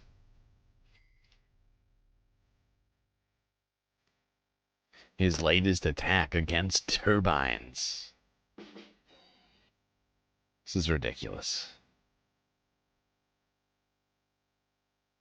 President Donald Trump blasted green tax breaks and windmills in a rant about his signature budget package moving through Congress, tacking on to his long-standing criticism of the turbines, even as they have become an increasingly cost-effective form of energy. Trump said in a Truth Social post that he hated green tax credits in the big, beautiful bill, saying the cuts are largely a quote-unquote giant scam. The bill, a massive measure currently in the Senate that will extend tax cuts passed by Trump during his first term, will remove or limit tax credits for electric vehicles and home energy efficiency if passed, as well as create gradual year-by-year cuts to wind and solar farm tax credits. Trump said windmills are the most expensive and inefficient energy in the world. That's a lie, and are destroying the beauty of the environment. Bullshit. Bullshit. First, I mean, there's so many things in this that we need to address, but first off, this is just a flat out lie. They are not inefficient. They're much more efficient than coal or gas. Two, the claim that they are destroying the beauty of the environment from a man who has rolled back regulations on destroying the environment is one of the most laughable things I've heard all week. Like, he's talking about this, he's like, remember, like literally 2 months ago, Donald Trump's EPA, Lee Zeldin, the head of the EPA, rolled back regulations on building in all sorts of different previously protected environments for wherever, I mean, like all over the place, and that, you know, like basically the green lit real estate projects in the same exact sort of places you'd expect to find fucking windmills. So I don't understand what's the difference. What makes a windmill more ugly than a big building, or a clear cut forest, or a fucking oil drilling site, or a coal mine? Explain. I need an explanation.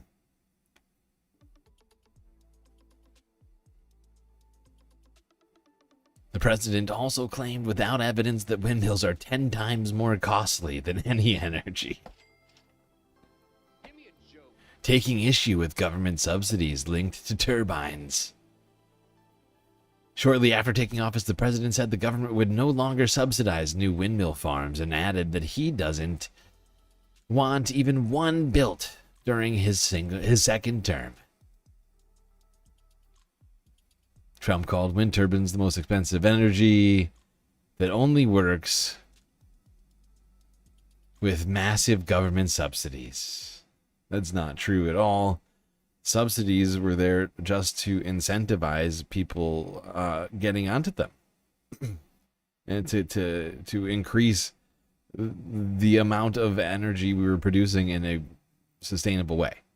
That was the point of the subsidies. It has nothing to do with the profitability. Once you build them, they make way more energy. They produce way more money than they cost to maintain.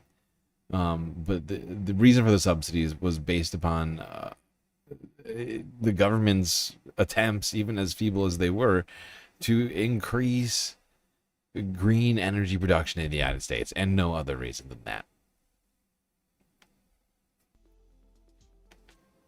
Unlike with oil, where in some cases it needs to be subsidized for it to be profitable on a per barrel basis.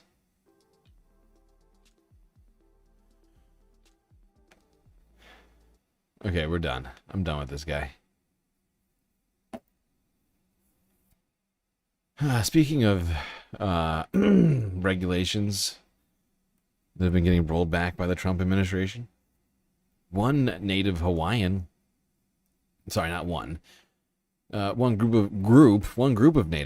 activists have been speaking out against renewed fishing in marine sanctuaries, which has been greenlit by Trump's EPA. Does this affect the natural beauty? Allowing fishing in marine sanctuaries? I wonder. What counts as beauty? Is against commercial fishing in the northwestern Hawaiian Islands. In a statement today, OHA said it will continue to support the protection of the Papahanao Mokuakea Marine National Monument.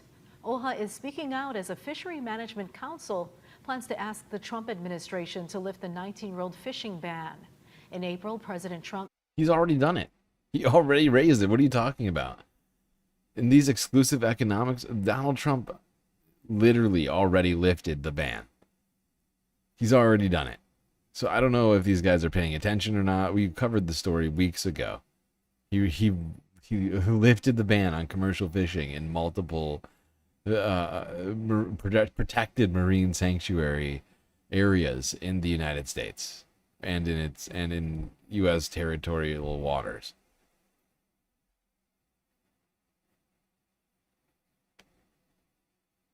All right, let's go to the mainland. Starting in California. KTLA 5. From 5 days ago, they've got a clip here showing a wildlife encounter.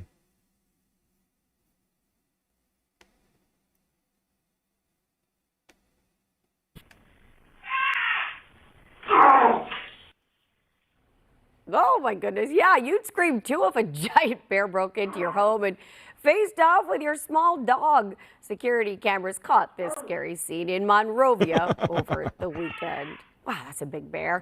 Yeah, the trespassing bear came oh so close to that homeowner's dog, but thankfully no person or pet was harmed. Yeah, and that is a brave dog, right? Jennifer McGraw's live in Monrovia with details and reaction to a neighborhood bear who has trespassed before. Jennifer.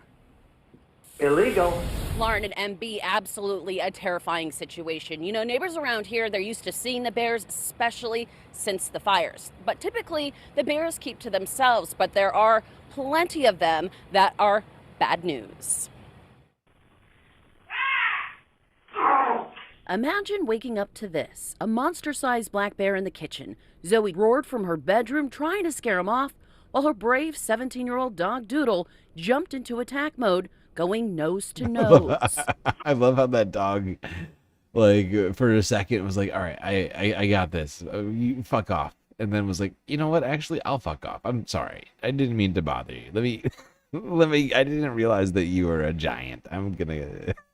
The brazen black bear caught moments before surveying the property, likely in search for food before breaking and entering. Bears around here are a daily occurrence, so much so that my photographer and I came face to face with this mama bear with Holy her cub shit. stuck up in the tree. How is she on that wall? That's honestly impressive. And I came face to face with this mama bear with her cub stuck up in the tree. He's tiny. He's cute, but he's tiny. Mama bear's fierce. Oh yeah, I'm not going out there. She says typically they don't come into the yard. They tend to eat the avocados from the street. I'm more just sad for this. Here we go, people in California and dogs alike confronting the existence of wildlife in their neighborhoods. Of course, it is fat bear season, or well, not really. I mean, it's not actually, it's the opposite of that. But the bears are back. They're done hibernating. They're out here. Just trying to live their berry lives, okay? Now, power in the Bay Area was shut off through yesterday. I believe it was due to high winds and concerns around wildfires. Now, fire danger is high across the Bay Area tonight. Gusty winds, dry conditions, forcing PG&E to cut power to hundreds of homes to help prevent wildfires from starting. Let's give you a look at the outage map. Right now, more than 800 customers without power in Alameda, Contra Costa, Santa Clara counties. NBC Bears' Jocelyn Moran joins us live from Livermore. Jocelyn, you're tracking those outages. Yeah, we are right now on Tesla and Greenville roads in Livermore. You can see the stoplight behind me is just completely out right now. We've been talking to residents who are affected by these power outages, and at the same time, this is an area that firefighters are monitoring because of the wind and because of the dry brush. Now, thankfully, whether or not it was due to them having shut off the power, no large wildfires were started. From what I can tell, this weekend in the Bay Area, so great job.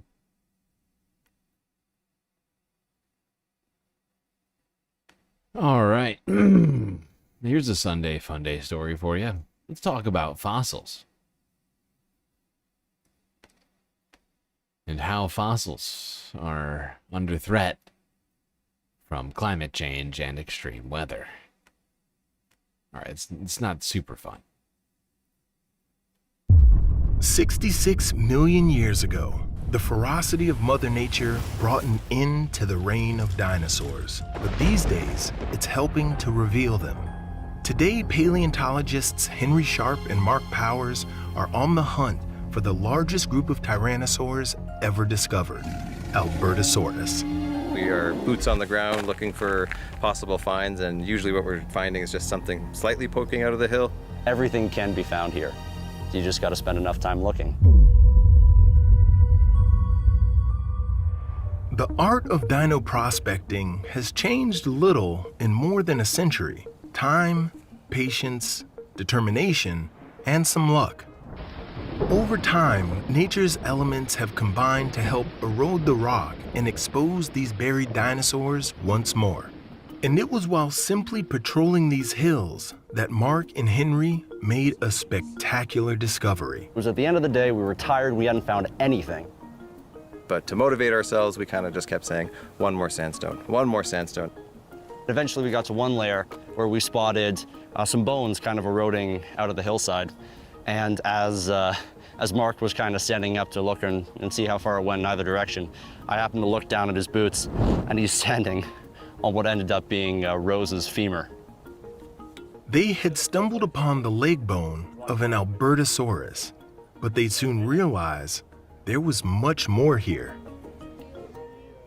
Lying just below the surface was the remarkably complete skeleton of a teenage tyrannosaur they named Rose. We found the tibia was still connected to it, and then as we explored that, we found that the foot was still there, so everything was just together, and just more and more bones were popping up. Including a piece of her skull, which could help give greater insights into how these predators hunted. Albertosaurus were ferocious carnivores and terrifyingly appear to have hunted in groups. It's thought that the faster juveniles like Rose would have used their speed to flush out prey, driving them into the stronger jaws of the waiting adults. Really nice fossils, especially of tyrannosaurs like Albertosaurus. They're super, super rare. When you get to find those, it's the greatest feeling in the world.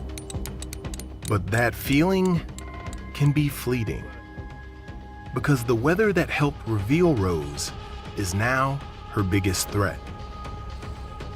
Exposed to the elements for the first time in over 70 million years, these fossilized bones are prone to erosion and degradation, needing to be protected at all costs or being lost forever.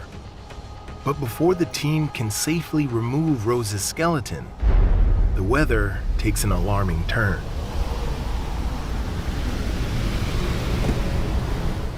With Oh boy.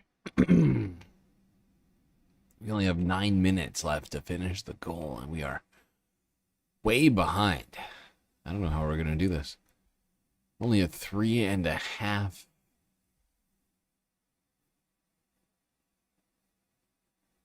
I'll call it 4 because I know that somebody started a membership or restarted a membership earlier today. So I'll call it 4. That means we're still like 6 away right now. That's not good. It's not good, dude. We're in trouble. So if you got a few bucks, consider contributing. Doesn't have to be on YouTube. Could be Cash App or PayPal. I'll count those too. winds and a lingering tornado warning, the team is forced to abandon Rose. Everybody hold on to your hat! They do their best to protect their fragile discovery. Get the rest of the quarry covered and everything.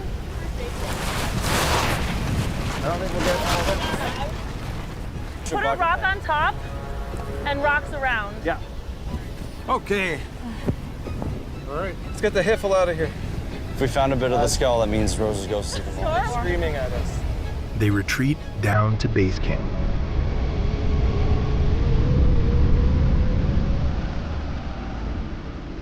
Winds up to 90 kilometers an hour, strong enough to pull shingles off of roofs. I honestly think it's just safer to vacate. Yeah. We've never had anything like this in all the years we've been doing this, and now it's all happening all at once. And if all this is for a tyrannosaur with no skull, I don't know what I'm gonna do. Smile through the tears. Yeah. We should vacate. Sooner than later. Fun! Fieldwork is so much fun! Why do we need this? The team shelters for the night. But as for Rose up on the mountain, all they can do now is hope for the best. The next morning, the skies have cleared.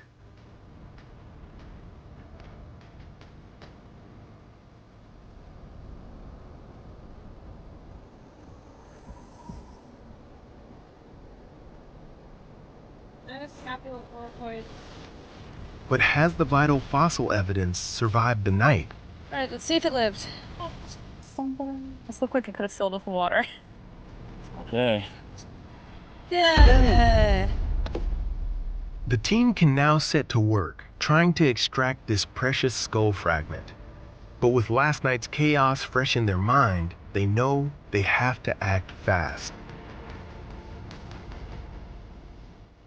The weather can be a fickle friend to paleontologists. Without it eroding away the rock and earth beneath our feet, the stories of dinosaurs could remain untold forever. But the joy of discovering a dinosaur skeleton offers no guarantee that it will survive a second extinction at the hands of the very same elements that helped uncover it. Well, there we go. Felt like a good Sunday fun day story. Talk about fossils, how they are affected by the weather itself, whether it's being uncovered by it or washed away. Fickle mistress, Earth, and our environmental systems.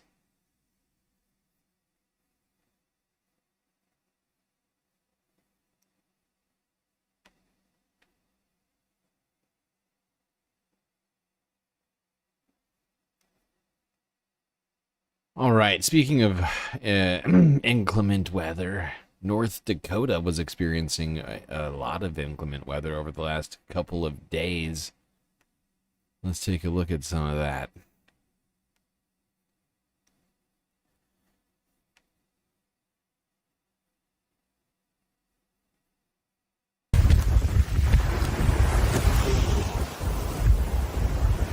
This is ridiculous. Massive tornado. Massive tornado.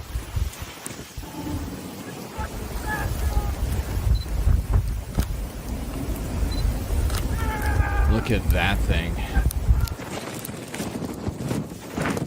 Oh my gosh. It's like not even moving. It's definitely moving. Oh my gosh. Oh my gosh.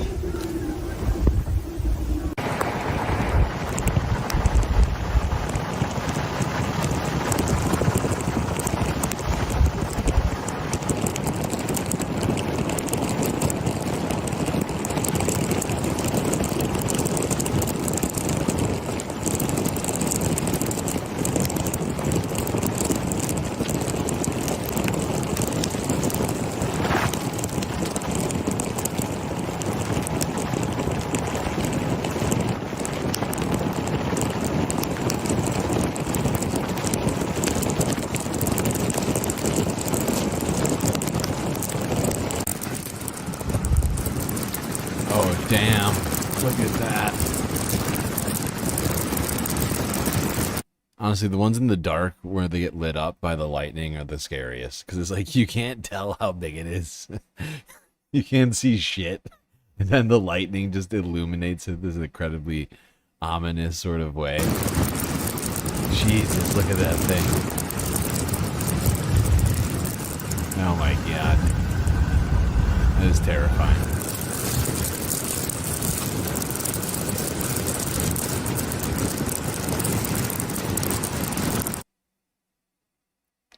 Hold on, there's more footage of this storm. Multiple tornadoes touched down across North Dakota in the last like 48 hours. And we've got the footage. Our exclusive storm trackers, Brandon Kopic and Corey Gherkin, were there to take it all in. Unbelievable video coming out of that. You have to take a look at some of the funnel clouds that were just being formed directly in front of them. And unfortunately, it was going to continue early this morning with some damaging wind potential to go along with it. So these tornadoes were ripping through pockets of North Dakota. That seemed to be the core and line of some of these spin-ups. But even that straight line wind, we were registering in the manner of 95 to 100 mile per hour wind. So regardless of actually any of that low shear vertical spin not materializing, those straight line winds were knocking out powers to thousands and obviously ranging in the manner of down trees and a lot of debris early this morning. This is the video that's coming out of Jamestown, North Dakota. This one coming from Corey Gherkin, and we do have Brandon Kopic as well. Check this out. Storm chaser Brandon Kopic, we got a strong tornado. Oh shit, we're down to the final countdown. Minute and a half left to go. I just saw somebody donate $5 on Cash App. That'll get us up to 5. Right? Hold on, let me click this. Right, 1, 2, 3, 4, 5. Yeah. We're at 5 of 10 right now. But holy cow. We're cutting it close right now, people. It's the final countdown.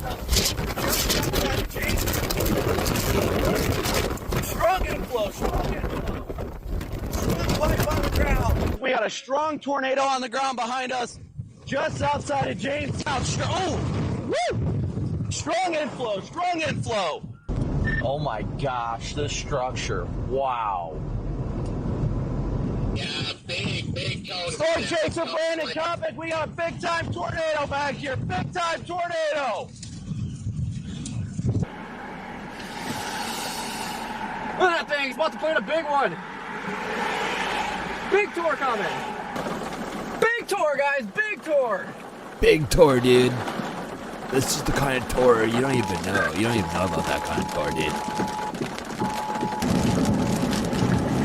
Look at this, Big guys. time This is tour. ridiculous. This is ridiculous. Just unbelievable.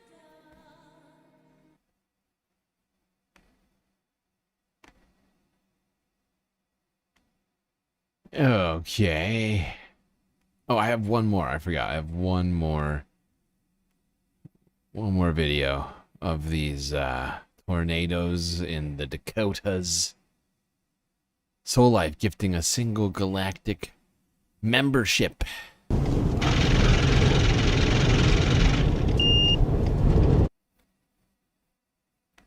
Count that as a half. That'll get us to 5.5. I'm just gonna keep going for now. Even though technically the timer's up, I'll give us a little bit more time. I think we can get there. Who got it? Sisyphean Task received that sweet, sweet galactic memby.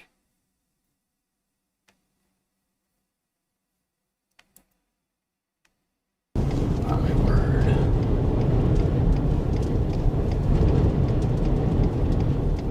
This is an absolute monster.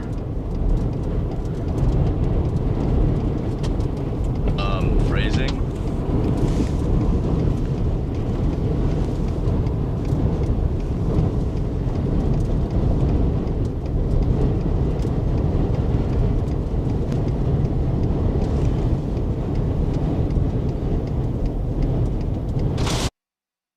Gifted memberships count. I mean, YouTube doesn't count them, but you of all people know that we count them. Soul Life. I'm counting it. It's a half. It's a half. Counts as a half a goal number, right? That's how we do it.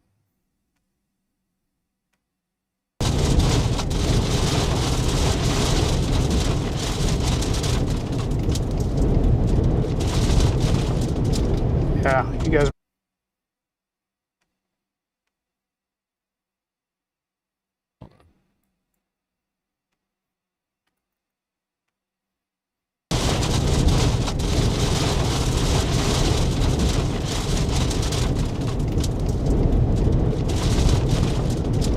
Yeah, you guys better be backing up, that's for sure.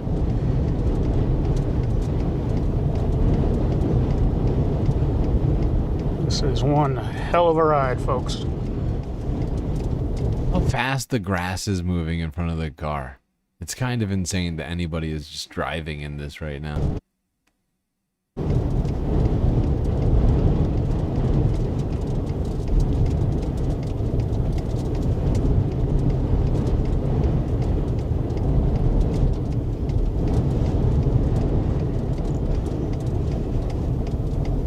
These dudes are... Everybody is just reversing. Why can't you turn around like a normal human being? Anarchists gifting a sweet, sweet galactic membership to Jojo. Enjoy that, Jojo. I see you in chat. You can immediately start using all the sweet galactic emotes that you get. 18 galactic emotes come with a galactic membership, along with a feeling of galacticness. Unattainable anywhere else. 3/5 a donation? Okay, do not make me do fifths, okay?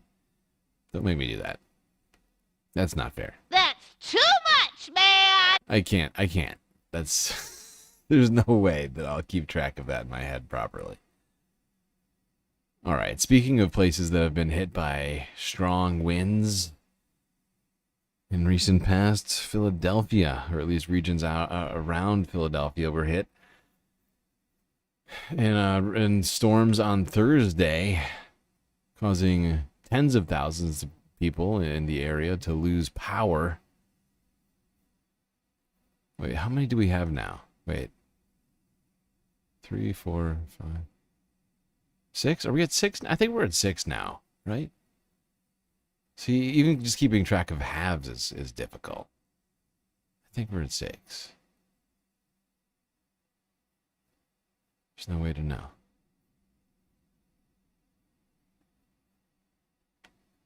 All right, CBS News Philadelphia from yesterday. Cleanup resumes this morning in many neighborhoods all across our region as they still recover from Thursday's storms, and a lot of people still do not have power. In Montgomery County, more than 17,000 customers are still in the dark. Delaware County has nearly 18,000 people without power, and Bucks County has nearly 9,000 customers waiting for power to be restored. PECO says it is doing the best it can, but restoring all power to all customers will take days. Meantime, take a look at this scene in Upper Darby, Delaware County, where a tree crashed onto a home and trapped a woman inside.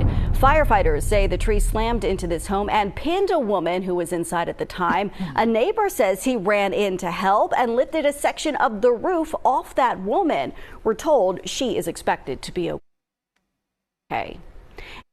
Well, thank God everybody was okay in that. That was wild. Half that house just got collapsed by that tree. It's a big ass tree, too.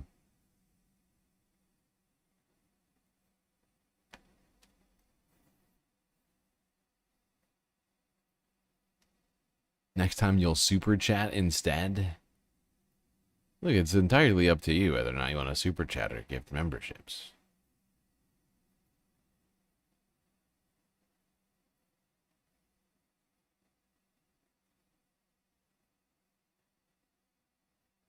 Okay, we're not going to leave Philadelphia.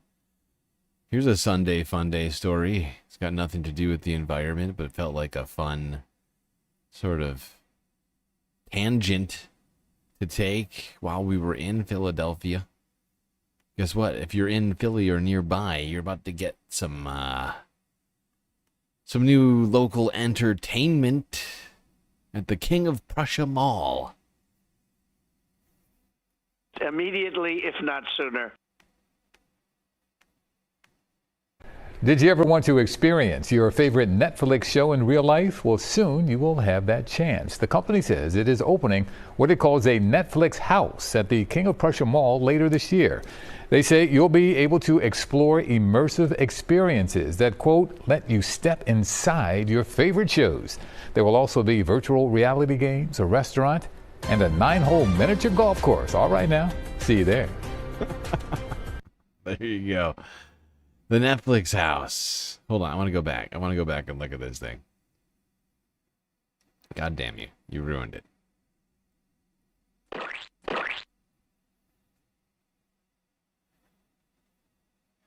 just want to look at the actual layout of this thing. Quote, let you step inside. Where's the full thing? There it is. This looks wild.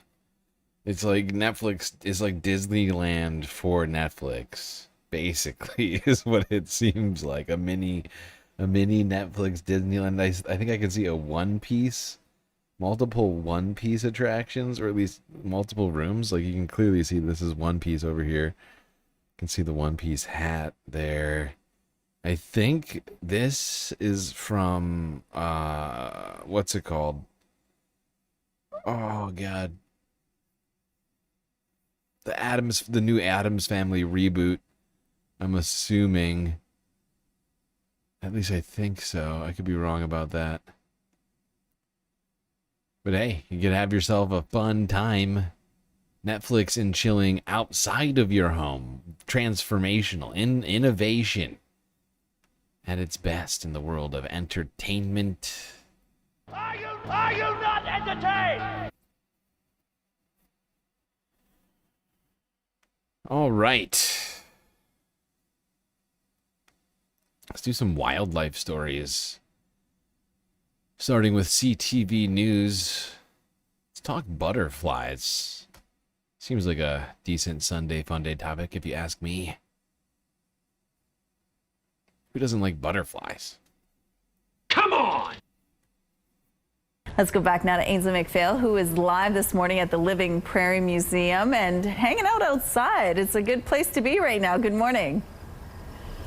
Rochelle, I'm going to let Terry do the weather report, but truly, I couldn't have written up a more picturesque and beautiful morning, truly. Josh Perlman joins us once again. And what would be better than enjoying a morning like this alongside some monarch butterflies? And you've seen a handful so far. Absolutely. We've seen about half a dozen so far this season, which is fewer than we'd love, but we'll take them when we can see them. It's an important species that uses the tallgrass prairie we have here as part of its northern habitat. Mm-hmm. And yeah, that was going to be my second question, because look at the abundance of milkweed here. Is this what they're feasting off of? Yeah, absolutely. So the monarch butterflies will make an incredible journey in the spring up from Mexico. And once they reach here in Manitoba, they will lay their eggs on one of the 7 native species of milkweed that we have here in the province. And that's what those caterpillars are going to be eating. So it's an important food source for them, and thus important for us to be protecting areas like this at the tallgrass prairie where that food grows. Mm-hmm. And that's what you guys are really allowing it to do with such rare land.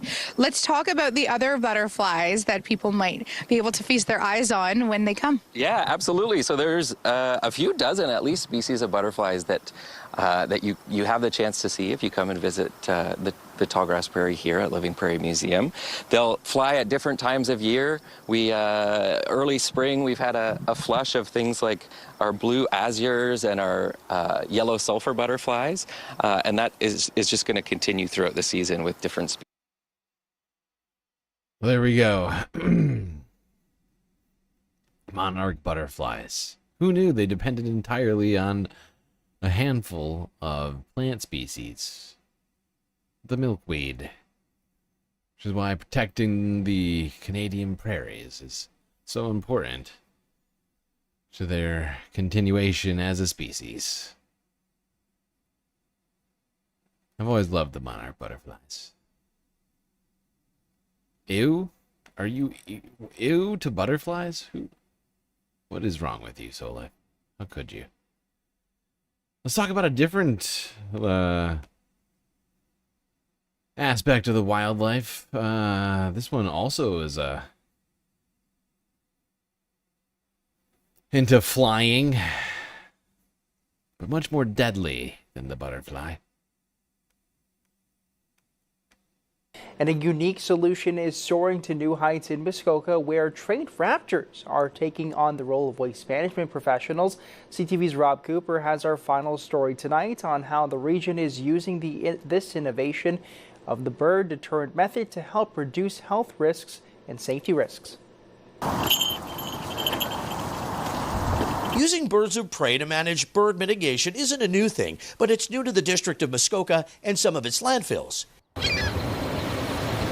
Andrew Carroll is with Royal Canadian Falconry out of Haliburton.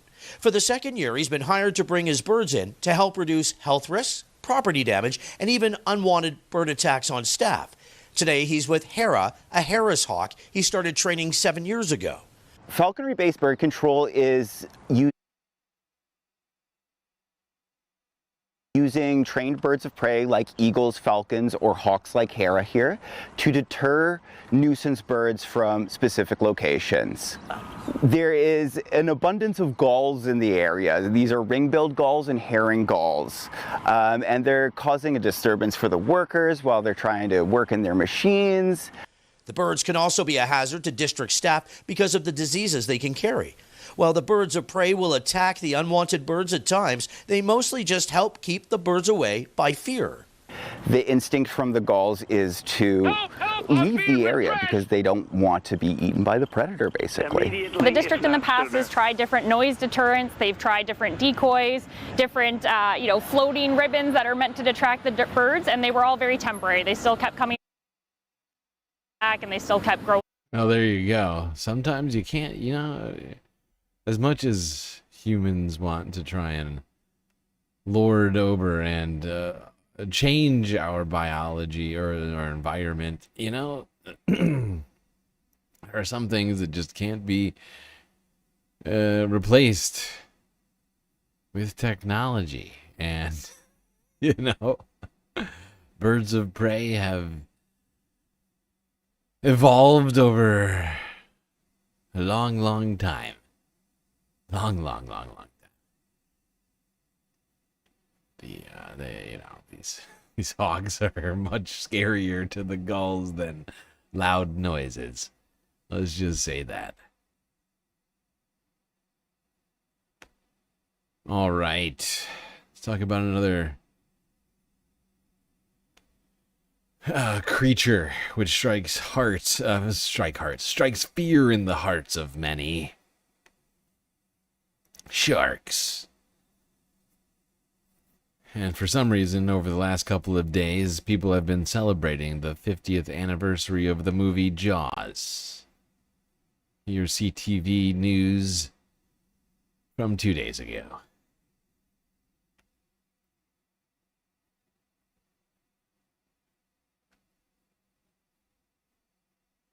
No sound?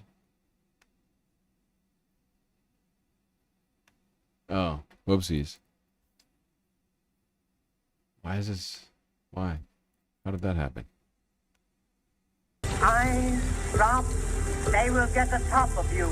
Boom, boom, boom, boom, moving up and down again. There's no discharge in the wall.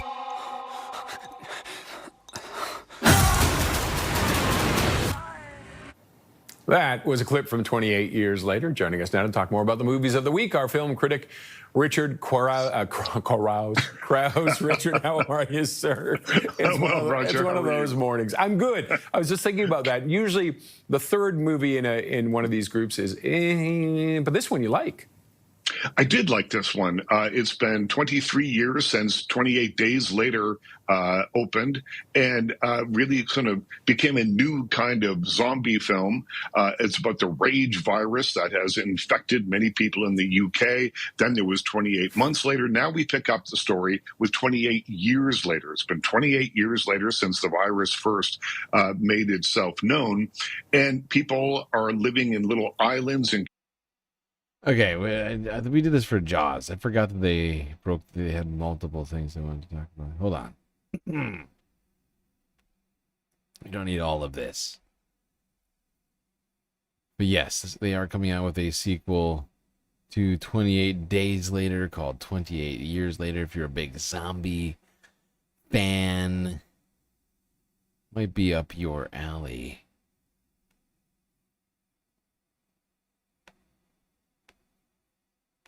still, there is a very big emotional component here that I think is good for the whole family. So I gave Elio, now playing in theaters, 3.5 stars out of 5. All right, and our last review is about a mechanical shark in the summer. Yeah, no one's ever heard of this terrible. one. What would happen with this? 50 years ago, I actually saw it in the theaters. I don't know how I got in. I was like 7, but I saw it at the theaters. Arguably the greatest 50 years ago today, Jaws century. Was released June 20th. And this is a film that is responsible for a whole lot of things. There's a lot of misconceptions about sharks that directly stem from this film. But also, it is regarded as the first modern blockbuster. It set the template for the way that summer movies were released. Before Jaws, the summer was kind of considered to be a downtime for theaters. People were going to go to their cottages. They were going to sit in the sunlight. They weren't going to sit in a dark room and watch a movie about sharks. Well, that changed when it became the highest grossing film to date and really started not only a franchise for Jaws. There's a whole lot of them that came after this one. None of them are nearly as good as the first one. But it's a movie that changed the movie business, and it's been 50 years. And there's so many backstories to it. Robert Shaw and that Indianapolis scene. I can revisit this movie over and over. If you have a chance to see this on the big screen, if it's playing for an anniversary screening, and I know lots of theaters are doing that, go see it as big and as loud as you can. It really is so effective. It was shot for the big scene. That scene that we're seeing right now is incredible. Okay. When you're seeing it in a theater. I got to cut you off there. We're almost at. Yeah, and actually the Jaws, the original Jaws film did a bunch of, there's a number of firsts in the film industry with that. We're going to need a bigger spaceship. What, to get away from the zombies? We're working on that. We'll work on that. Let's stay with sharks.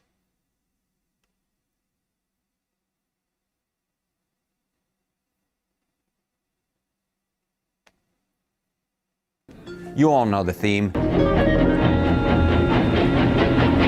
Awful, awful, awful. Weak.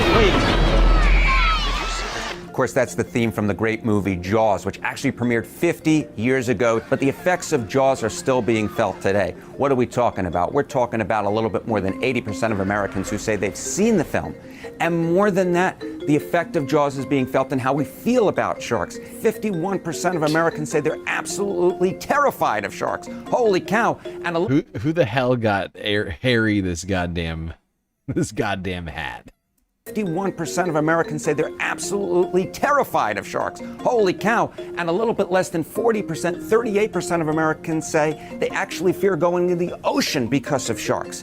But is that fear actually well-founded? Is it grounded in the data? Are you going to close the beaches? Well, it turns out the number of shark attacks in America has actually gone up over the last 50 years since the premiere of Jaws. From only about 10 shark attacks per year in the United States, over the last 3 decades, we've been averaging closer to about 50 shark attacks a year, or a little bit less. But here's what's so important to keep in mind. The chance of dying by a shark attack during your lifetime is actually, get this, less than 1 in 4 million. Less than 1 in 4 million. You think about it like that, it doesn't sound like such a big 4 problem. million. Compare that to other water-related deaths. The chance of dying by a drowning when falling into a swimming pool or going swimming, about 1 in 5,000 during your lifetime. Or how about waterborne illnesses? You know, maybe you drink something that ain't so hot to trot. Well, the chance of dying by that during just a single year in your life is closer to 1 in 50,000. Way more than your chance of dying by a shark attack during your life. That looks disgusting. I don't know what's in that water, but don't drink that, for the love of God.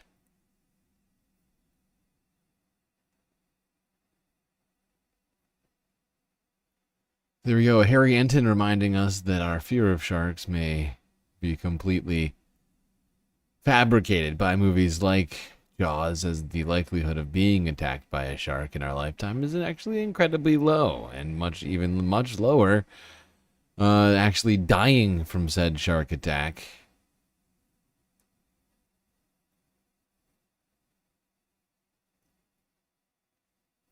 What time is it? Oh, shit. Okay, we gotta take a quick break. Just realized we hit 4 hours. You know, I'm going to assume that we're going to wind up completing the goal. Even though we're only at 6 of 10.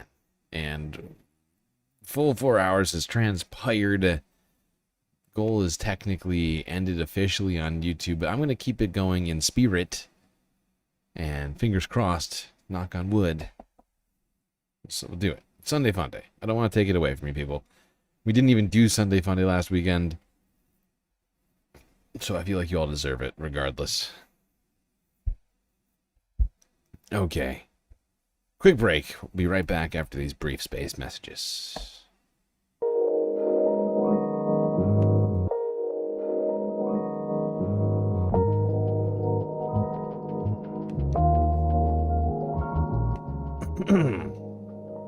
All right. Hope everybody's been enjoying the show so far. If you haven't already, hit the like button and don't forget to subscribe. Hit that bell icon too if you want to ensure that you get the latest in galactic content. If you're enjoying the show, do also consider contributing to the Galactic News Network, as without people like you giving to this space operation, well, the stream would cease to exist. That would go floating off into space, never to be seen again. So many great ways, of course, for you to show your support. YouTube, Super Chat, Super Stickers, and memberships. Cash App and PayPal if you prefer. All of your money go directly to funding the stream, rather than YouTube's bottom line. But of course, the best way to get the most space benefits for your Earth dollars is to go on to Patreon and become a Galactic Patron. Only $3 a month will get you access to a bunch of sweet, sweet space bennies unseen by the rest of the goddamn Milky Way galaxy. So get out there, check out what's available to you, make your decision on how you want to support this stream. Anyway, enjoy the break. Grab yourselves a drink, maybe a snack, and I will be right back.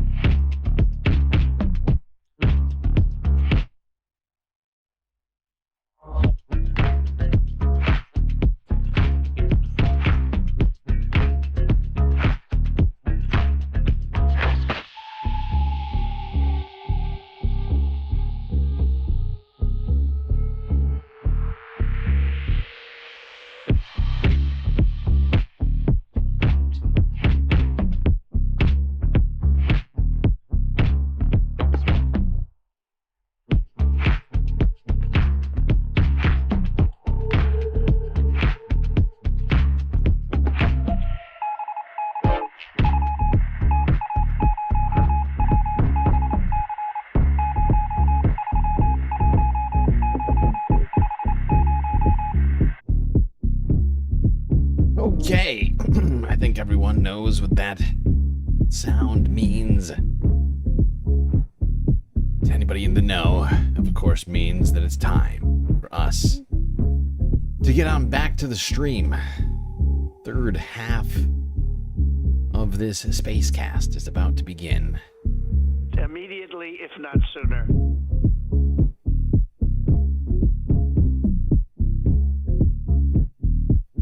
Okie dokie.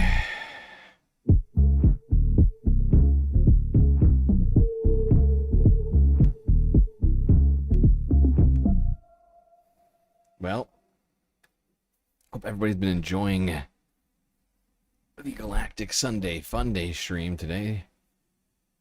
I'm trying to keep it balanced between valuetainment and important news stories, politics discussions, amongst other things. We ended the half talking about the impact of the movie Jaws on the perception of sharks. Let's talk about a much cuter ocean animal. The sea turtle. Here's AP Archive from yesterday.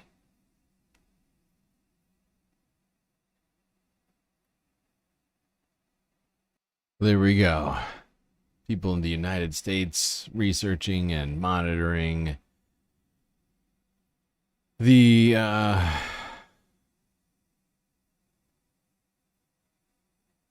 behavior of local loggerhead turtles in their area. Okay, sorry, I'm multitasking right now. Just remembered I forgot to move one story. I'm regretting it right now. I totally forgot to do it. How did I? Why? God damn it! This was totally This is right up our alley on Sunday Funday, and somehow I forgot to move it into. This is it's ridiculous. Who's in charge of this stream? Where am I even supposed to put this now? It doesn't even make sense. It doesn't even make sense to put it somewhere now.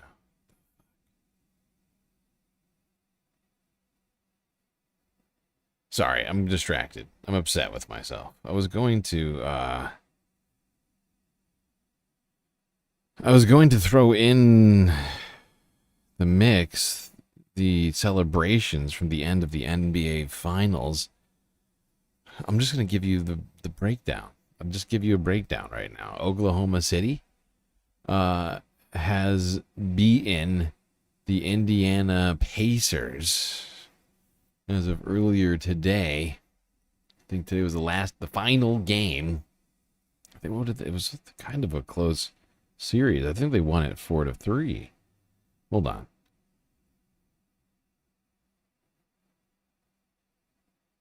Yeah, it's 4-3. The Oklahoma City Thunder defeated the Pacers 103-91. I'm not going to lie. I was actually hoping that the Pacers would win.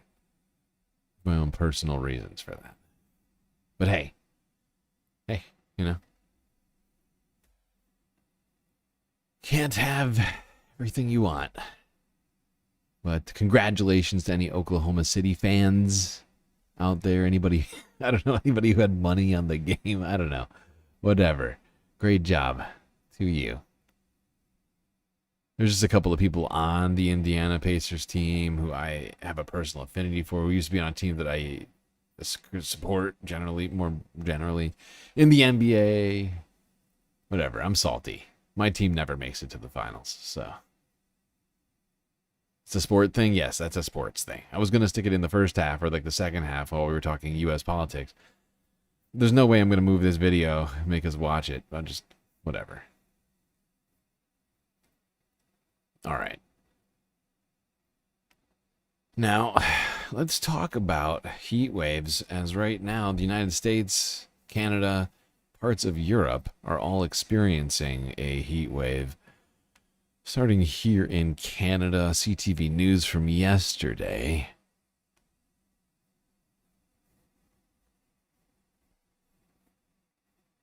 And let's bring in Paul Beckwith. He's a climate system scientist. Paul, thanks for joining us. Thank you, Roger, for having me. I'm guessing, I think this may be one of the first days into the 30s this year, in at least in the Toronto area, but in much of the country. Is this going to be the norm for the summer? I think so, because we're hitting record high temperatures in the last few years. And so we're going to get more and more of these type of extreme weather events like heat domes, heat waves, and things like that. And what is driving those heat waves and the heat domes? Well, the jet stream is a big factor in these sort of things. So the jet stream is become very, very wavy in the north-south direction. And so you get very powerful ridges, and underneath these ridges is hot, high-pressure air. So there are very few clouds, a lot of heat, direct sunlight on the Earth heating it. And you can, if this sort of pattern with the jet streams gets stuck in place, then you can get these heat domes, persistent weather events. And now in Saskatchewan, they're looking at the possibility of 8 tornadoes may have touched down there this week. What's behind that? And can we expect that because of these heat domes in the hot summer, will we see those elsewhere in the country as well? Yes. So this year has been a very active year in the U.S. For tornadoes and other extreme wind events. And that's also carrying up into Canada. And we're actually seeing a shift in Tornado Alley from its regular location in the U.S. to northwards and eastwards. We're seeing a definite shift. And I think it's less of a shift and more of a widening, at least from the data that I've seen. Right, you're still seeing tornadoes in all of the traditional spots in the United States, right? Through Oklahoma, going all the way down to Texas. But as he said, it's going north. We've been seeing them Wisconsin, Minnesota, also Canada, Alberta, Ontario. And I think that's just the result of the changing climate. But we're also going to be dealing with heat domes, heat waves, like we are right now. People turning on those air conditionings, breaking out the lemonade, trying to stay cool amidst it all. Here's ABC News from yesterday talking about this current wave coming through. A life-threatening heat wave is expected to turn up the temperature for much of America this weekend and into next week. It's going to hang around. The Midwest is already feeling the scorching heat, with high temperatures soaring into the 90s and past 100 in places like Omaha, Minneapolis, and St. Louis, before the so-called heat dome moves into the Northeast. ABC's Ike Ajachi is already bracing the heat for us outside, but it's not that bad in New York right now. Ike? You know, Phil, it's not that bad, but get a bucket of cold water and throw it on me, okay? Because the heat is I'm not good with the heat, okay? And it's only really going to get a lot hotter. As this heat wave starts to move in, it's a good idea to start talking about safety, because things can get dangerous very quickly out here. According to the CDC, heat-related illnesses like heat exhaustion and heat stroke happen when the body isn't able to properly cool itself down. So let's break down the difference between the two and how you can spot the warning signs. First up, heat exhaustion. If you're outside for a while and not drinking enough water, you might start to feel really tired, dizzy, or get a headache. Your skin might look pale or clammy, and you can get muscle cramps or even feel like you're about to faint. If that happens, get out of the heat, find some shade or air conditioning, sip some cool water, not alcohol, and maybe take a cool shower or put on some lighter clothes. That's a fair point. That is a fair point. Even if you might be tempted to drink a beer to cool yourself down in a heat wave, alcohol does not help with temperature regulation in the body. In fact, some say it's counterintuitive to it. Dehydrated out in these heat weathers. Or productive, hot weather rather. If it's hot, very hot in a time of day, make sure you're limiting your time out there. And remember, never, never, never, never, never leave your pets or children inside a hot. Yeah, don't leave your kids in a hot car. How about, don't do that. That's hot. Illegal. That's not good. Not gonna do it. Wouldn't be prudent at this juncture. Oh, son of a bitch. Don't tell me I clicked that. Please tell me. No, you're a bastard.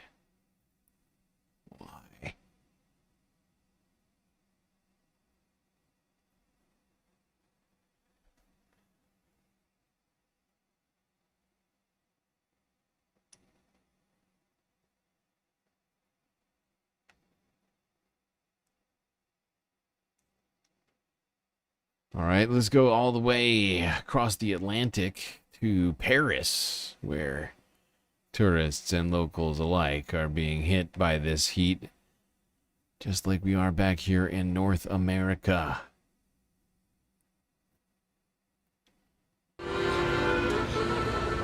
Tourists visiting Paris cool off near fountains as a heat wave sweeps across France.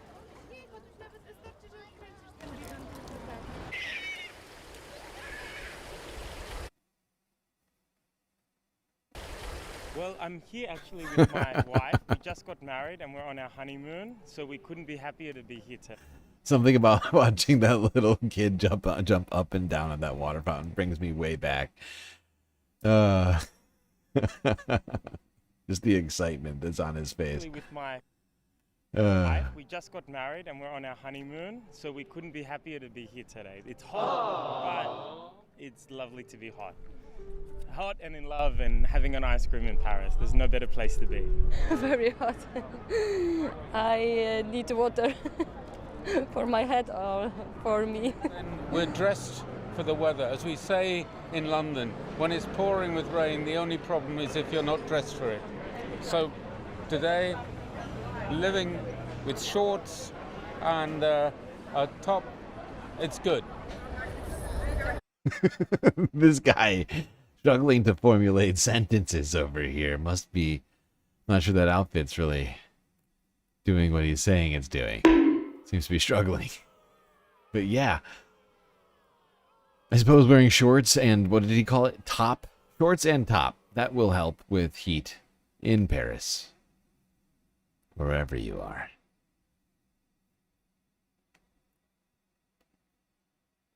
France 24. One more on this heat wave.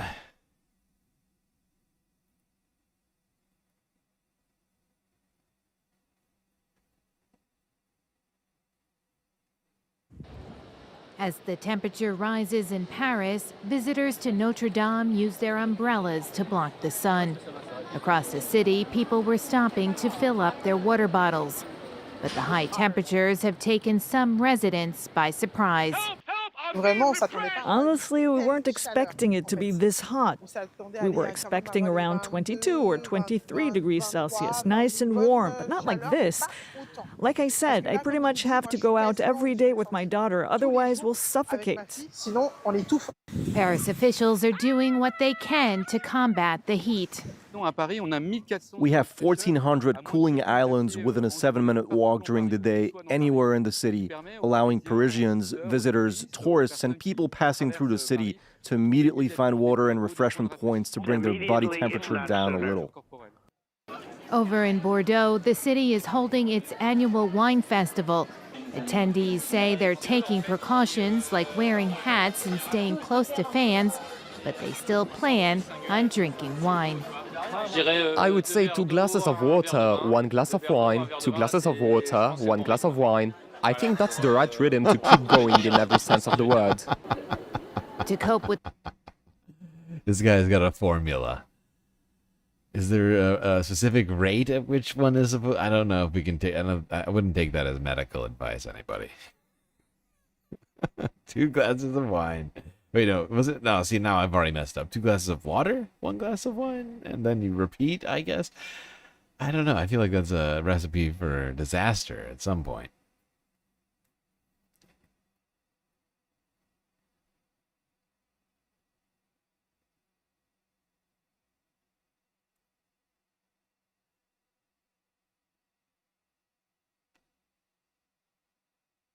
All right, let's move on from the heat wave being experienced in the Western Hemisphere to the storm that is being experienced in parts of China. Over the last few days, China has been getting blasted by heavy rains, which have been leading to flooding. Wait, what happened? Did they take this down? Come on. A record high this year.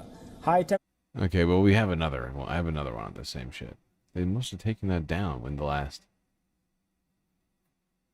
few hours, I guess. Did I add this?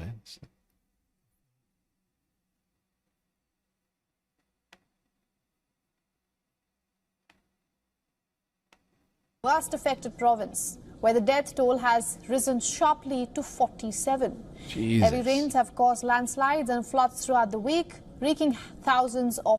I don't know if everybody heard that, but that's 37 people, she said, died already in these storms. Homes and roads. Some areas in the province endured the worst flooding in history. Heavy rainfall triggered flooding in low-lying areas, leaving residents trapped in their houses. However, the flooding has receded in some parts of the province and traffic has resumed. Rescue works are underway with over 300 officials on field to evacuate those caught in the floodwaters and to unclutter traffic. This morning, the sudden heavy rainfall caused flooding on many roads and interrupted traffic. We promptly adopted an alternative route to escort the vehicles carrying the examinees with police cars and successfully send them to the examination sites. The situation is no better in central China's Xinjiang. This is in the Hunan province, and multiple rivers rose rapidly there, with a tributary of the Ji River reaching a record high of 96.68 meters. At least 8 people have lost their lives after landslides hit their homes. Wow. Such operations are underway. Look as at at some least of 3 these people images. are currently missing. Holy shit. This is ridiculous. This looks like the Rio do Sul's we saw in the flooding last year in Brazil, southeastern, well, I guess, yeah, southeast, like along the coast, the south of Brazil, the flooding that looked a lot like this. Entire city just underwater. This is wild. Look at that. Homes. I know part of this is a waterway, but then, like, you can clearly tell very clearly where it's not supposed to be, thanks to the tree line and all the buildings. Such operations are underway, as at least 3 people are currently missing. 6 flood alerts of level 3 each have been issued since today morning in the provincial capital of Changsha, with more rivers expected to burst their banks. The rainstorm since June 16th has brought over 100 millimeters of rainfall to 814 townships of 14 cities, leading to swollen rivers. As local authorities battle to cope with the impact, the National Meteorological Center issued an orange alert, warning of further downpour and flooding till June 25th. Okay, we don't need this whole thing. I just figured we would try and keep up with all of the events that I had.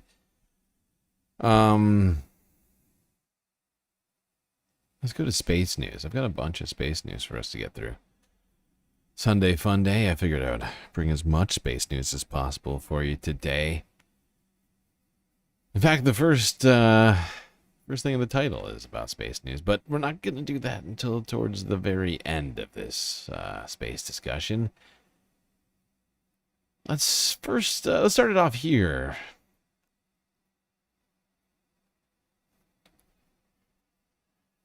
Talk about a piece of music which is beaming into space.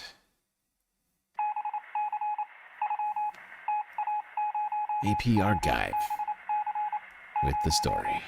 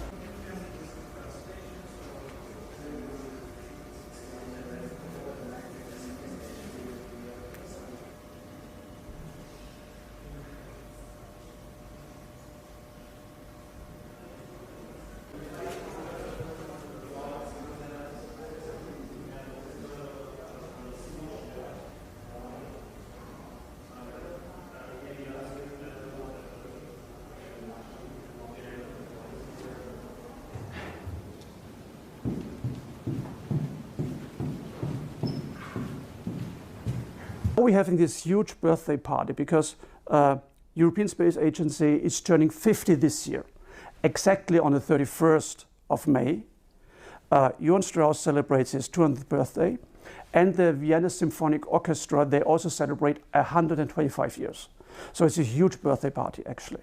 And we approached ESA, European Space Agency, and said, okay, could we, in a way, correct this omitting from 1977? Of course we can. We sent a signal out there from Cebreros, it's close to Madrid in Spain. They have this deep dive antenna. And so we are transmitting the Blue Daniel bolts on the 31st of May into space.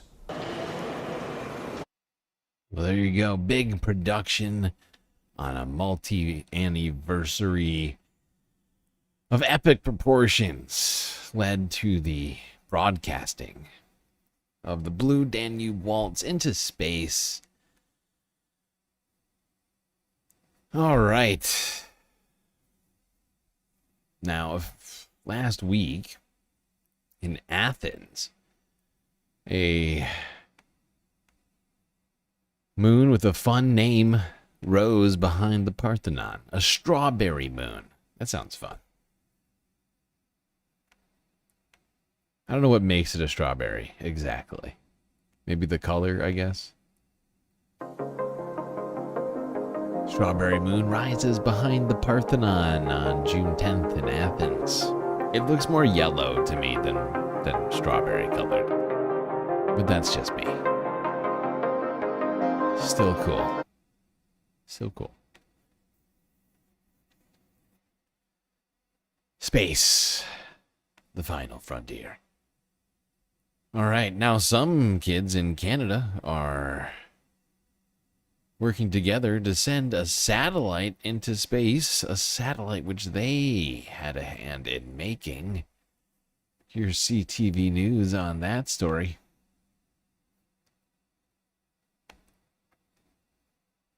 It does look like a lemon, like a round, brown lemon.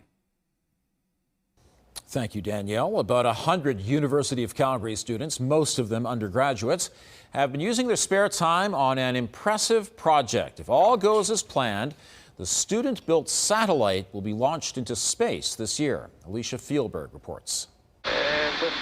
It's an extracurricular project that goes above and beyond. University of Calgary students are using their free time to create a satellite to launch into the upper atmosphere. It's such a neat experience to get to work on a hands-on team like this that's actually creating something that gets you to space. The Calgary to Space team started in 2020 and is doing final testing before the satellite is scheduled to board a SpaceX rocket this year. Preparing it to do vibration testing, where we want to see that it can withstand the conditions of being in a rocket as it launches to space. It's roughly the size of a loaf of... Well, there we go, people. These college students working together to do science in space. It's unfortunate they had to work in congruence in concert with Elon Musk. Well, first of all, some of the things that I say will be incorrect. All right. Now in Minnesota, for more space news.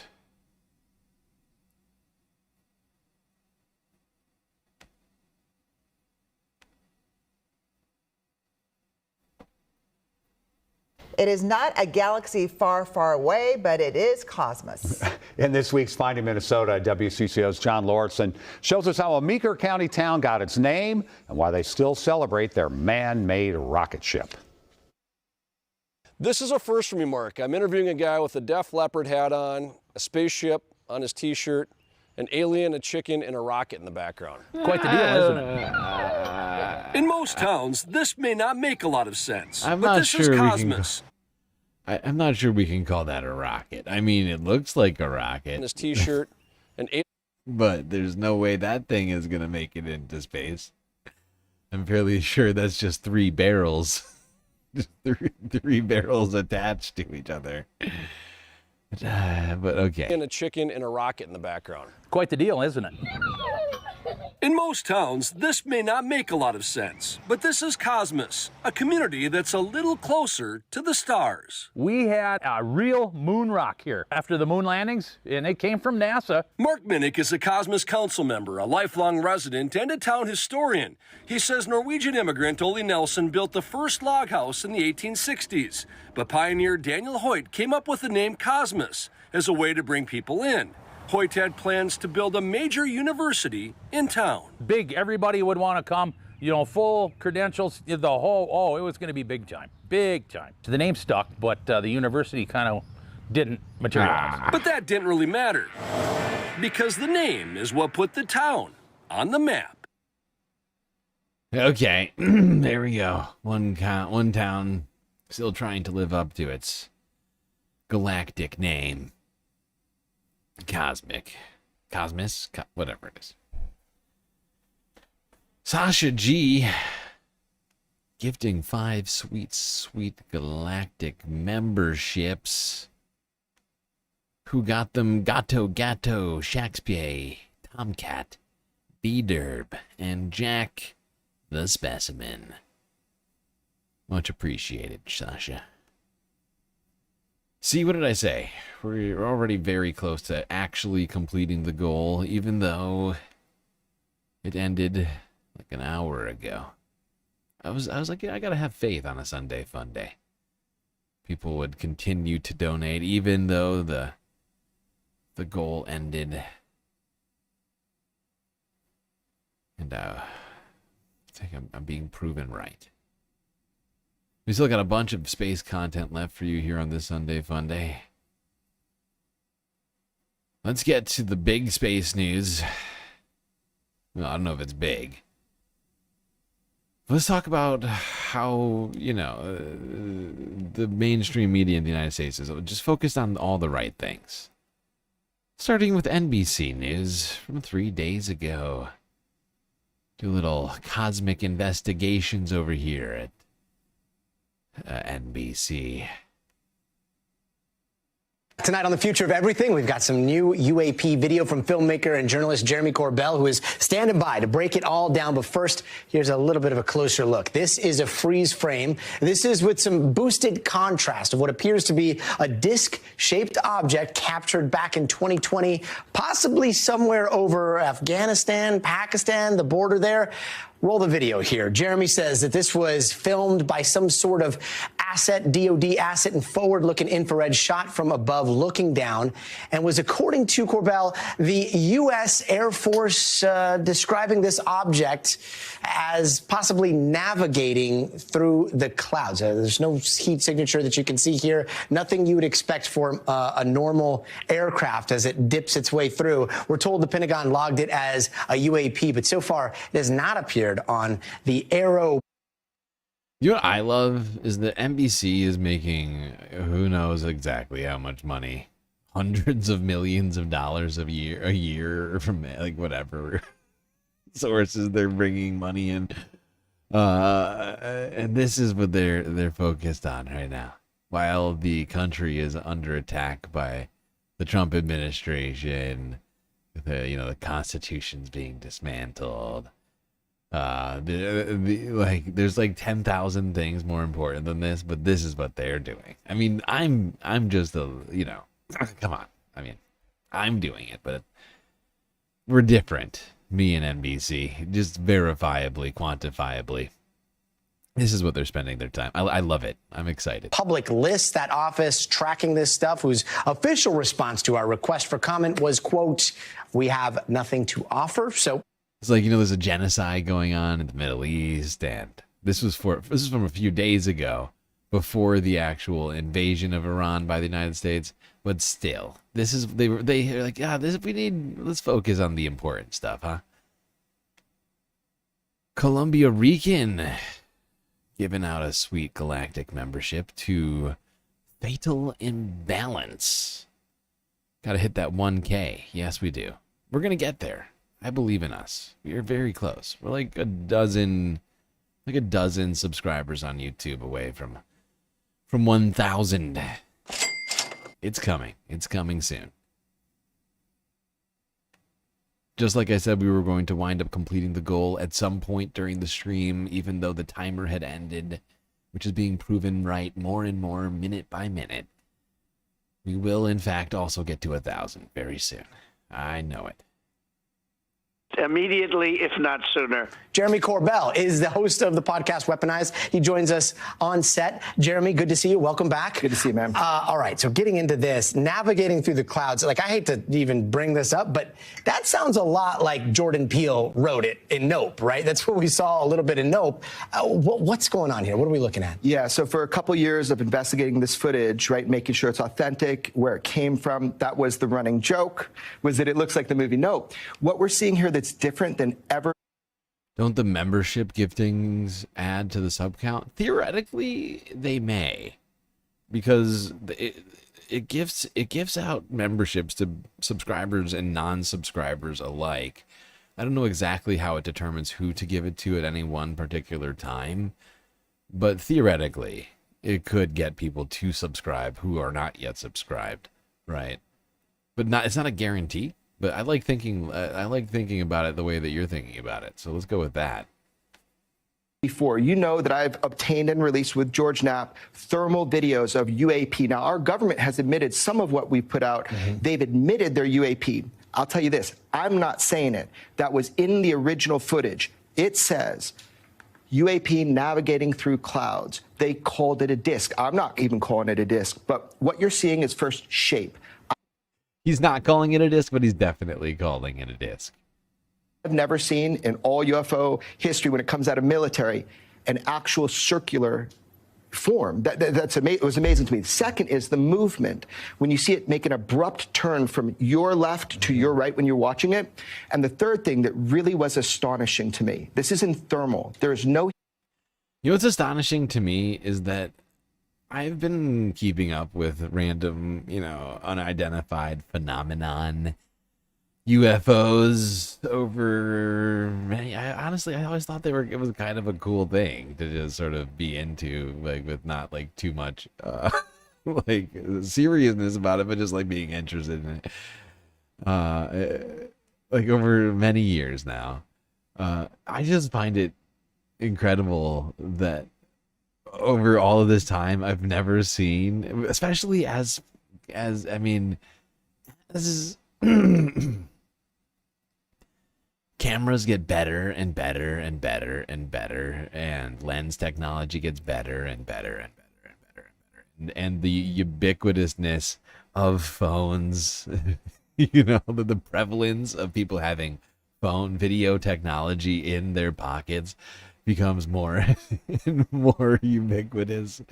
We still keep getting utter garbage footage every time. It's like black and white, the lowest possible resolution, and like no way to actually be do any real discernment of anything. It totally adds to the clear credibility of everything. Heat signature of traditional propulsion.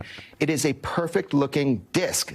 Maybe it's an orb. Also, who is this guy? Why did NBC feel they needed to bring him on for this? We couldn't have done this in like 30 seconds. No, but I do know this. Our Air Force passively captured it. Then they said that this is a UAP. It is still designated a UAP. So when George and I obtain and release these, it's so the public can see. We're hoping to do a little bit of the job that we're not seeing with folks from Arrow. Now, it does say AI enhanced. There, it looks like there's some artifacting around it. What is the actual video? Yeah. And what is... Nice. NBC is showing us AI enhanced UFO vids. Nice, dude. I love that. I love that. They're focused on the right stuff, Next week, I'm expecting investigation into the Loch Ness Monster. Sure, like I said, there's a genocide going on. We just declared war against Iran this weekend. Donald Trump is dismantling the Constitution and democracy, waging a trade war against the entire planet. People are having their rights taken away from them without any due process or evidence of any crimes. people's social security and Medicaid and Medicare and other programs are all being dismantled. We're living in the middle of a climate catastrophe, but no. This is the important stuff. NBC needs to spend more money on segments like this. But don't worry, it's not just NBC. CNN's sending people out into the fucking field. I'm not kidding. CNN 3 days ago. CNN on the ground. CNN breaking news. CNN joins UFO hunters in the California desert. I can't. Never mind. I'm not going to say it.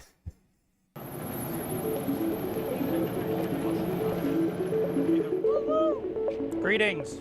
Do you all come in peace? We're all fellow Earthlings here.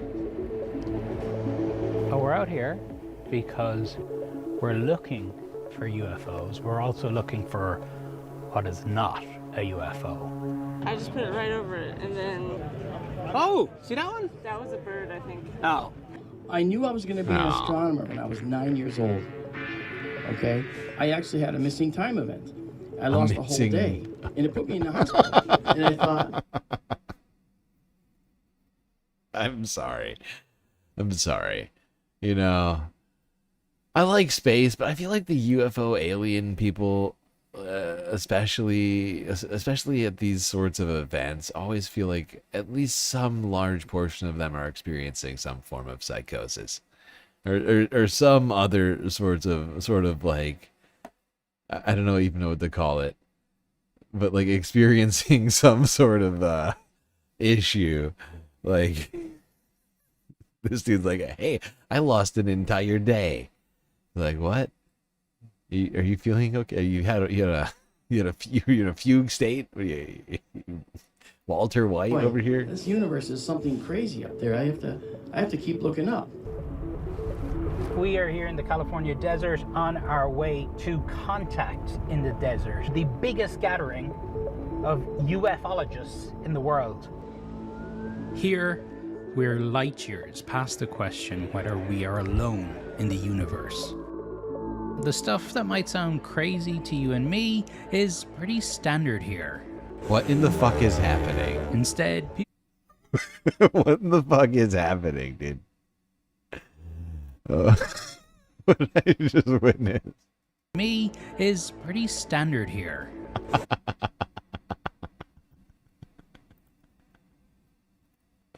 This is like some off-brand alien Bonnaroo event. Instead, people share stories of encounters. Complete with light. White guys with rice picking hats, and almost called it a djembe. What's it called? Oh my god, I can't think of it. God damn it, my brain just broke. Why can't I think of the name of this instrument? I know somebody here knows exactly what this is. Didgeridoo, thank you. Yes, didgeridoo. Instead, people share stories of encounters. It was like light. More like didgeridoo. Light. Abductions. Two very tall Nordic-looking beings, and had a couple of little short tall Nordic beings, grays huh? on each side. And things they just can't explain. Wait, so there's alien greys and tall Nordic alien beings all working together.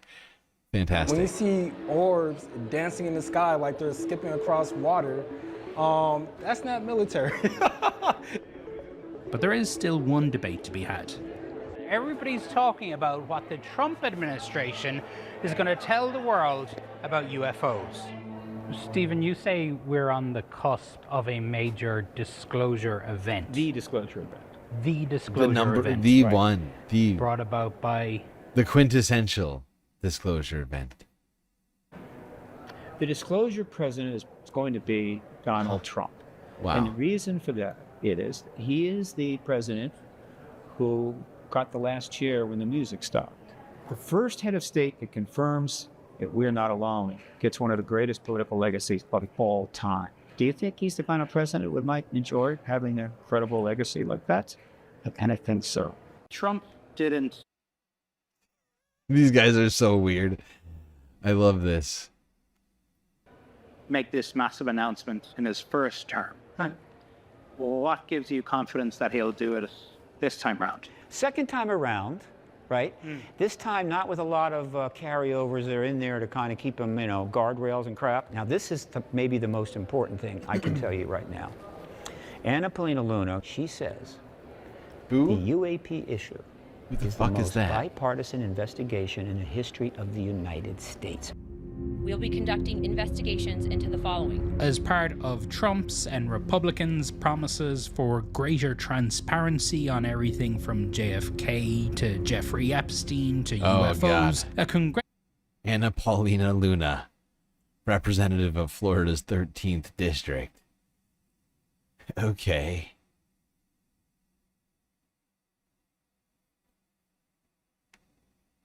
Task Force was created on the declassification of federal secrets. It's chaired by Congresswoman Anna Paulina. Oh God, this woman is unhinged. I'm looking through some of her political positions on Wikipedia.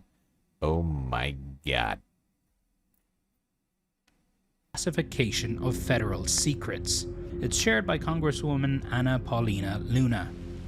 I would say some of the most optimistic people we've spoken to here this week have said they think Trump is going to come out an Oval Office address and say, here it is. No, because that's not been the pattern of our government dealing with this topic.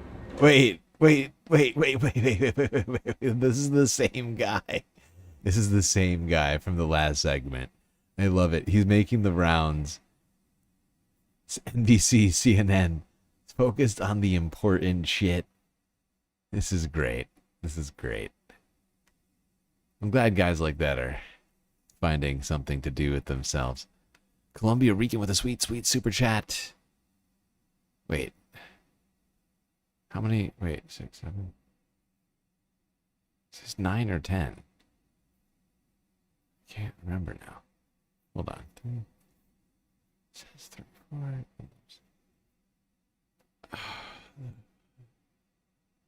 What's that? I think that's 10. I lost track. I lost track. I can't remember if that's 10 or not. I'm gonna call it. I'll say that's 10. I mean, don't think that as a cue to stop donating or anything, people. But just saying. I think that's 10, and I think for that reason alone, you deserve, of course, confetti, even if you're not gonna get it in chat.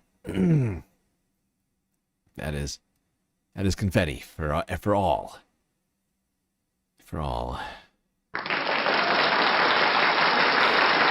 A confetti-filled night. Okay. Great job, everybody. Great job.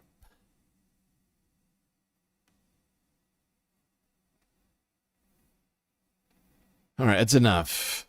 But I'm just glad to see NBC and CNN focusing on the important stuff amidst everything that we are going through right now. At least they don't feel like they need to, I don't know, cover all the starving children in Gaza. At least they're not prioritizing it, you know. Whatever. I'm like struggling to be sarcastic about it. Just because I'm already so pissed off at them for not doing enough with actual journalism. Seeing them do this today, I was just like, wow. Same day. Who paid, like they literally both dropped a UFO story. Same day. Featuring the same guy. I just found it really strange. It almost felt like they got paid to do a UFO story. But then I was like, wait, who would do such a thing? Who would pay to have a UFO story on CNN and NBC? Who's got the money to even do such a thing? And or influence? And why? To what end? If any, the only person that came to mind was like Elon Musk. Or maybe like Jeff Bezos or something.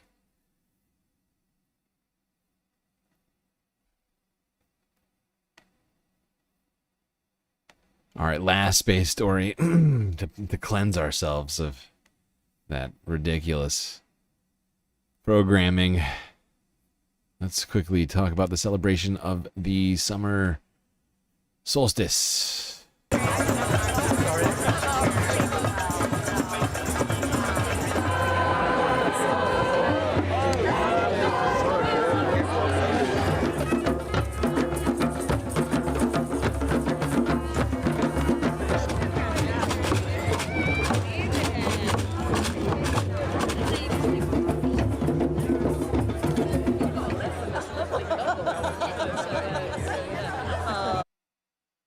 Well, there you go. That was the view of people bringing in the summer solstice on Friday evening in Britain at Stonehenge. Community appreciation of space.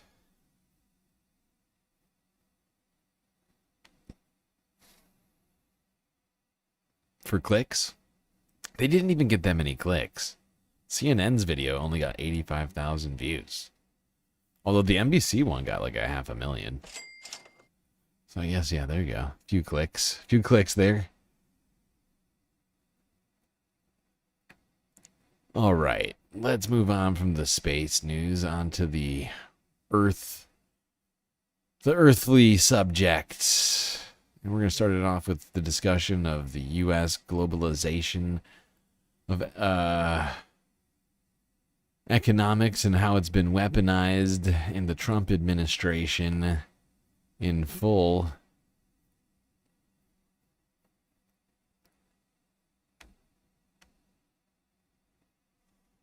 Sam Cedar, Emma Vigland on the Majority Report. It's a pleasure to welcome to the program Eddie Fishman, professor of international. No views, no news. That's like a R.M. Brown thing, right? He's always like, if it's got views, it's news.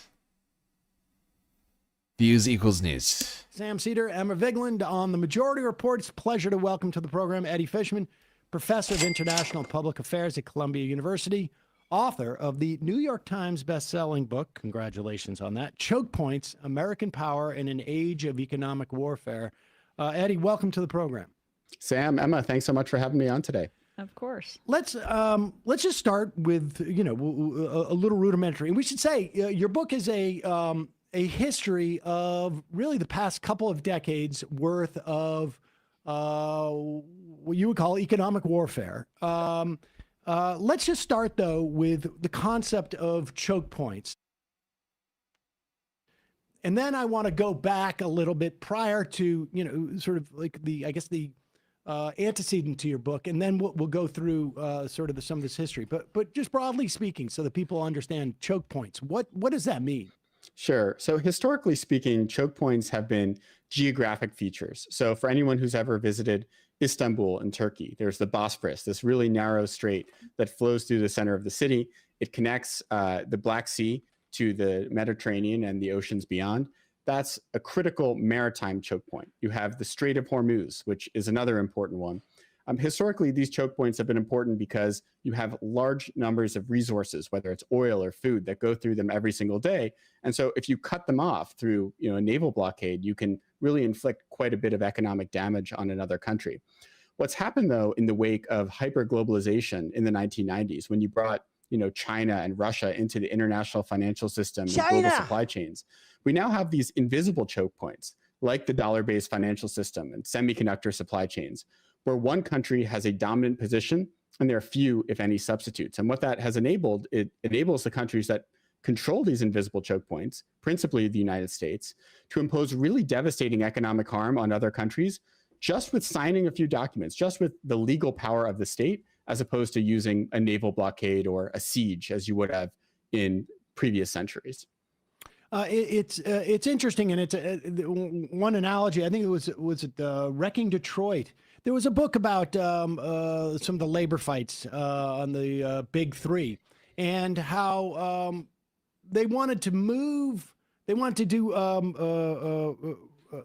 instead of ready in time delivery of products, they wanted to back them up because they were finding that these small shops of union workers could literally shut down the entire production line by, saying we're just not going to do these ball bearings, and then everything would freeze. And so we have a similar dynamic here, but it's more like on a financial level. So let's go back. What was it? This notion of globalization, how did that change the structure of things? And how much was that a function also, or what role did the end of the Cold War play in that? So it changed a lot. I mean, I think maybe one thing just to make clear is that economic warfare has always been a big part of how countries compete with each other, right? I mean, you go back to ancient Greece, you had embargoes that ancient Athens imposed on its rivals. Napoleon had an embargo against Britain in the early 19th century. The thing that really changed was this hyperglobalization. And probably the best way to illustrate it is if you go back even to the 90s, which is really on the eve of what I call the age of economic warfare. When after Saddam Hussein annexes Kuwait in 1990, as some viewers may remember, the UN imposes an oil embargo on Iraq. And the way that that embargo was actually implemented, the way that the US and other countries endeavored to stop Saddam Hussein from selling oil on global markets was through literally parking ships outside of Iraqi ports and inspecting every single oil cargo that was going in and out. And they had to do this naval patrol for 13 straight years, 24/7. So highly labor-intensive kind of activity. Yeah, that is ridiculous. But when you bring every single country...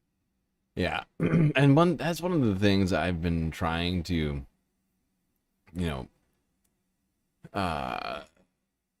sort of make clear in all of this, like when it comes to the Donald Trump sort of broad tariffs on absolutely everything, the same sort of idea applies in this situation, right?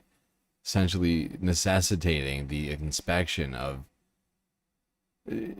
just billions of packages a year. I don't know if it's quite, it's close. I think it's close to billions of packages a year entering the United States, and ensuring somehow that, like, if you were to actually enforce all of this, and I guess it depends on where these land, but we have like 2 weeks until this all becomes a reality again, right?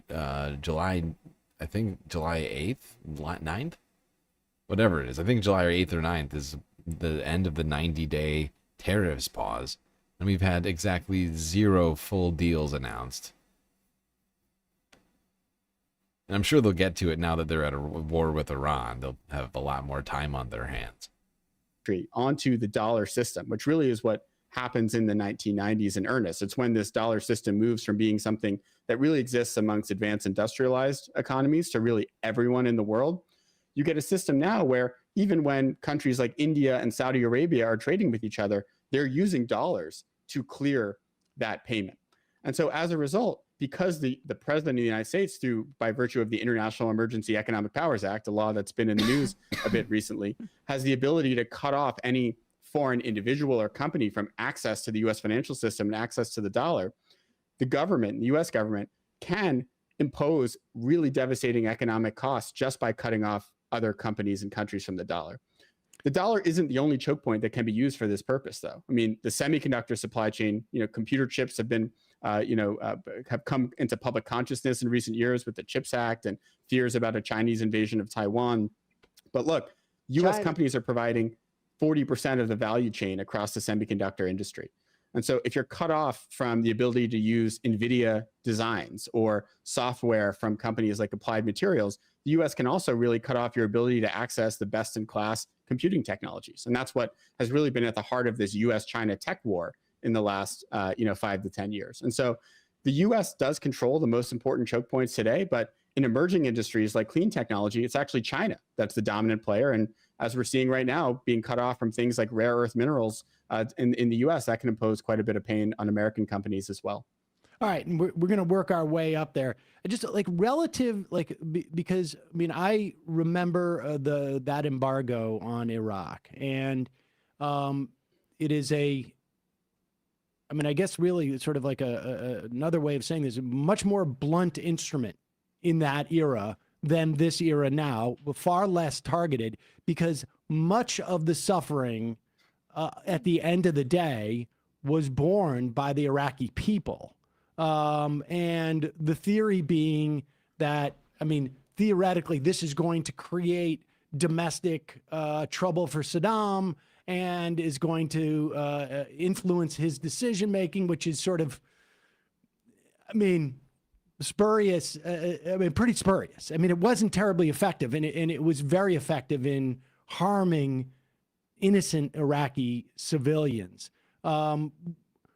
It's much more, I mean, and broadly speaking, then we can go through some of the examples, but that you walk us through over the course of the next 20 years.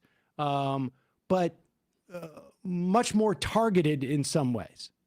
That's right. Look, I mean, I think if you're thinking about naval blockades or sieges, right? I mean, if you're not allowing cargo to come in and out of a port, it's really challenging to distinguish between shipments that are contraband versus non-contraband, right? And if you're going to do it, it's going to be highly labor intensive. So I think that probably the most important differentiator between the Iraq embargo or embargoes that existed beforehand and the types of sanctions that are imposed today, it's really about this labor intensive element where you do require ship inspections, you do require the deployment of naval force. And it's also about the risk that you have to undertake, right? I mean, even that Iraq embargo, it wasn't something that was being executed by Treasury Department officials or State Department officials. It was really the Pentagon, right? It was U.S. naval officers who were implementing this embargo. What you have today is, I agree, more targeted in that you can specify specifically what you're trying to cut off, whether it's shipments of nuclear materials to Iran or oil. But that's not to say it's not harmful, right? I mean, it's very challenging. I think when you're trying to impose really significant sanctions on a foreign country, it's hard to just cordon off the effects to the elites, right? And it is still everyday people who are suffering from it.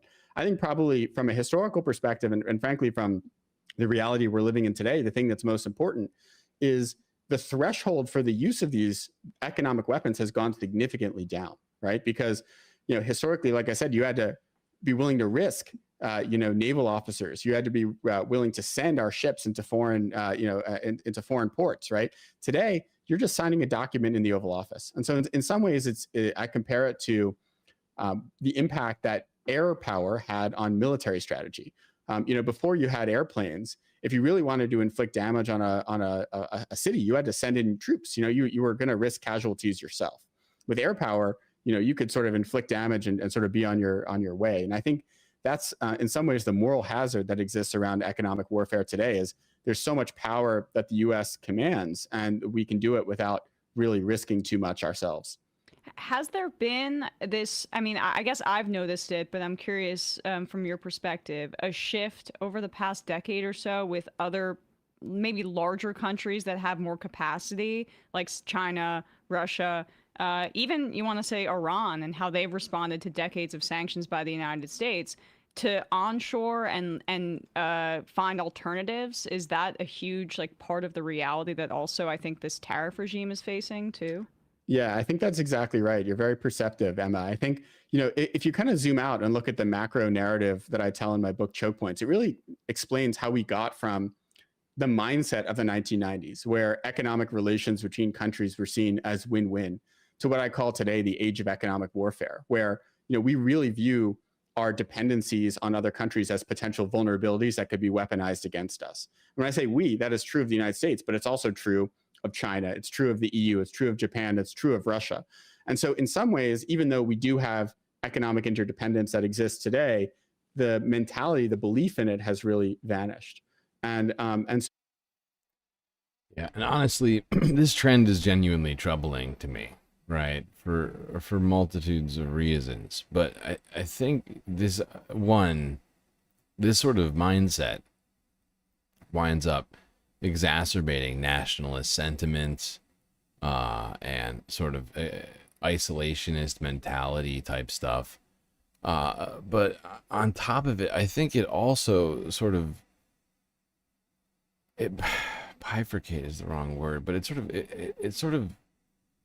it isolates us from one another in a time when we need to be working together more than ever.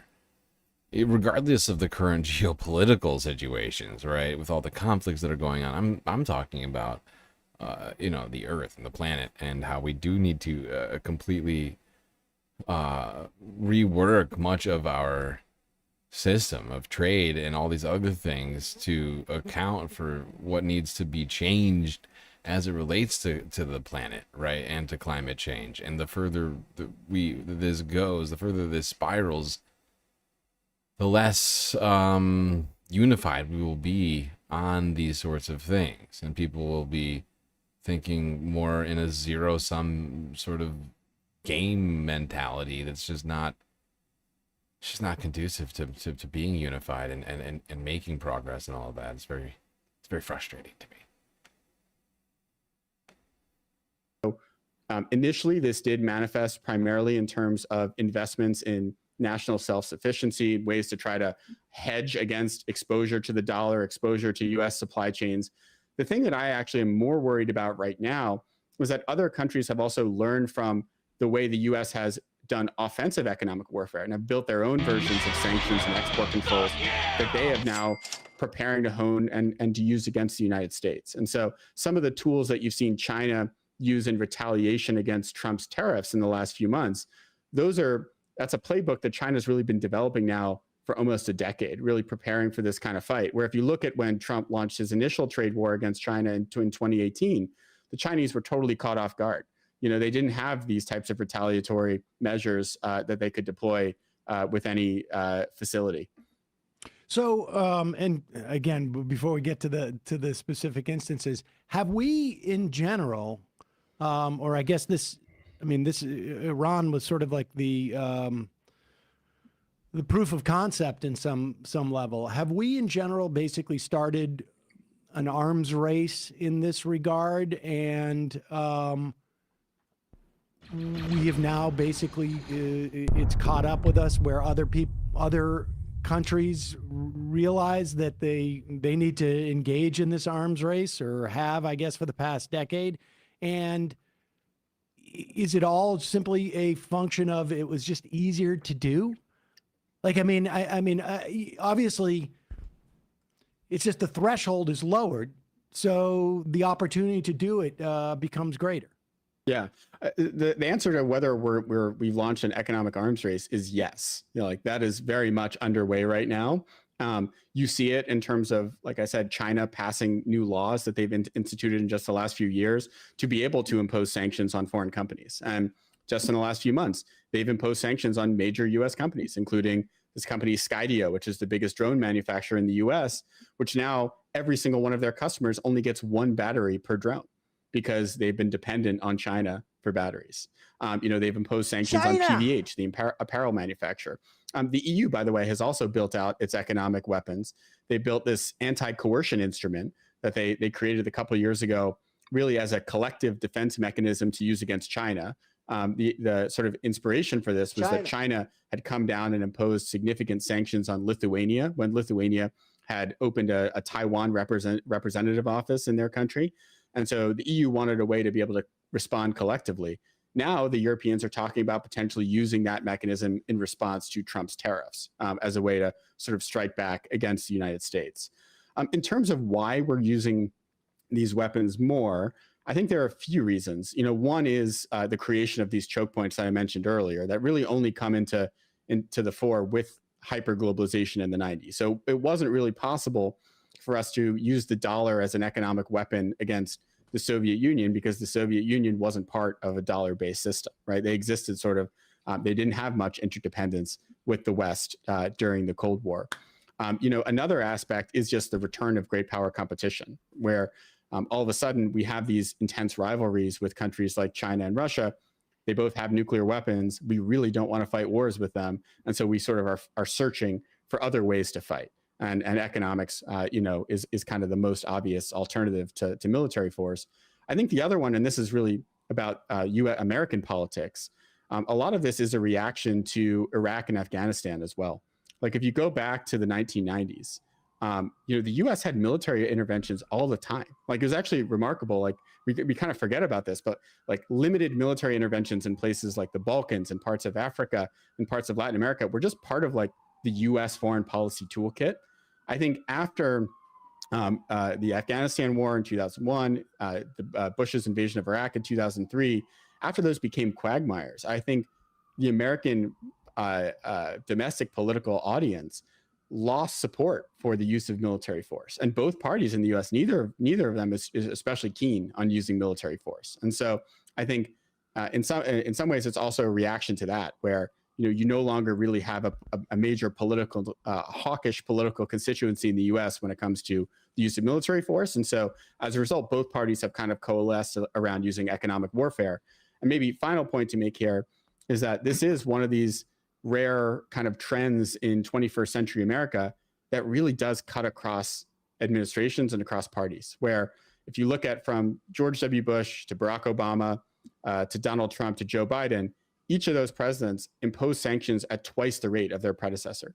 And so it's been kind of this exponential structural growth that's cut across administrations in the 21st century. That I think Jeff Stein of the Washington Post did some great reporting on that too. I know that's this is part of your book as well, but like it's also the coinciding of the sanctions regime and the promulgation of like unmanned drones and killing machines where there doesn't need to be human cost, I guess, in theory, to United States personnel. It's the same backlash, but still trying to achieve the same power ends without that toll and that's political right. cost. Yeah, we've just managed to, through technological means, on multiple fronts, whether it's war or economics, like we're talking about, of distancing ourselves from the impacts of the decisions we make, which I feel like in many ways winds up giving credence to taking these routes, even though they do have detrimental impacts because, well, politically speaking, back at home or whatever else, like the consequence isn't readily apparent. Yeah. Okay, keep it going. Yeah.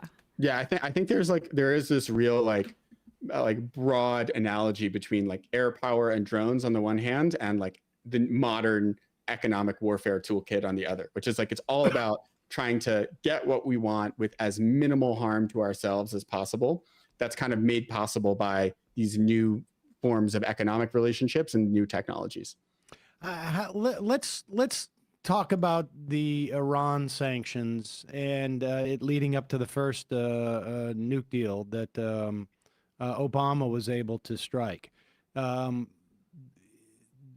Walk us through, was this the first sort of like big win, as it were, for foreign policy? And then I want to talk about like sort of I'm in favor of less nuclear weapons across the world. I think that we should have less too. But I want to be able to contrast that from that to me seems like a better our interests or a better world interests than maybe some of the other reasons why we deploy these sanctions. But just walk us through what was unique and sort of novel about that approach. Yeah, the Iran case is really important, and it winds up being the origin story of the age of economic warfare. It's why I devote a long time in my book to talking about the Iran sanctions that really start during the Bush administration, George W. Bush, and culminate in the Iran nuclear deal during the Obama administration. I think to kind of situate ourselves, it's important to go back to 2004. So John Kerry is running against George W. Bush in that presidential election. And at that time, Iran's nuclear program already was arguably the most salient national security threat to the United States. The Bush administration had launched an invasion of Iraq to get rid of a nuclear weapons program that proved not to exist, while right next door, a country that was... There's an old saying in Tennessee, I know it's in Texas, probably in Tennessee, that says, "Fool me once, shame on you. If fool me, we can't get fooled again." The Bush administration had launched an invasion of Iraq to get rid of a nuclear weapons program that proved not to exist, while right next door, a country that was bigger and more powerful than Iraq actually was developing an industrial scale nuclear enrichment program and a pathway to a nuclear bomb. And that country was actively supporting groups like Hezbollah and Hamas that the US had declared terrorist organizations. And so there was a real threat in the US, this real sense of vulnerability. You know, there's something about the way this guy discusses all this that I feel like it just sort of accepts all of these things as like, as like if they exist, then they're necessary type of sort of, what do you call it? It's almost like Machiavellian in a way. It's like, or not even that. It's like, I don't know. Like, I feel like he wind up giving a lot of credit to stuff that really doesn't deserve credit. Like, for instance, I mean, there's nuclear enrichment programs all across Europe. Is France a threat to the United States? You know, I mean, Israel has a nuclear enrichment program and nuclear weapons. Does that make them a threat to the United States? Whatever. That Iran could give nuclear material to a terrorist group that then could launch some sort of nuclear 9/11. And during the very first presidential debate between Bush and Kerry, Bush was sort of in a defensive position because right before then, the Iraq survey group had declared that Saddam didn't actually have weapons of mass destruction. They're asked, what are you going to do about Iran? And Kerry's like, I'm going to impose some sanctions on Iran and we're going to get economic leverage and get a diplomatic solution to the nuclear program. And Bush just views this as with incredulity. He's like, we've already tried to sanction Iran. We can't sanction Iran anymore. And the mentality was, if you're going to do sanctions, it has to look like the sanctions from the 90s, the embargo against Saddam Hussein. You need the full UN to support it. You need to put, American sailors in the Persian Gulf inspecting every cargo coming in and out of Iranian ports. And that was never going to happen. We weren't going to have the support to do that. The UN wasn't going to, had no interest in doing a full embargo against Iran. And so Bush basically thought that we had no shot. We were at a dead end. But after he gets reelected, this guy, Stuart Levy, who's the head of the part of the Treasury Department that does sanctions, he remembers what Bush says. And he's like, this is a personal challenge. I need to figure out a way to get the leverage that Bush thinks we lack. And there's one day that he's actually sitting in having breakfast, sitting in a hotel in Bahrain, flipping through the Financial Times, when he reads a story about how a Swiss bank has decided to cut ties with Iran of its own volition. And Levy, this is kind of a light bulb moment for him because he realizes maybe we don't need support from the UN. Maybe we don't need to deploy the Navy. I can just go around and talking to bankers in places like London or Frankfurt or Dubai, bring with me declassified intelligence showing them how their banks are being used to funnel money into Iran's nuclear program and persuade 9 out of 10 of them just to cut ties with Iran of their own volition. And the 1 out of 10 who don't agree, I can threaten to cut them off from the dollar and basically say either you cut ties with Iran or you lose access to the dollar. And so that strategy of sort of government to business diplomacy that is pioneered by Stuart Levy in the second Bush term. Levy, by the way, is reappointed by Barack Obama. So he stays into the Obama administration, winds up leading to Iran becoming completely isolated from the international financial system, eventually leads to us sequestering Iran's oil revenues in overseas escrow accounts, and gives us the diplomatic leverage that we need to actually get the Iran nuclear deal. And so it's a new form of economic warfare that is pioneered against Iran. It does lead to a diplomatic resolution to this what had seemed like an intractable problem. And I think it leads to really a consensus in Washington that we have this incredible economic power that we can then use against other countries as well. How much was the things like the TPP, which was, being developed concurrently, how much was that influenced by the ability to sort of control Iran through this new apparatus? The TPP being the Trans-Pacific Partnership. I mean, I know you're aware of it, but just for people who don't remember, which was essentially an attempt to encircle China in the Pacific with a trade agreement that a lot of people, including myself, had problems with in terms of what it would do for a lack of sovereignty under some of the provisions in terms of the way that corporations could expect countries to cater to their profit and projections, et cetera. But leaving that aside, how much of the TPP was born or shaped out of an understanding of this new dynamic? Yeah, so I think there is a relationship, and I can talk about it personally because I was involved in designing some of the Iran sanctions and implementing them, and then also part of the policy planning staff at the State Department when TPP was on the agenda, and we were trying to get it through the. I missed that. On my first watching this, I did not realize this guy had a personal hand in creating the sanctions that he's talking about. Okay. Congress. So look, I think the key ultimately to isolating Iran, the hardest parts were getting countries in Asia like China, like Japan, like India to buy less Iranian oil over time. And that process was not friendly. It was very challenging, honestly. We ultimately had to threaten these countries with secondary sanctions. And it did involve pressure and diplomacy, but it was really hard, even just to get countries to buy less Iranian oil. And so I think what this taught us, Sam, was that changing big economies' economic decisions is really hard. And it was hard enough against Iran. If we were really going to try to do this against China, because I think at this time, just the context as well, this is when China starts militarizing the South China Sea, building these artificial islands and airstrips. And I think there's a recognition during the second Obama term that China is a real geopolitical adversary. But I think that we realized that it was so hard against Iran that there was no way that we were just going to, go around using the threat of secondary sanctions to get China isolated. Now, we actually had to offer a real alternative. We had to offer benefits to other countries in Asia if we were going to sort of build a counter-China coalition. And so I think TPP ultimately did have that kind of geopolitical aim. I think you can quibble about whether the substance of TPP was correct. And I think in some ways it probably wasn't shaped in a way that would have served as effectively as it could have as a counter-China coalition. But I think it was, in some ways, the difficulties that we had with respect to Iran taught us that when it came to bigger economies, be it China or Russia, we really did need to think about building coalitions that provided the members of those coalitions benefits in addition to just using the stick. I don't want to get too distracted by this, and this is sort of outside the scope, but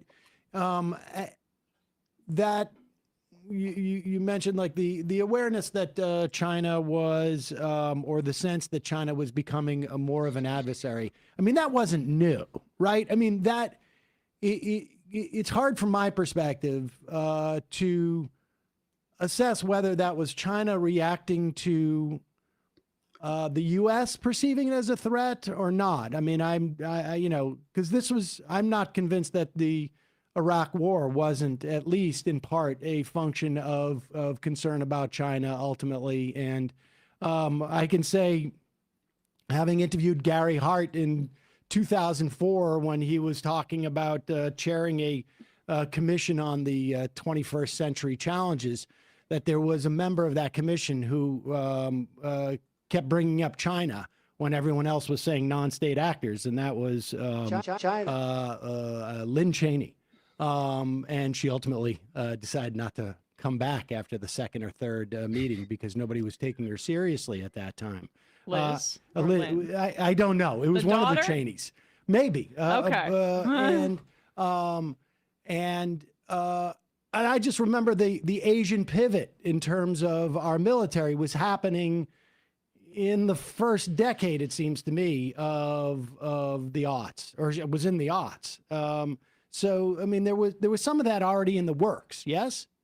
To a certain extent. And I talk about this in choke points as well. I mean, I think maybe just to go back a little bit, in the 1990s, after the end of the Cold War, the U.S. government, both during the H.W. Bush and Clinton administrations, basically makes a bet. And the bet is, if you integrate China more into the global economy, ultimately, they'll eventually evolve into becoming a more liberal country, right? And they'll become a more responsible stakeholder in the international order, right?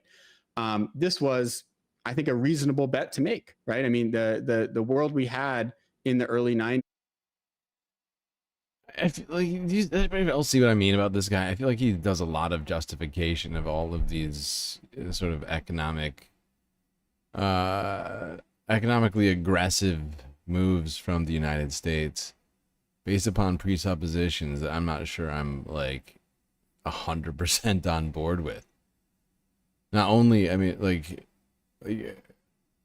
yeah, sure. Is China a one-party state? Yeah. And can you define that as being illiberal? Sure. But can we look around at the United States for a minute and, you know, ask if this is also justifiable on the reverse?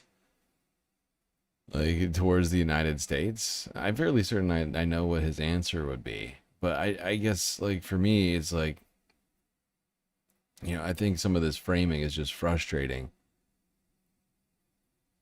Not that there isn't, you know, things to criticize China about, like I just said, you know, but it is I don't know.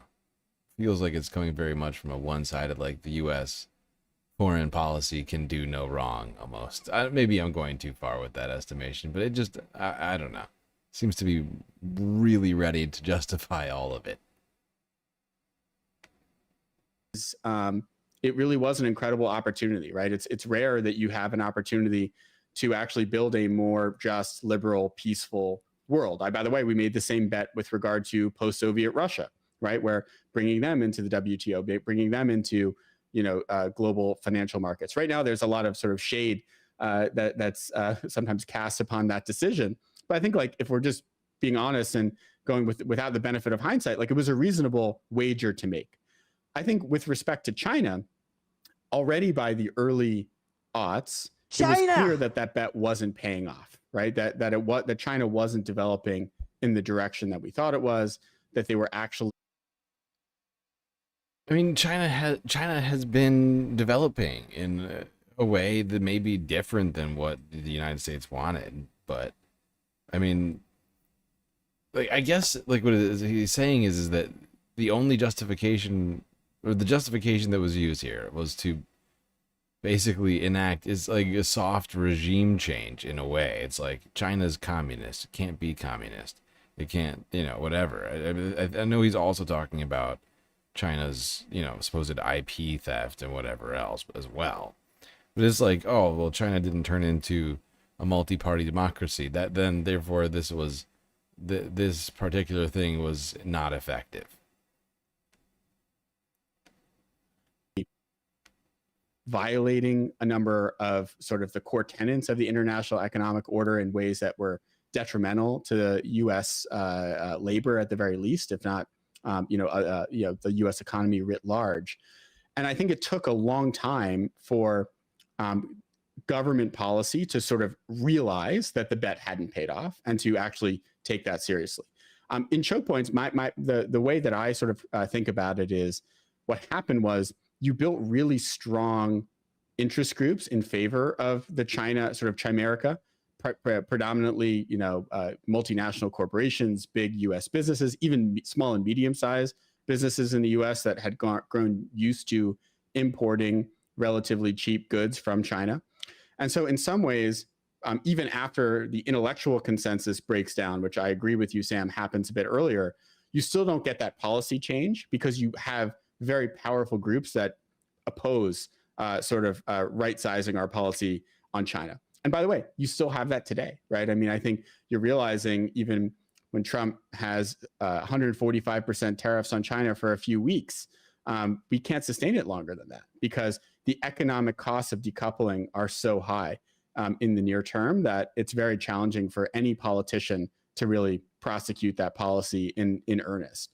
And so, yeah, I think the realization maybe happens in some corners before. I think the second term Obama administration really becomes disillusioned with China for a number of reasons, but it's really not until Trump's first term that you start seeing American policy really shift in that direction with the tariffs on China, the export controls on companies like ZTE and Huawei, that then, of course, is built upon during the Biden years as well as now the second Trump term. Well, but wasn't I mean, those interest groups that you were talking about who were looking to develop that type of relationship with China, who were welcoming the idea that they could get cheaper goods, that they could find cheaper labor there. I mean, what was the counterbalance?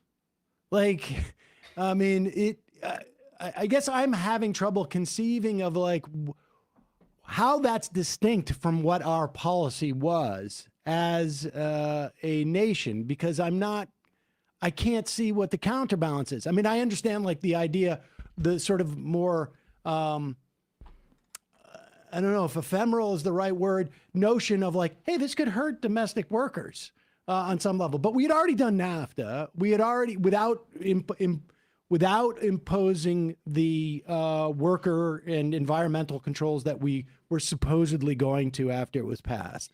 Like, who is representing any alternative notion of like, hey, this might be helpful to the, you know, certain elements of the business community and investors who are looking to invest heavily there, but whose else interest is this in?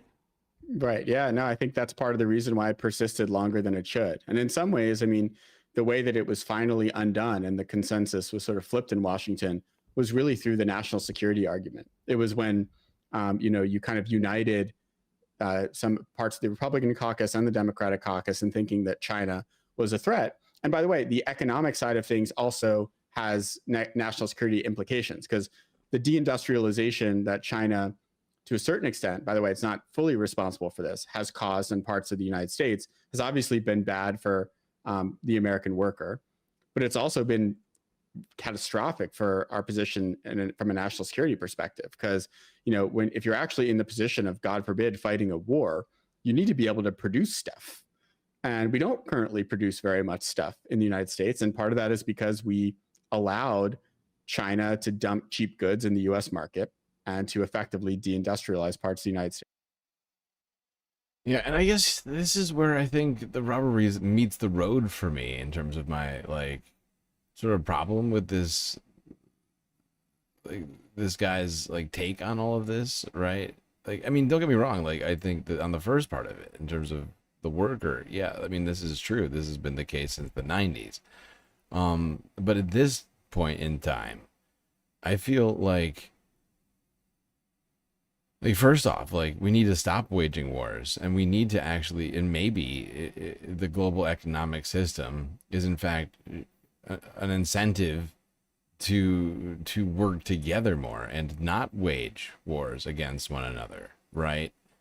Like, that's just how I perceive it at this point in time, right? Is that somehow, you know, the global economic system is in some ways de-incentivizing waging wars against people who you're doing trade with, and because it's become so pervasively, you know, like, spread out, like I would like to see that actually somehow be a reason for us all to get along, rather than to ramp up escalations, whether economically or militarily.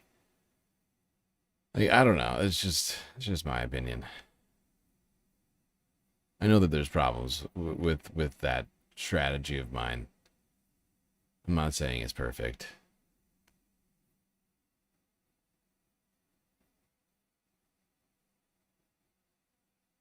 All right, I just figured we'd start off the Earth half, like, discussing the U.S. Economic, foreign policy, I guess trade policy, really.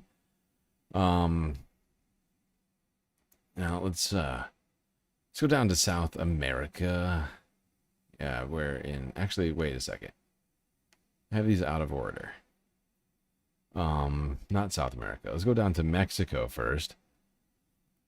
Talk about a historic and also quasi-environmental story. CBS News from yesterday.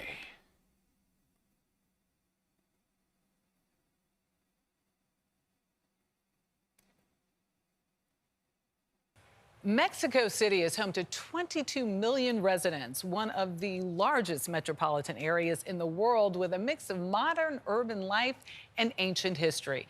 It was built on a large lake system, evident in the district of Xochimilco, a network of canals dating back to the Aztecs. Today, the UNESCO World Heritage Site is a tourist attraction that brings the past to life. In one of the oldest capitals in the Americas, a city built atop ancient ruins, food, art, and culture reign supreme, drawing 45 million tourists each year.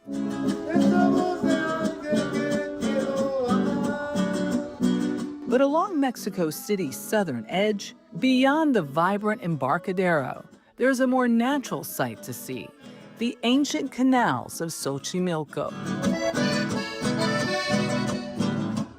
Fue muy importante. Muy importante desde el punto de vista agrícola. As historian Araceli Peralta put it, what should be the main attraction.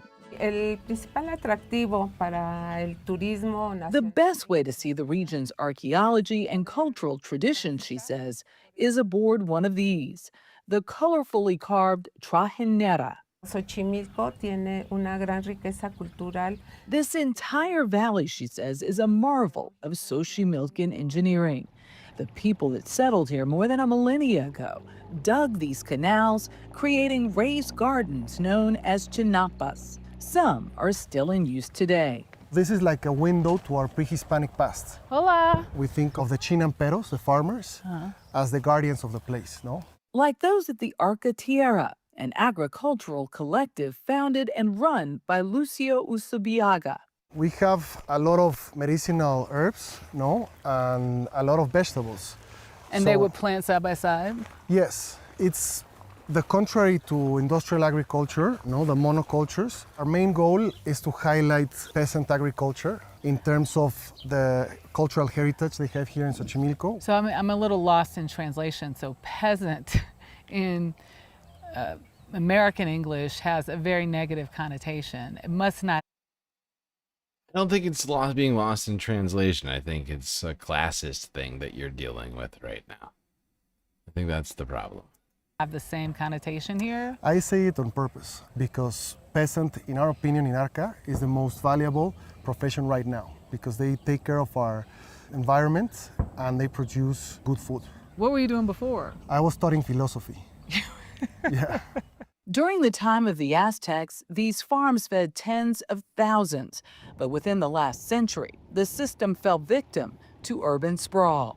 Lechuga. Farmers like Veronica Martinez Guevara are investing in its comeback. Here you have cauliflower next to lettuces, next to beets. For the last 15 years, Arca Tierra has trained 70 farmers to carry on the chinampa tradition.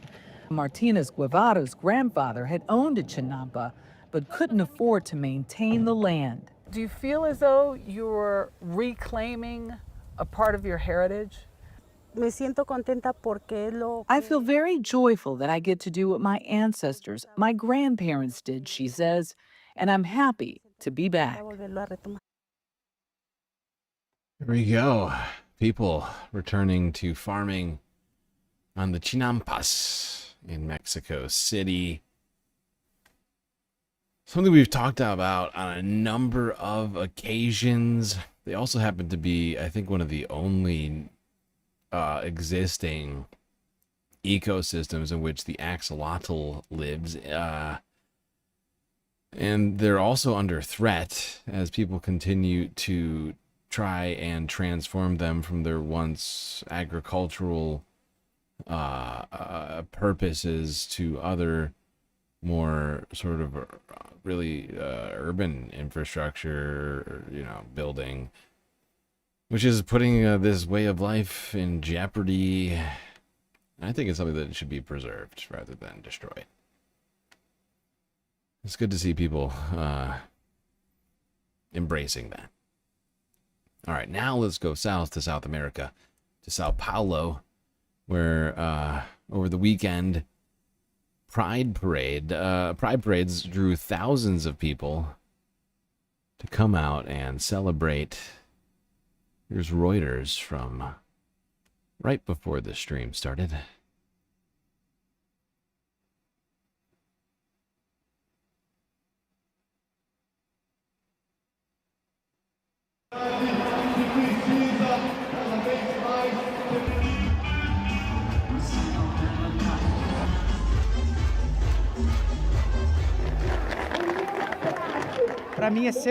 For me, it is very important. I recently came to terms with my sexuality, and the theme has everything to do with it. Today, aging is a part of it, and I'm so happy to see young people next to older people, and to see a couple made of older people is very important to me. I think events like this are extremely important for the community because they open many doors that are sometimes closed to us all our lives. I think it has everything to do with this year's theme, Aging LGBT. It's about resisting, projecting the future, and that's what we're here for. There we go. An inclusive theme at an inclusive parade. Pride people celebrating the older members of their community in Brazil. All right. Now, before we go to Europe, where we've got some stories before we get to talking about Iran, which is going to wind up taking up much of the rest of the stream. Not entirely, like I said, we got some Europe stories to do. We got a few Asia stories to do after it, but before we get to any of that, we got to take another quick break. Don't worry, we'll be right back with the fourth half of the stream after these brief space messages.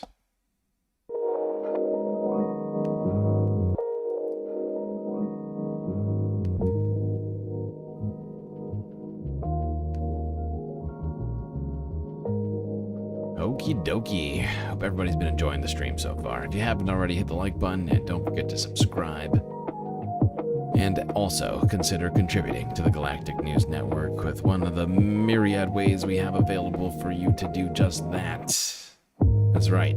All sorts of great options for you to support the stream. YouTube super chats, super stickers, and memberships, both solo and gifted.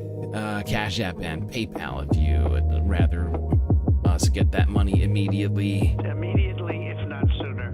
And be able to utilize it for keeping the stream alive. But of course, best way to get the most base benefits for your Earth dollars is to go on to Patreon and become a Galactic patron, where for only a few dollars a month, you can get access to a bunch of sweet space benefits. Just go on to the site, click the link in my bio on YouTube, and you will not be disappointed in becoming a Galactic patron. Anyway, that's enough for me, chat. Enjoy the break. Grab yourself a drink, maybe a snack, and I will be right back.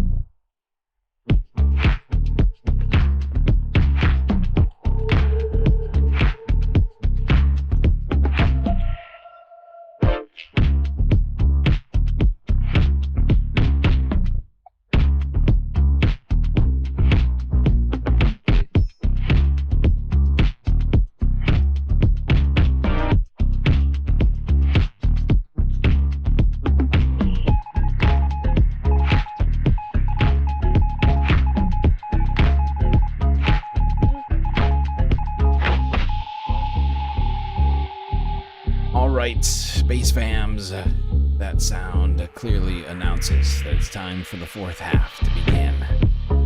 So get back in your seats, unless you want to miss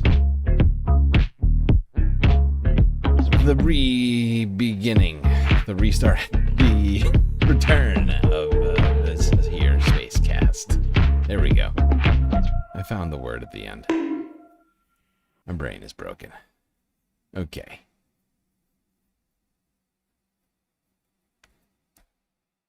Let's go to Europe, where we're going to start off things in France with a little bit of art.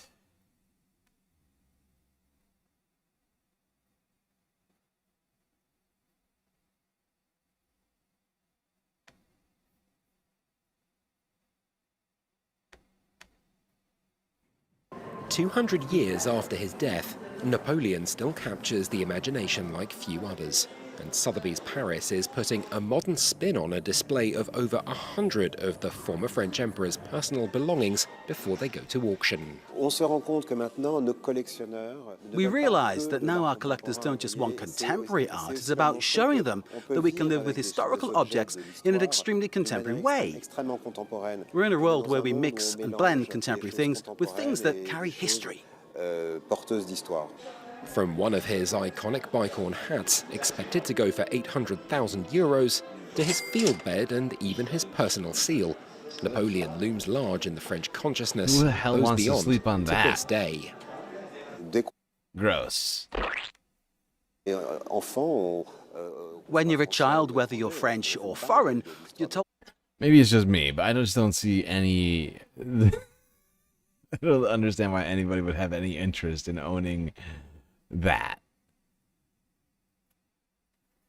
Large in the French consciousness and those beyond to this day. Napoleon's dirty tent from antiquity. When you're a child, whether you're French or foreign, you're told the story of Napoleon. And this image of Napoleon with his rearing horse, his red cape, it's like a superhero. The display itself is just as theatrical, with a designer known for dressing Lady Gaga crafting proceedings. I have seen it as a pop culture installation, as something we can speak to young generation, not just to historical passionate of history. History is the best book to inspire. Open to the public, the preview continues until next Tuesday, with the auction itself going. Well, there we go.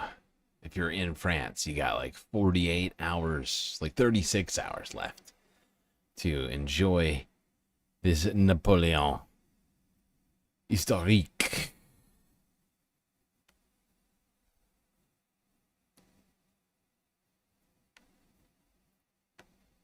Staying with France 24, but moving on to Rome. Let's talk about a different piece of historical art getting a makeover. St. Peter Basilica.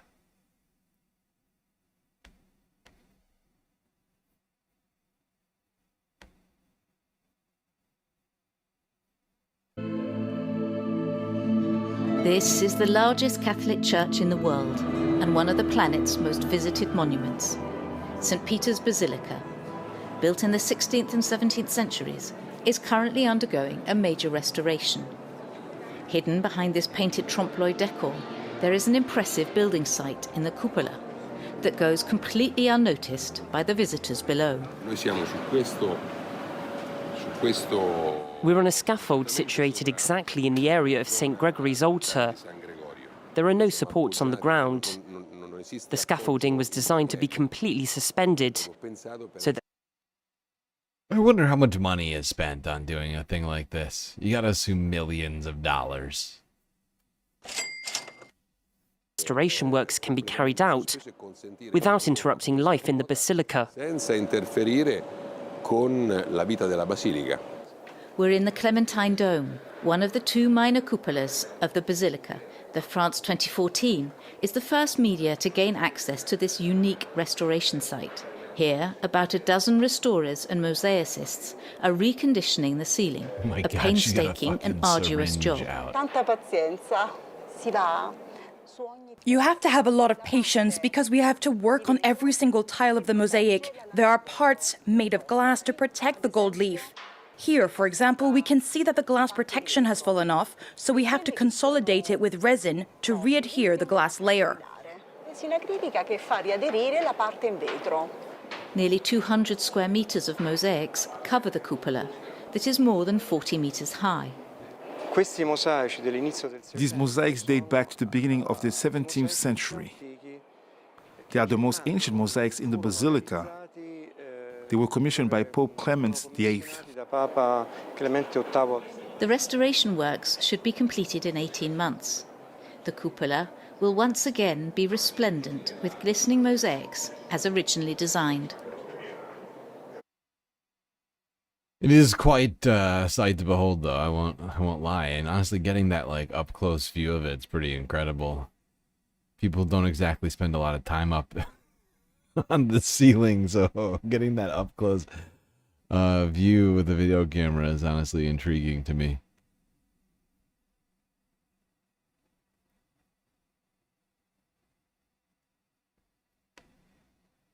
Staying in Rome, annual Pride parades there were happening this month as well. This is the AP archive from 3 days ago.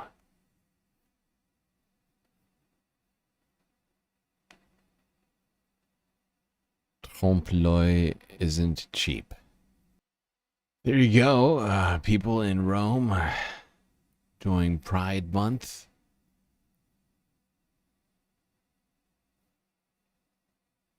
Around ancient Roman relics.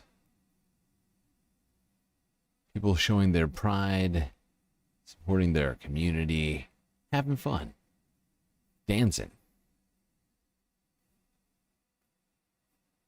All that good stuff. Now, some people may have been having a little too much fun this weekend in Rome. Let's go to this video where one person had a bit of a vehicular situation happen.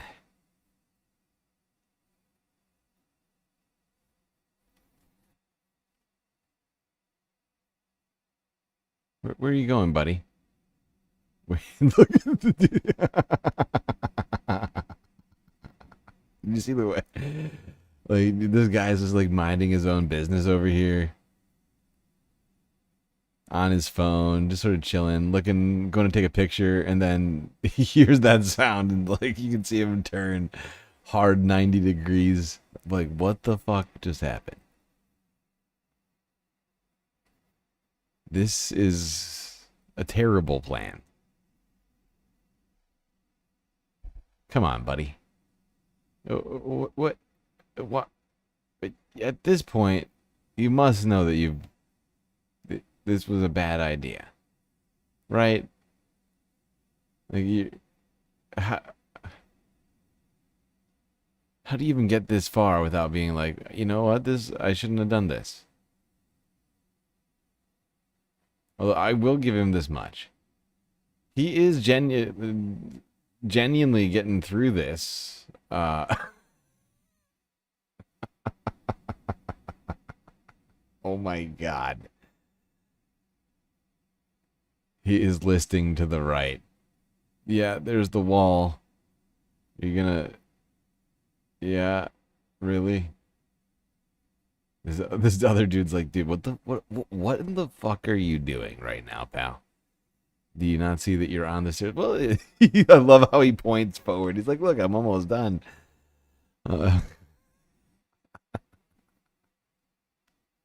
Unclear what led this individual to driving their car down the stairs in this fashion in Rome. Just felt like Sunday Funday news. You know what I mean? That's what today's for. After these long weeks we've been experiencing, to sort of laugh, to soak up the marrow of life. Even if that marrow is, you know, a tiny car going down a set of Roman stairs. While we're in Europe, let's talk about what Donald Trump had to say about the United States and NATO, the NATO defense spending. Here's Forbes breaking news from yesterday.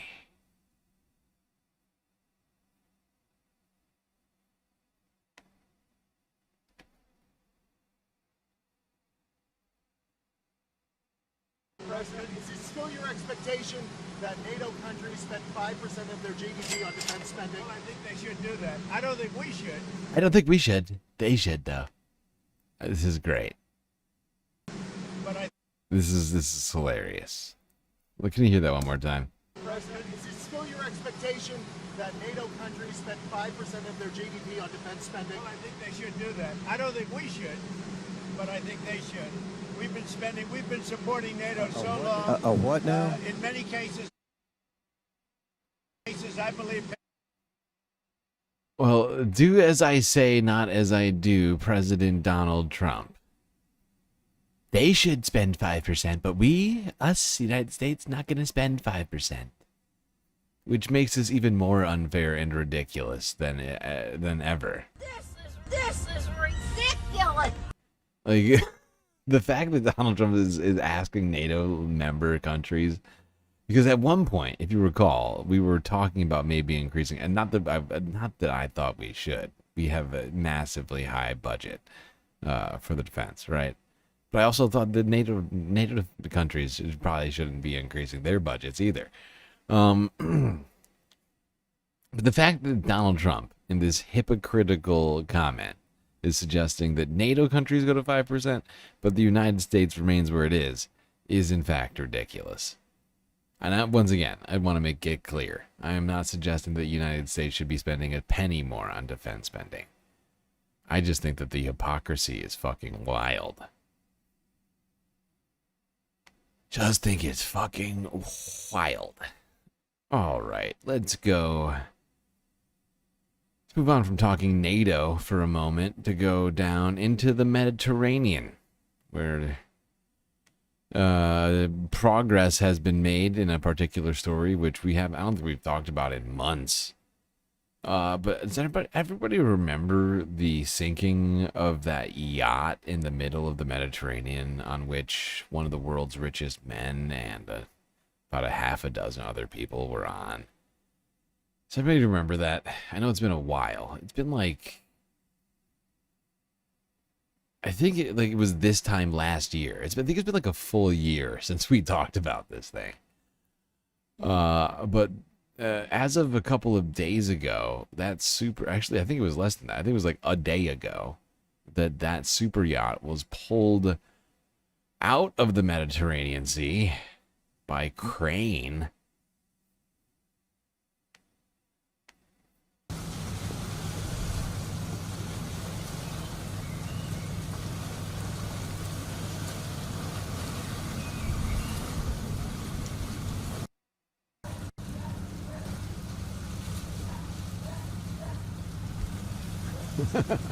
Sir, that's a one-way set of stairs. I'm really, yeah, I get the irony in this comment. I love it. Oh my god.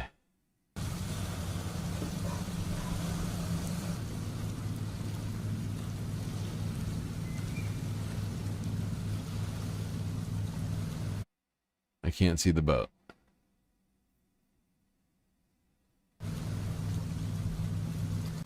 Coast Guard, giant ocean crane.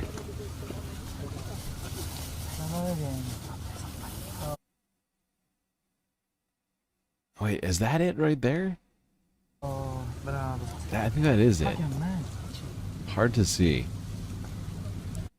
Here, I've got the, this was the live stream. That's right. The Associated Press posted a live stream of the recovery of this sunken luxury super yacht. There it is. Look at it in all of its glory. Follow the rich white man.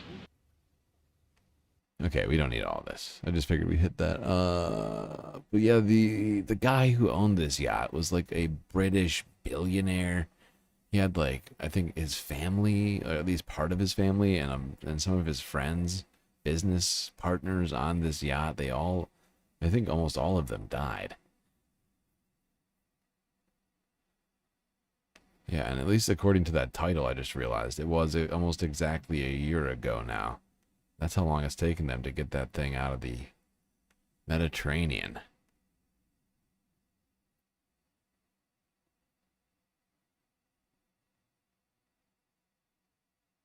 All right, now we're done talking Europe.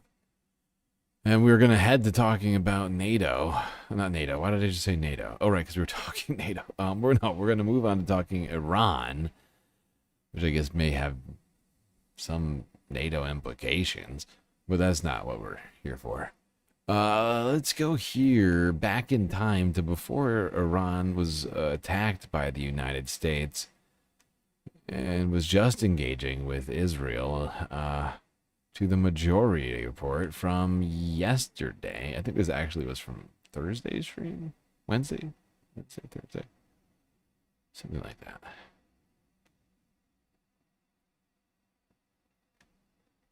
Sam Cedar on the Majority Report. Emma Vigeland out today in her post-marital bliss. Joining us now, or returning to the program, Stephen Wertheim, Senior Fellow at the American Statecraft Program at the Carnegie Endowment for International Peace. Stephen, thanks so much for joining us. Glad to be here.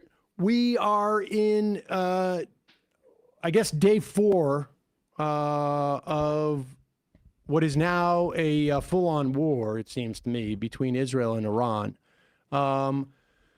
Let's go back. Give us the sort of the background, at least in terms of like the desire. Bad Lefty in the chat. It's been a minute since I've seen you, pal. Good to see my Irish brethren in the chat today. My God, it's getting late. How long have we been going today? 6 hours. Has it only been 6? Oh, right. I started an hour late today because my batteries died on my goddamn mouse. Totally threw me off. All right, take 2. Emma Vigeland out today in her post-marital bliss.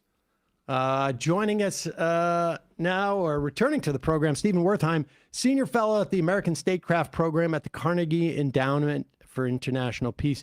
Stephen, thanks so much for joining us. Glad to be here. We are in, I guess, day 4 of what is now a full-on war, it seems to me, between Israel and Iran. Let's go back. Give us the sort of the background, at least in terms of like the desire to attack Iran has been, I mean, at least in my awareness, this was something that was on the agenda of neocons in the run-up to the Iraq War. The idea is we're going to take Iraq, we're going to make that into a democracy. We're going to be met with candy and flowers. Then Syria and Iran was on that list. Give us a sense of just like, particularly from the perspective of the Israelis, but also in the context of the neoconservative movement. Well, yeah, going back to the Iranian Revolution of 1979, the United States, particularly neoconservatives, but, many American policy elites have wanted to, engage in this grudge match between the two countries. The Iranians have wanted to engage. The United States have wanted to engage. That's a bipartisan thing. But you're right that neoconservatives, before 9/11 were thinking about Iran, Iraq. Of course, Iran and Iraq had a long war throughout the 1980s, which weakened both sides.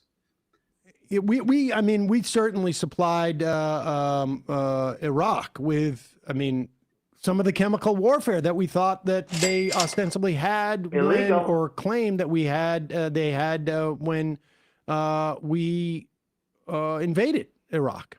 Yeah, I mean, so the U.S. government, considered Iraq to be the lesser of the two evils when the two sides were going head to head. But I think, most importantly for understanding the present predicament, it's been the goal of Israel and particularly Prime Minister Benjamin Netanyahu to make sure that Iran never gets a nuclear weapon, to try to shut down any amount of activity that could in the future be used by Iran to get a nuclear weapon, and even more than that, to obstruct U.S. efforts, which have now occurred on a bipartisan basis, to reach a deal with Iran that would provide for international inspections to ensure that Iran could not make a nuclear weapon. So in this case, it isn't,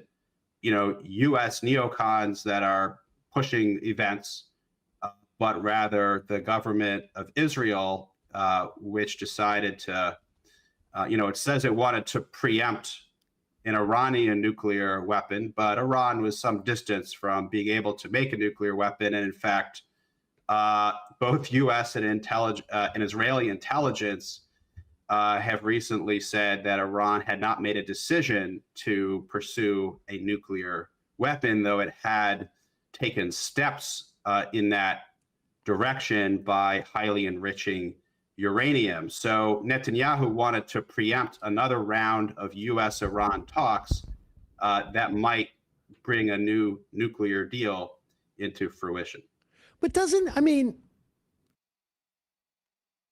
there's something that is inherently contradictory there, it seems to me. And I wonder if Israel's fear of a nuclear Iran is also sort of a little bit of it's something we can all agree on quality, like a Paul Wolfowitz, in the sense that we had a deal with Iran. That was the JCPOA, that being the first Iran nuke deal. That by all accounts, Iran was. Yeah, I mean, it's like a red herring almost, is what it is. At least in my estimation, it seems it's like used as sort of a device of distraction and or stirring up,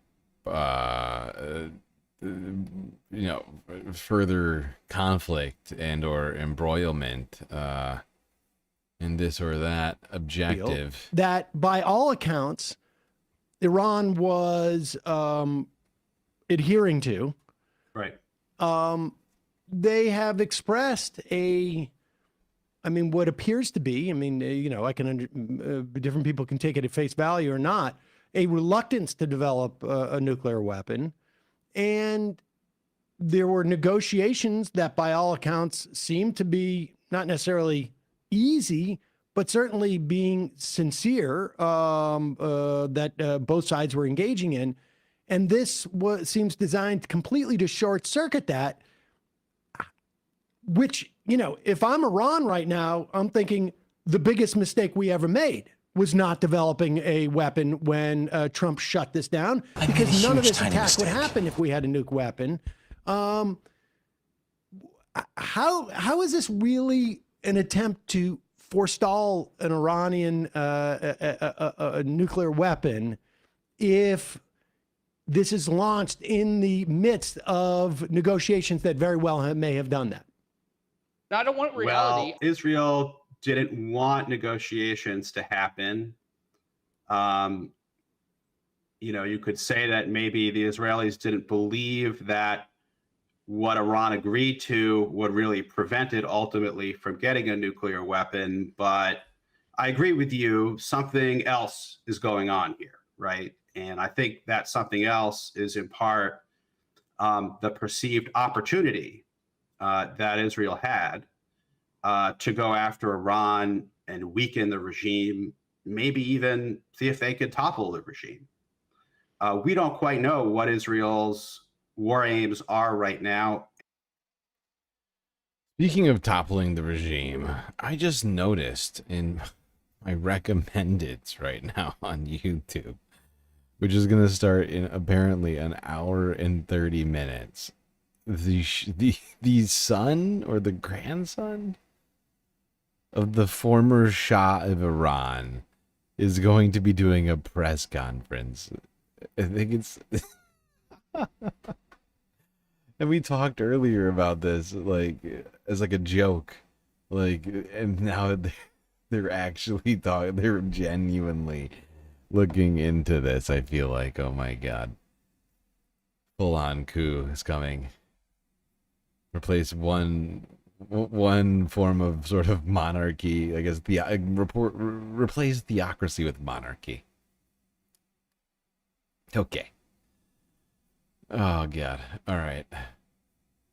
That is ridiculous. Let's go to NBC News here and unpack what has unfolded in this military strike, which the administration is now calling Operation... What are they calling it? Dark something? Midnight Horse? Operation Midnight Horse or something like that. I forget the name of I forget the name now. It's ridiculous. This is ridiculous!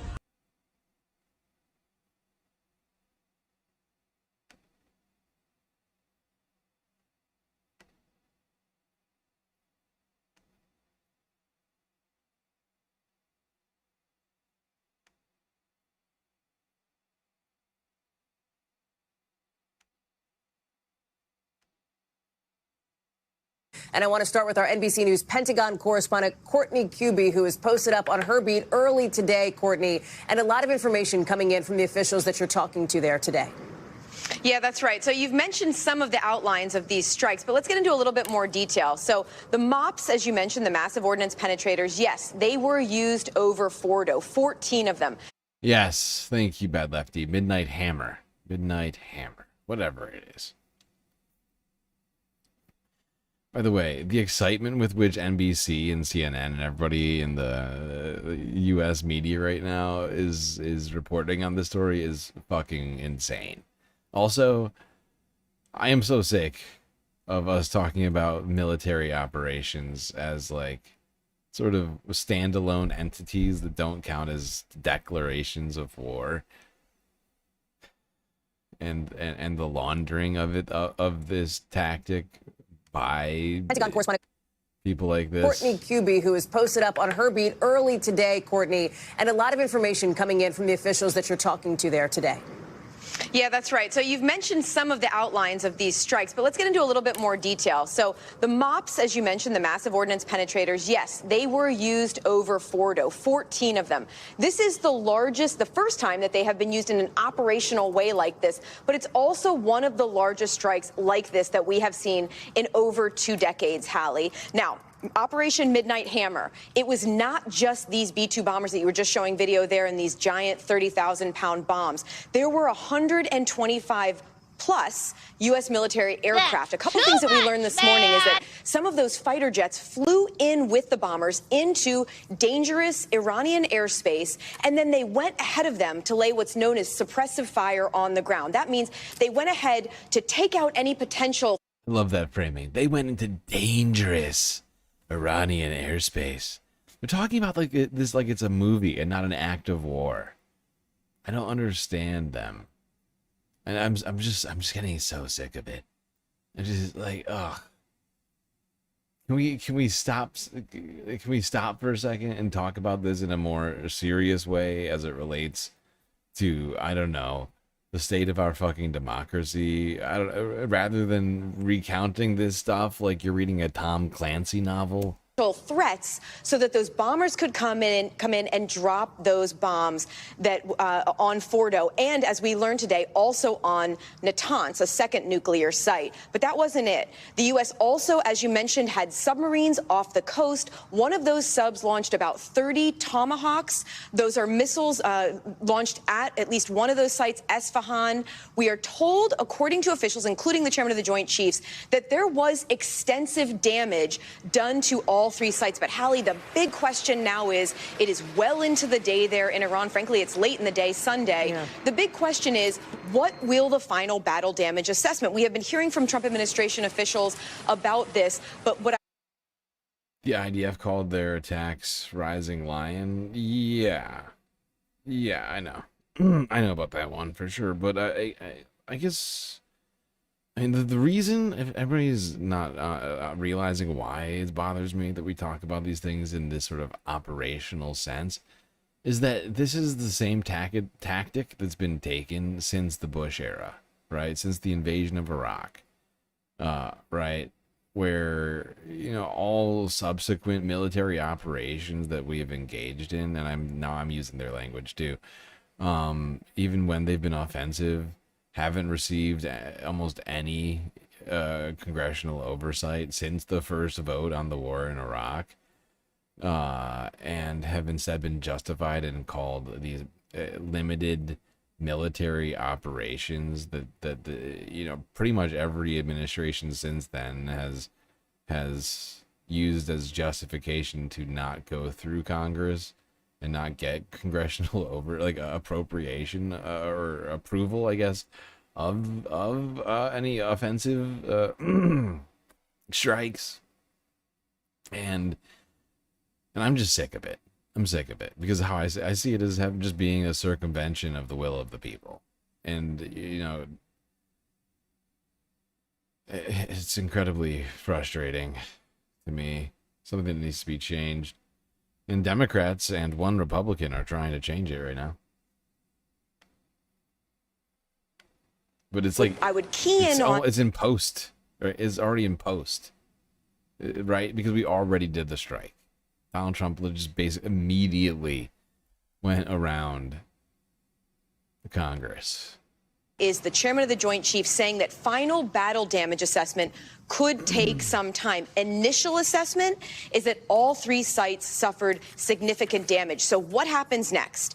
We are all watching for any kind of a response from Iran, big Iran, but also from some of the Iranian proxies. The United States has about 40,000 different people throughout the region. That's at smaller bases, at bigger installations, at ships at sea, or on ships at sea. The big concern here at the Pentagon is that there will be some sort of a response going after Americans now that the U.S. has been directly involved in this ongoing campaign between Israel and Iran. The second question that we're trying to get an answer to, and we simply don't have one yet, is was there any kind of release of any radioactive material at any of these sites when the U.S. dropped these bombs and launched these missiles? That's the question you're asking right now? Yeah, okay. I mean, it's a question. The big question should be, why did Donald Trump circumvent Congress? And why can't we get an answer to that? Why wasn't approval for this given? Huh? Why isn't that the question, NBC? That's what I'd like to know. Fucking Operation Midnight Hammer. Fuck yourself. All right, Benjamin Netanyahu came out, made a statement to the media thanking Donald Trump for this illegal strike on United Nations Security Council member state. Illegal. Congratulations, President Trump. Your bold decision to target Iran's nuclear facilities with the awesome and righteous might of the United States will change history. Yeah, we just did. We screwed it. Israel has done truly amazing things. Fuck yourself. But in tonight's action against Iran's nuclear... Name one thing that Israel has done that's been great in the last 2 years. ...facilities, America has been truly unsurpassed. Wow. It has done what no other country on earth could do. History will record. Makes me feel real dirty that my country is getting thanks like this from Benjamin Netanyahu. President Trump acted It's just really gross. to deny the world's most dangerous regime. The world's most dangerous regime is not Iran, by any metric, at all. If anything, is the United States. The most dangerous weapons. His leadership today has created a pivot of history that can help lead the Middle East and beyond to a future of prosperity and peace. President Trump and I often say, peace through strength. First comes strength, then comes peace. Thank you, Orwell. It's disgusting. Everyone should feel disgusted right now. Just, ew. Ew. Ugh. Filthy. Getting praise and thanks from a war criminal practically citing Orwell in his press conference in a non-ironical way, I would point out, if that's not clear. Yeah. Since then, multiple strikes have occurred. Iran sending multiple waves of missiles into Israel, both Jerusalem and Tel Aviv.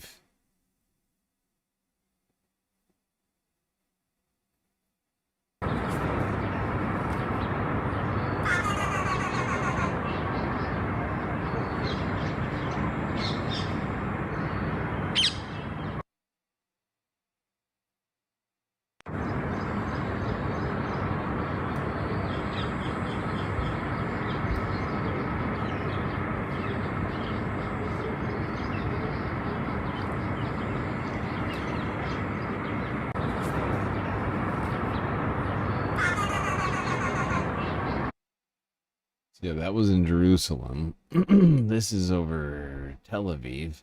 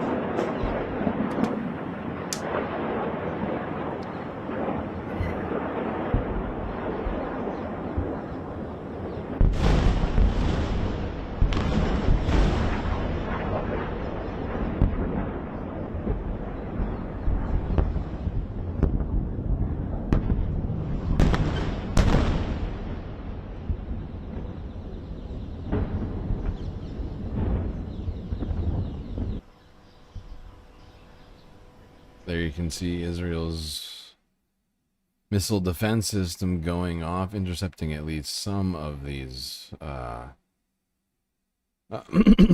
missiles coming from Iran, but they did not intercept all of them. This was aftermath of this recent attacks.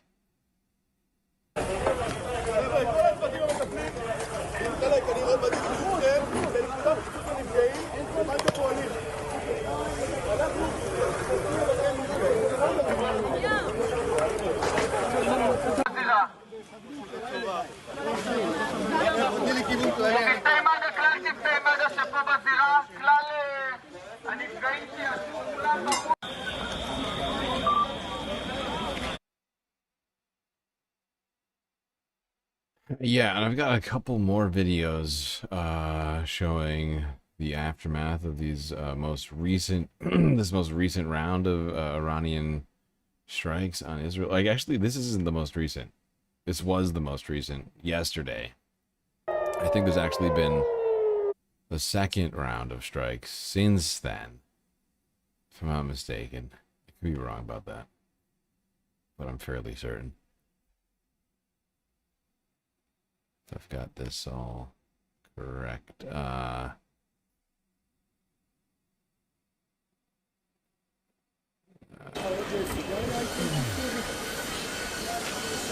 You can see this same spot that we saw in the last video from above. It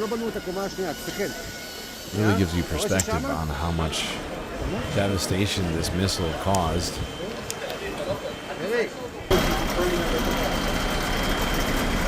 You know, it's honestly got sort of Gaza vibes, not gonna lie. When I look at it, I'm like, wow, that's a lot of devastation. There's like at least half a dozen buildings here that are completely destroyed. And then we have not seen this level of devastation in Israel for the last 2 years. And it's almost, it's sort of unexpected to see this, stuff like this in Israel. But ever since Israel decided to start a war with Iran directly, this has been the case.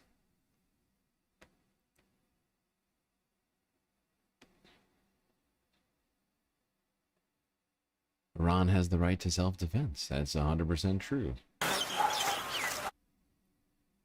As a member of the United Nations Security Council, they also have the right to not be invaded by other members.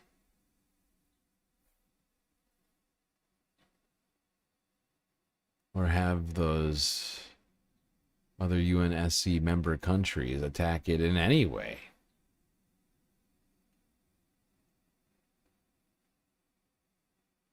What happened? How did this happen? I lost my list. What the fuck? Come on. Oh, no, don't do that. Son of a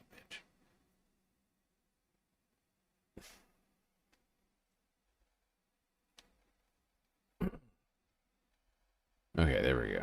I solved it. Where were we?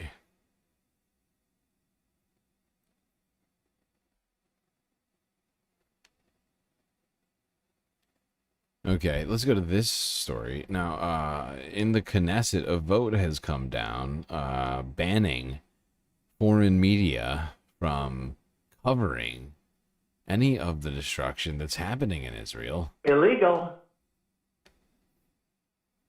Which seems like a very, like, sort of... Two of the most extremist members of... For a supposed democracy, the only, as we're always told, is the only democracy in the Middle East, according to all the people in the West, it would seem, on most days. But they're making illegal press coverage on a particular aspect of what's actually happening in Israel. I find to be fascinating in the sort of paradoxical nature of that. But one would think that the reason they're doing this is because purely out of PR and propaganda reasons, afraid that not only will this wind up reaching everyone in Israel, but also sort of make Israel look weak and unprepared to defend itself. I don't know entirely. I couldn't say for sure. But let's go here. Two of the most extremist members of Prime Minister Netanyahu's cabinet, Communication Minister Shlomo Kari, and the Minister for National Security, Itamar Ben-Gvir, put out a diktat, basically, late Thursday, saying that foreign media could not cover the sites of impact where missiles fell without first getting authorization from the military censor.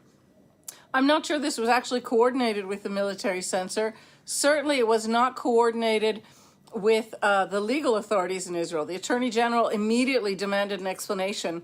That said, despite the illegality, this has given rise to vigilantism against the foreign media. So just in the last hour or so in Tel Aviv, a rapper called The Shadow, extreme right-winger, a supporter of Prime Minister Netanyahu, kind of nominated in wearing police uniform, stopped foreign media from covering one of the impact sites and allowed Israeli media in. Illegal. The government press office has gotten involved, said that they will get the police to stop these kind of vigilante actions, but it's not the first time. Yesterday, an Arab reporter for Israeli TV was also threatened by a vigilante group who thought he was from Al Jazeera or a foreigner somehow. It's pretty hot and hairy out there. Wow, Israelis attacking Arab Israelis. I guess we'd just assume Jewish Israelis attacking Arab Israelis for being foreigners, even though they're not. Huh.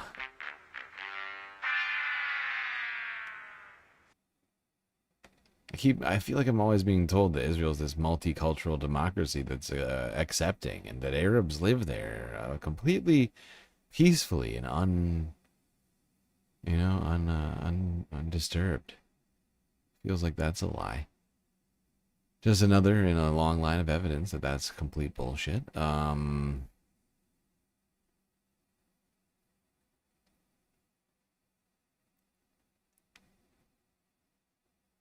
Let's go on to talking about one guy who's got a big job involving all of this. Now, we're going to start off talking about Mr. Pete Hegseth by going a little bit back in time. It feels like so long ago. It was just before the weekend started.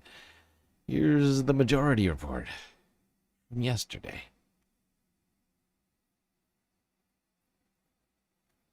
We are very clearly on the verge of an attack on Iran. Now, whether it actually happens or not, we can't know at this point. But it certainly feels that way. And the reporting coming out of the Washington Post, New York Times, is that Defense Secretary Pete Hegseth has been more or less sidelined. Tulsi Gabbard, Director of National Intelligence, sidelined. Arab Israelis or Palestinians, as they're actually called. Not all, I mean, let's be real, not all Arab Israelis are Palestinian, right? I mean, the vast majority are. But there's people from other surrounding countries that don't necessarily identify as being Palestinian, that do live in Israel and are also Arabs, right? Like Egypt or whatever. You get what I'm saying here? I mean, whatever. It's not that. It's not. I don't find it to be an important distinction, but I get what you're saying. Coming out of the Washington Post, New York Times, is that Defense Secretary Pete Hegseth has been more or less sidelined. Tulsi Gabbard, Director of National Intelligence, sidelined. Who's in the game then? Well, apparently he's talking to the Joint Chiefs of Staff. He's talking to Stephen Miller. He's talking to his Chief of Staff. He's got Marco Rubio, who's also the National Security Council head or acting and Secretary of State. So there's a wide array of neocons, essentially, and just bloodthirsty people who are, which is not to say that Hegseth isn't. It just means that Hegseth is that dumb and that useless. But here is Hegseth, and this is a thing, like, look, over the many years that I have been following this stuff, and particularly in the run-up to the Iraq War and in the wake of 9/11, Democrats always generally genuflect to Republicans on national security. That has changed in part because we have a crop of Democratic lawmakers who are vets, came out of Iraq, Afghanistan, and run for office. And yet, there is definitely a feeling that, and certainly in terms of like progressives, there is just not much energy spent, and I'm guilty of this too, or I don't know, guilty is the right word, but on things like military policy beyond our desire to have a significantly reduced defense budget. In the same way that Republicans don't really care, spend too much time thinking about education, other than we want to get rid of it. They don't, you're not hearing,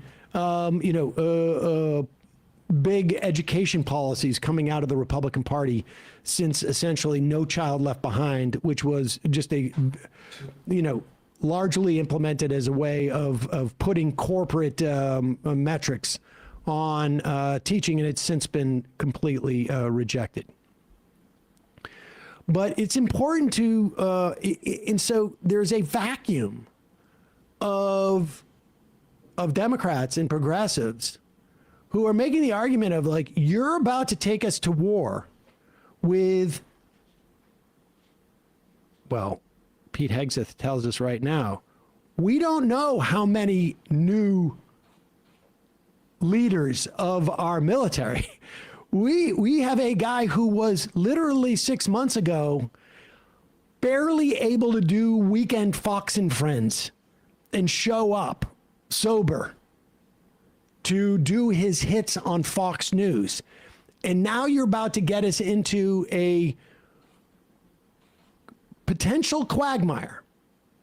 Here is Pete Hegseth, who can't even explain why he fired or Trump fired.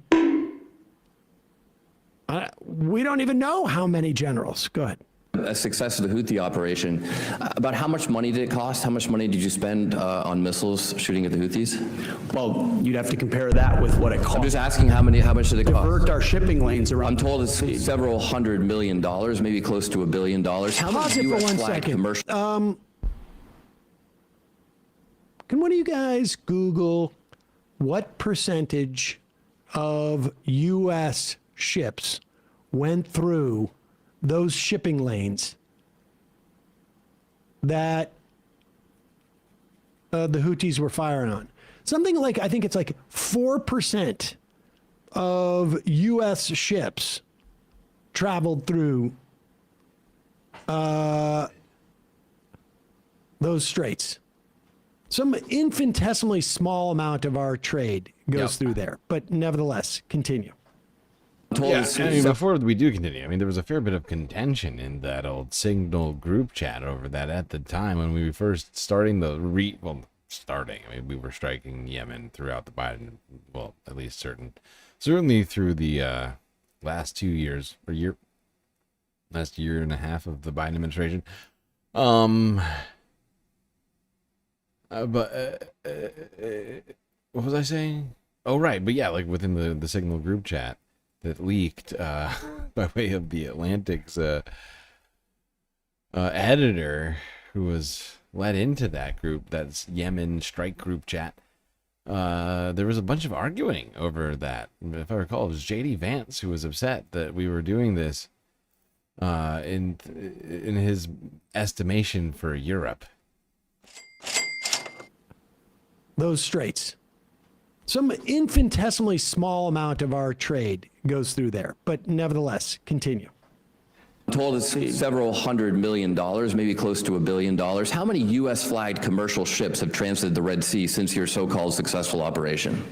Well, thankfully, unlike the previous administration, the answer is zero. Military vessels transit. No, I didn't ask about military vessels. I asked which would about be the commercial precursor vessels. for How many commercial vessels? Transit. It's been several weeks. How many commercial vessels, U.S. flagged, have transited the Would Red you, Mr. Congressman, put civilian ships The through questions the are not to me, military Mr. Secretary, ships? they're to you. We have responsibly put military. The answer is zero. First. I reclaim my time.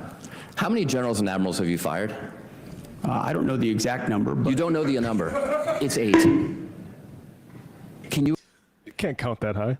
Well, what secret decoder ring? And listen, I'm not a huge fan of Seth Moulton. I want to make that clear. But yeah, me either. These are important questions to be asked. Yeah. What secret? I don't know if everybody inside. I don't know if everyone here remembers Seth's interview on CNN that he did right after the election, where he basically came out and said that the Democratic Party hadn't gone far enough to the right. It hadn't centrist, whatever. I can't think right now. My brain is becoming mush. But Seth Moulton came out. He's the senator? No, I think he's just a representative from some wealthier district of Connecticut. He came out and blamed Kamala Harris and Democrats for not going far enough to the right. And that's why we had lost the election to Donald Trump. It was incredible. It was one of the most ridiculous takes. Information that Seth Moulton has that Pete Hegseth doesn't in terms of who Pete Hegseth fired. Look, when you're going up against Pete Hegseth, it's not fair when you can count to 8. Right. Explain why any of them were. It's not fair. He's right. You're working on uneven ground when you do such a thing with Pete. Speaking of Pete, Mr. Hegseth made a statement to the nation earlier on Sunday as it relates to these strikes on Iran. Let's go there.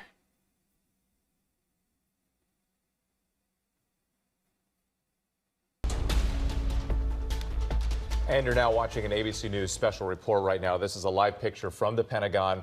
As we noted, both Secretary Pete Hegseth and Joint Chiefs Chairman Kane are supposed to come and address the public in just a moment here. I can't tell from how far away this is. I believe that's them coming to the podiums right now. Let's go ahead and listen to this.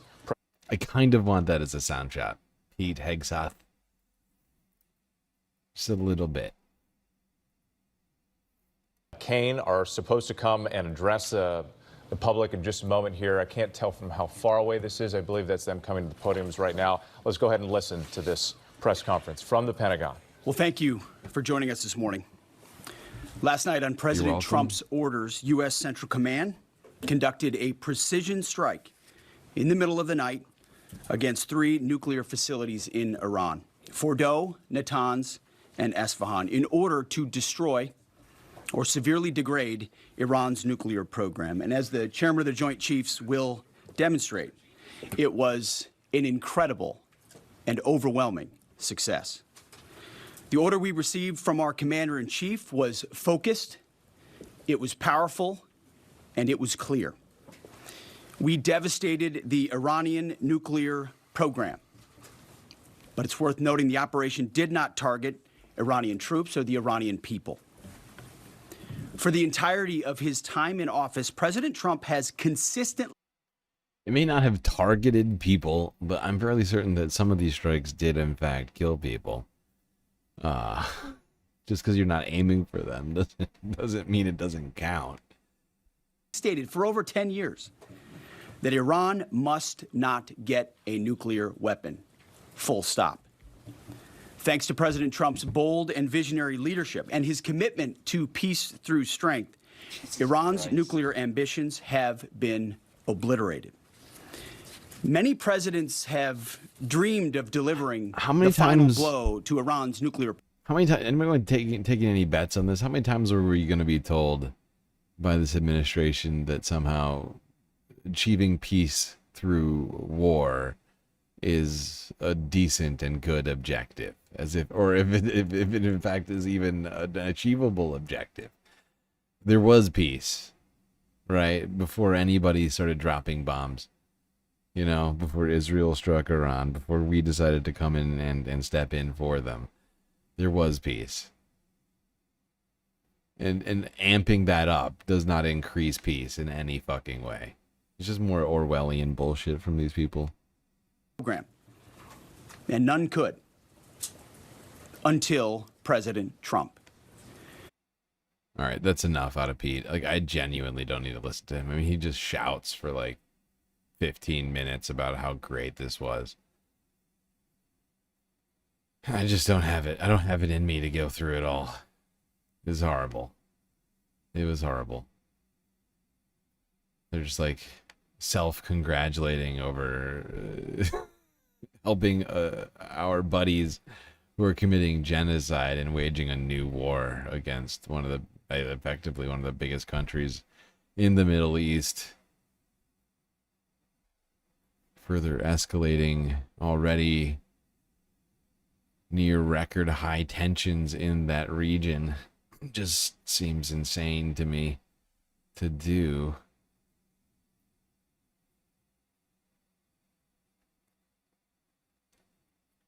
Now,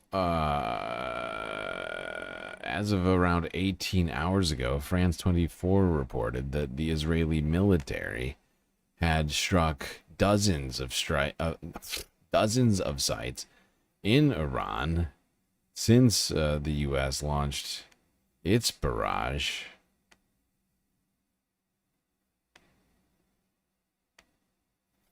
Both U.S. and Israeli officials are assessing the extent of the damage done by U.S. airstrikes on 3 of Iran's most important nuclear sites. The U.S. dropped bunker buster bombs on Fordo and Natanz, while also launching cruise missiles from submarines at Isfahan. The Fordo uranium enrichment plant is deep within a remote mountainside. Its facility is estimated to be 80 to 90 meters below the surface. Iran's foreign minister has accused the United States of betraying diplomacy and betraying negotiations. Speaking in Istanbul, Abbas Araghchi warned that the U.S. had crossed a red line in its attack on Iran's nuclear sites. He said that Tehran reserves all options to defend itself and that there would be no return to diplomacy while the country was under attack by the United States and Israel. Araghchi said he would consult with Russia on Monday. Let's listen now to more of his remarks. The Islamic Republic of Iran condemns in the strongest terms the United States' brutal military aggression against Iran's peaceful nuclear facilities. It is an outrageous, grave, and unprecedented violation of the fundamental principles of the Charter of the United Nations and international law. The warmongering and lawless administration in Washington is solely and fully responsible for the dangerous consequences and far-reaching implications of its act of aggression. While President Trump was elected on a platform of putting an end to America's costly involvement of forever wars in our part of the world, he has betrayed not only Iran by abusing our commitment to diplomacy, but also deceived his own voters by submitting to the wishes of a wanted war criminal who has grown accustomed to exploiting the lives and wealth of American citizens to further the Israeli regime's objectives. For more on this, we can bring in our correspondent in Tehran, Saeed Azimi. Saeed, since we last spoke, the Israeli military announced it launched a new wave of strikes with 30 jets hitting dozens of military targets across Iran. What more can you tell us about that? Well, Catherine, we don't know the extent of damage, and even the Iranians are confirming some of the targets, denying some of them. So we have conflicting reports as we were living in this information fog ever since this war began. So regarding, yeah, well. Internet has been intermittent, if not out, and throughout much of this most recent fighting going on in Iran. But what I found amazing about that speech from the foreign minister of Iran was that he was basically calling out Donald Trump for betraying the supposed anti-war MAGA crowd. Now, in Iranian parliament, a vote to close the Hormuz Strait has passed, which may mean that this week the Strait of Hormuz will be closed, and there's supposedly like thousands of ships in that in the what do you call it? Jesus, it's not the Arabian Sea. What is that one called? God damn it, I can't think of it.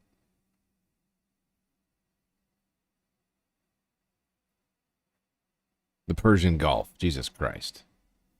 Arabian Sea is what Donald Trump said he wanted to call it. No, I couldn't think of what it was before that. Jesus Christ. Ah. The brainworms are taking over my mind. I feel like I'm taking crazy pills. There's two issues here. We kind of had the rhetoric right at the beginning of the day, didn't we, from President Trump saying complete destruction. You talk about this damage assessment still obviously ongoing right now. Let's take a listen to the Joint Chiefs of Staff on what he believed has been achieved. In total, U.S. forces employed approximately 75 precision-guided weapons during this operation. This included, as the President stated last night, 14 30,000-pound GBU-57 massive ordnance penetrators, marking the first ever operational use of this weapon. I know that battle damage is of great interest. Final battle damage will take some time, but initial battle damage assessments indicate that all three sites sustained extremely severe damage and destruction. More than 125 U.S. aircraft participated in this mission, including B-2 stealth bombers. Let's look at the images that I mentioned a moment ago from Maxar, the satellite company, in the past few hours, the before and after of the strikes at the Fordo site. You can see a main facility building here, and clearly the impact of the strike highlighted probably about 20 meters away from it, and again to the left of the main facility there. Honestly, we don't need this whole thing. It was just for the discussion around the Strait of Hormuz and the Persian Gulf, which will be seemingly cut off this week unless something changes. Let's go to this. This next one, if I recall, is this the one? I think this is the one. This next one we're going to watch is from CNN. And honestly, much of this is not important to me. What's important to me is the very end of this. So we're just going to watch like the first 30 seconds, then I'm just going to scroll all the way to the end. We just got brand new details about Operation Midnight Hammer from Defense Secretary Pete Hegseth and the chairman of the Joint Chiefs of Staff. Now, here with me at the Magic Wall to break this all down and for about what we know is retired Colonel Cedric Layton. Colonel, thank you so much for being here. Take us through.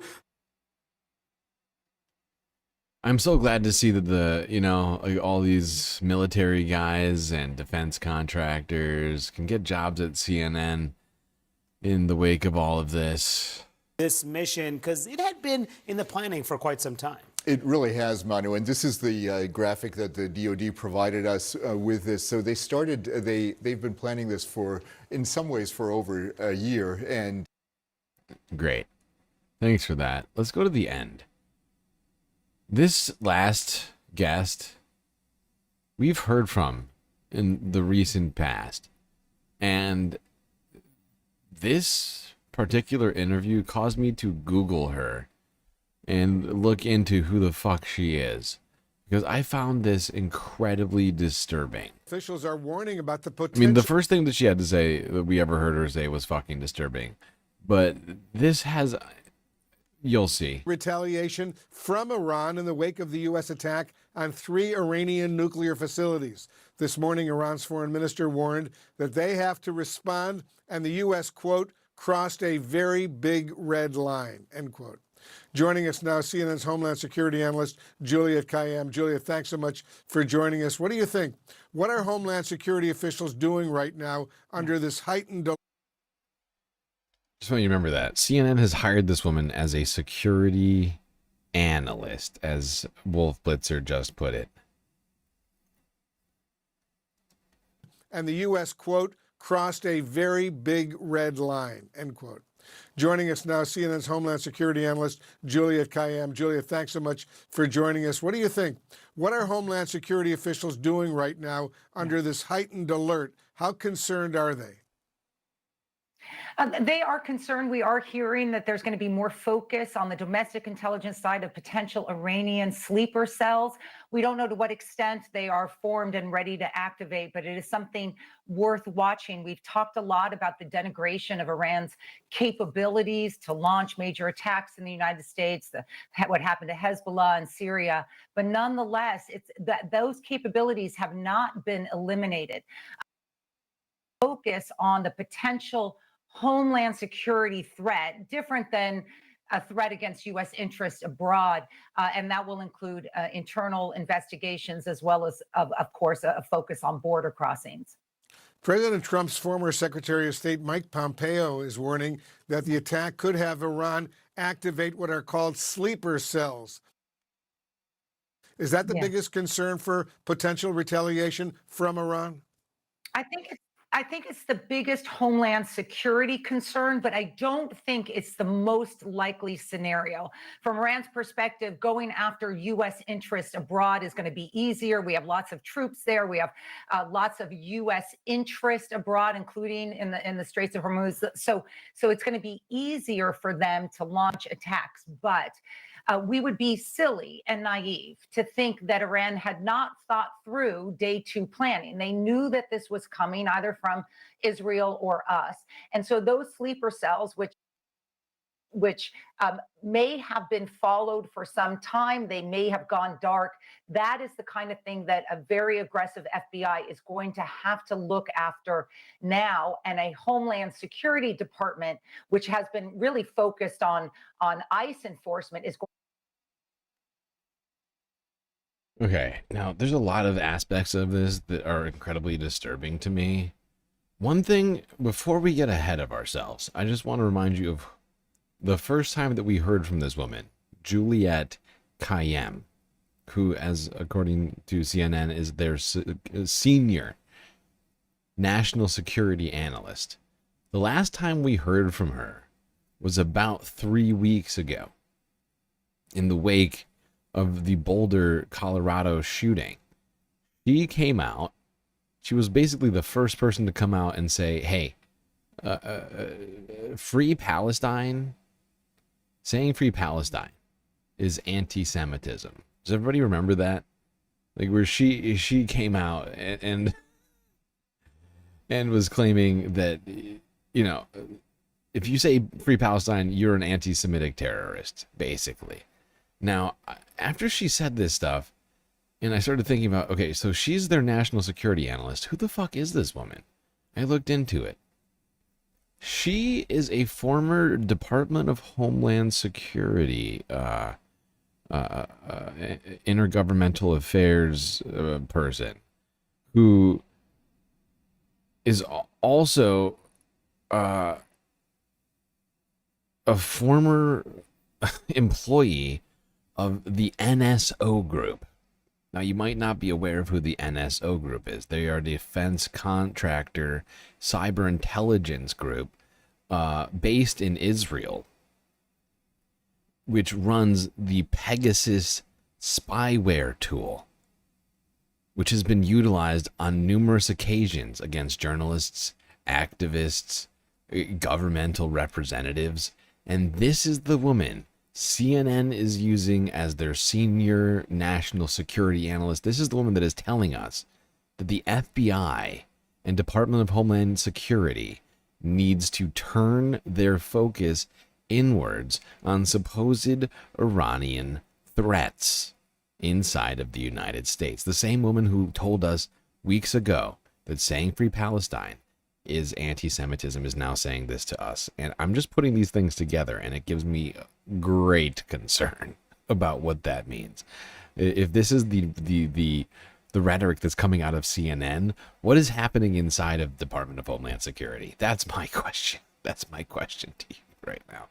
What does this mean for the future? It's incredibly disturbing to me, honestly. What is next, though, as it relates to all this? Hassan, his stream, hasanabi YouTube channel from 9 hours ago.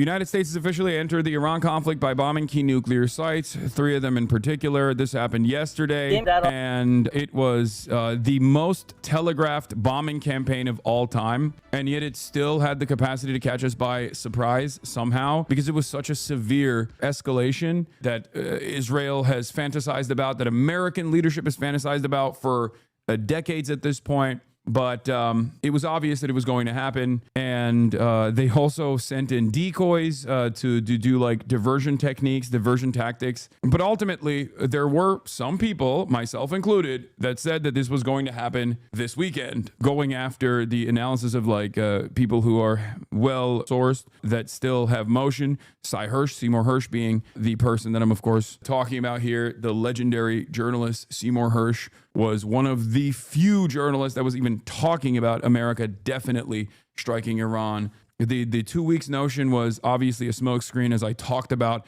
extensively, and it should not come as a surprise to you. When he said 2 weeks, what did we say here? I said over and over again, it's not going to be 2 weeks, it's going to be this weekend, because he's just saying 2 weeks, because everything he says is just a misdirection. Everything he says is a misdirection, and that it was inevitable that it was going to happen this weekend, and it did.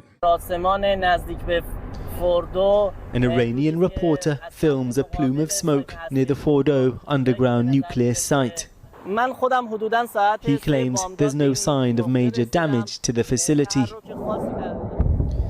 But last night, the US struck Iran's 3 uranium enrichment plants using missiles and huge bunker buster bombs. This was their main and most challenging target, the Fordo nuclear site, built deep underneath a mountain near the holy city of Qom. Satellite images from today show signs of possible damage.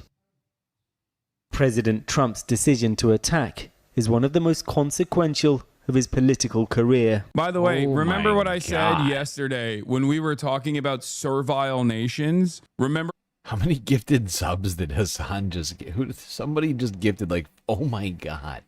I knew it. Somebody gifted 50 tier 1 to attack is one of the most consequential of his political career. By the way, remember Jesus Christ. Said yesterday when we were talking about Twitch subs cost like $6 now. It's like $300 worth of subs somebody just gifted to fucking good God. Of his political career. By the way, remember what I said yesterday when we were talking about servile nations? Remember when I said the Gulf is bad, right? The Gulf leadership is bad. They're dogs to America, Turkey included, you know, all these NATO countries like Turkey, they speak a big game against Israel, but they still absolutely follow the American line, right? Tooth and nail. But then I said there are, however, a group of countries that consider themselves to be sovereign. They consider themselves to be a sovereign nation, and that group of countries is not sovereign whatsoever. They are servile, and that is the European Union, okay? European countries on the European continent have demonstrated once again how little dignity and how little autonomy they truly have. Canada also came out as well. Only a couple weeks ago, they were talking extensively about how they wanted to decouple from America,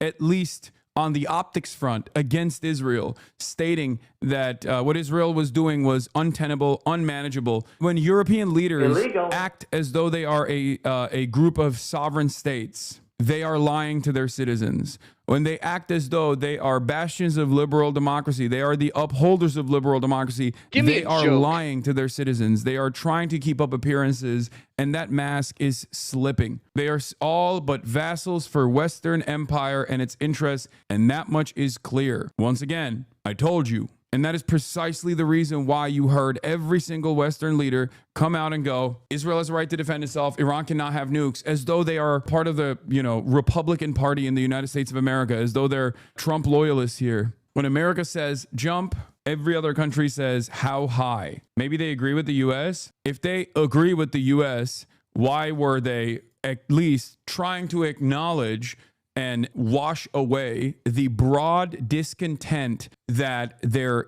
countries' populations have towards America and Israel? Do you think that European capitals are ecstatic about American dominance? Do you think that people living in Europe are excited that their leaders literally go to the United States of America and have to bow down to a pathetic man, bow down to a man who's like a child, bow down to an idiot like Donald Trump, who doesn't even do the game of diplomacy in the way that at least like previous leaders have done to make it seem as though everyone has a say in this process? No, they don't like that. European leadership understands that there is tremendous discontent with this undying loyalty towards America. And also, more importantly than that, European leaders recognize that there is a tremendous amount of discontent towards Israel amongst the population. The populations in even European capitals now are frustrated. They're fired up. They're angry. They're resentful about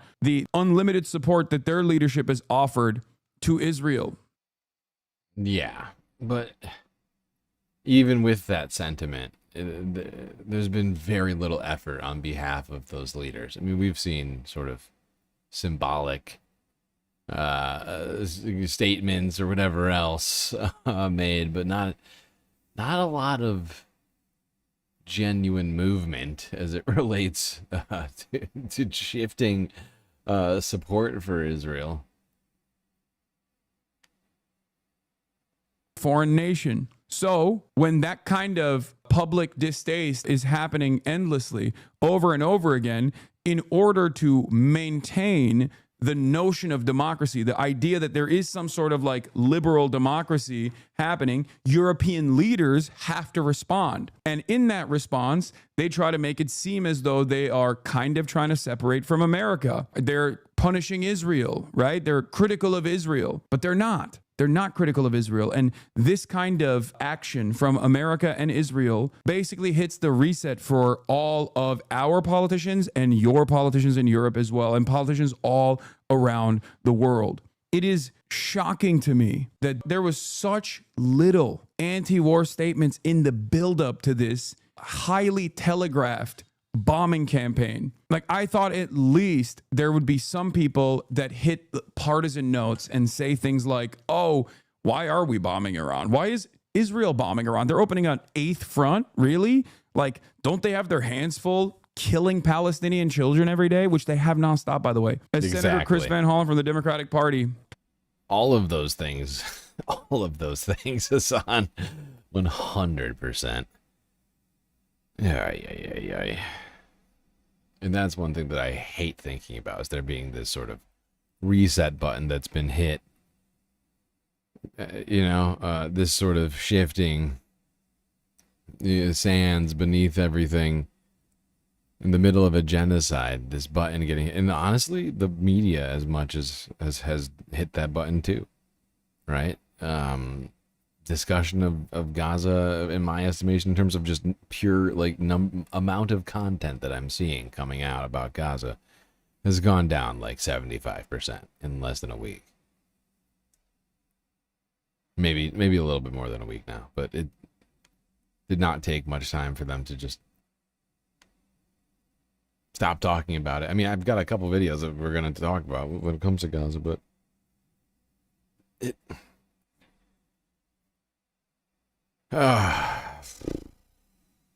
it's beyond frustrating. I don't even know what word it is. It's despair-inducing thinking about it. That this might, in fact, wind up prolonging the genocide and the starvation of Palestinians. When it's gone as long as it has, it just seems just utterly ridiculous. All right, let's go to this is the Associated Press from 10 hours ago. At the UN. For 40 years, the Iranian government has called for death to America. Last evening, U.S. military strikes targeted nuclear facilities in Fordo, Natanz, and Isfahan, with the aim of dismantling Iran's nuclear enrichment capacity and stopping the nuclear threat posed by the world's foremost state sponsor of terror. Any Iranian attack direct or indirect, against Americans or American bases will be met with devastating retaliation. Wow. The timing. It does not sound like United Nations Security Council talk.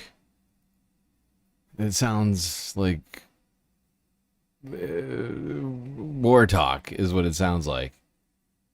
And by the way, we're the ones who started it. Iran didn't. Iran wasn't the one to start this. And we're like, all right, we just got done striking Iran, but if Iran responds, we're going to strike them even more. Thank you, United Nature Nations. and the scale of Iran's proportionate response will be decided by its armed forces. Throughout history. Yeah, I remember when people were saying that Donald Trump was going to bring peace to the Middle East. How did that go? So good and so great. Peace achieved. Now the United States is waging war in the Middle East, not just funding it. 75 different planes went through Iran in this strike. $1 billion spent. Now we're at the United Nations Security Council talking about how we're gonna bomb the shit out of Iran if they dare to respond to our violation of their security. It's fascinating. Really using that veto power with much impunity. Okay, let's go back to CNN. This was from 9 hours ago.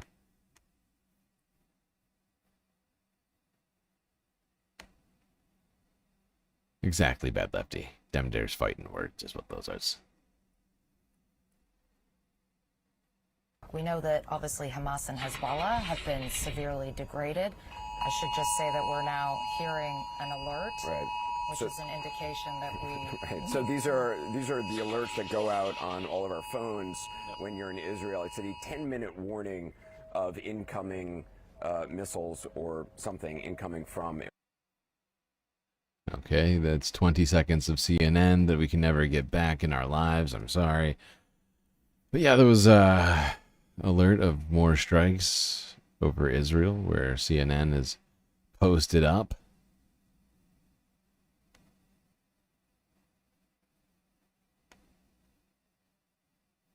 Now, protests were seen in Tehran in the wake of U.S. strikes on their territory. Shock. People in Iran don't like the United States bombing them? Well, protests have taken place in Tehran despite mass evacuations there.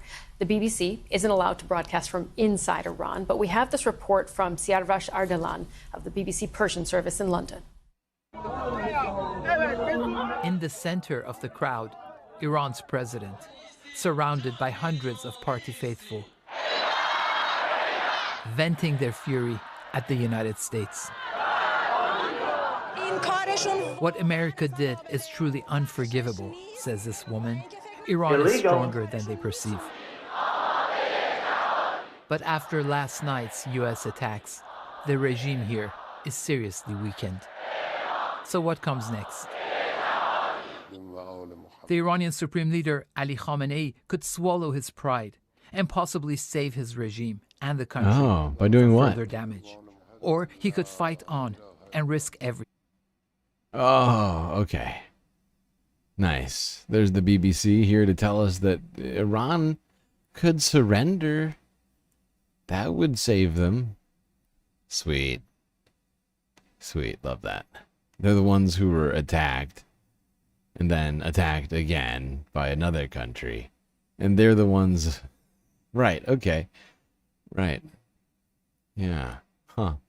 Fascinating framing from BBC. But yeah, people weren't just protesting in Tehran overnight. People were also protesting in Los Angeles for the same reason. Back here at home, protesters against the U.S. bombing in Iran gathered today outside the federal building in Westwood. The group stressed the need for peace as the military stood guard nearby. The strikes on Iran triggered protests around the world. KTLA5's Chris Wolf joins us live from Westwood with more on what happened there. Hi, Chris. That's right. Hey, Court and Karine, dozens, if not hundreds of people gathered outside the federal building here in Westwood today. This property has been heavily guarded by U.S. Marines since President Trump ordered them here to protect federal buildings and personnel during unrest over the immigration and customs enforcement operations in Southern California. Oh, yeah, there we go. Sunday, people came out and protested Donald Trump's further illegal moves, including the attack, the beginning of a new war with Iran. LA, getting out in the streets, letting people know how they feel. Good job, LA. All right, we're getting very close to the most recent stories out of all of this. That was KTLA5 from 4 hours ago. This is Reuters from 2 hours ago. According to Reuters, airlines are strongly considering canceling all of their flights to the Middle East in the wake of U.S. involvement. Airlines around the world on Monday were deciding how long to pause flights to the Middle East after the U.S. struck Iran over the weekend. Singapore Airlines, Air France-KLM, and British Airways have all cancelled flights to destinations such as Dubai, Riyadh, and Doha. During the Russia-Ukraine war, both of those countries' airspaces were closed to most international flights. This forced airlines to find new routes between Europe and Asia, making Middle East routes key for airlines. But now, data from flight tracking website FlightRadar24 shows that early Monday, hardly any planes were flying over Iran, Iraq, Syria, or Israel.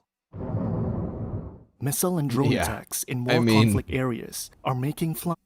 We gotta say, it's images like this that are perhaps, evidence as to why people might want to divert their flights. I mean, not a great time to be in the air above this area right now. That much is clear. Seems like an unsafe thing to do, considering. Now, as of 56 minutes ago, I just added this into the stream, into the list, but Al Jazeera English is reporting that more missiles have struck Israel from Iran.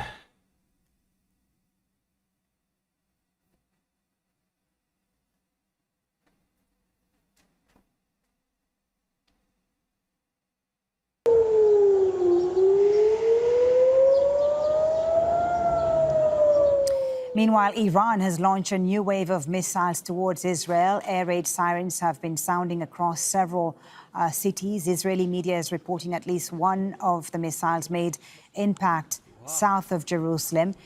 Explosions have been heard again throughout Israel, and people were instructed to take shelter until further notice. Let's bring in Noor O'Day in Amman, Jordan, keeping an eye on the situation in Israel for us. Is the alert over now, Noor? What's the latest? The alerts are over. The initial reports talk about between 10 and 15 Iranian missiles launched in successive order, 5 separate impact sites fully, and this is quite remarkable. We're talking about far fewer missiles, but a larger number of them making impact. One of them making impact near the power plant in Ashdod, a central city, an important city in the south, a strategic port in the south, and in that vicinity there are several military installations as well. We've already heard from authorities saying that there might be disruptions in electricity supplied to various communities in the south because of the damage sustained to that plant. We also saw reports of impact in the Tel Aviv area, but also in Ashkelon and in Safed, all the way in the north. We don't know the nature of those locations, what were the targets, what's in the vicinity, but this was the longest time sirens had gone off in Israel, about 40 minutes non-stop. And significantly also, Noor, impact in Jerusalem, which had not happened during this conflict. Yes, there was a report of impact south of Jerusalem. This is the first time something like that is reported during this confrontation with Iran. We're not sure what the nature of that location is, but remember, there are military bases and installations across the occupied West Bank and around Jerusalem. So it's really difficult to ascertain unless the military censor clears the area for a publication. Wow, these are some extensive strikes from Iran in this most recent barrage. Also, like this, you can also see this banner here suggesting that also multiple explosions were reported in Tehran, in Iran, including a blast near a hospital. This situation just continues to devolve and or escalate depending on how you want to see it. Either way, things not getting better. That much is for sure. Now, this was going on during the stream. Like I said, I added a few things in here while we were going on the last, I think during the last break. Like 30 minutes ago or so. Actually, I guess that was longer. Whatever. At some point, I've been adding some other things in here. So I haven't seen all this stuff yet at all. But let's go here because the foreign minister of Iran met with Vladimir Putin in Moscow. That event was live streamed on the Associated Press from 30 minutes ago or so.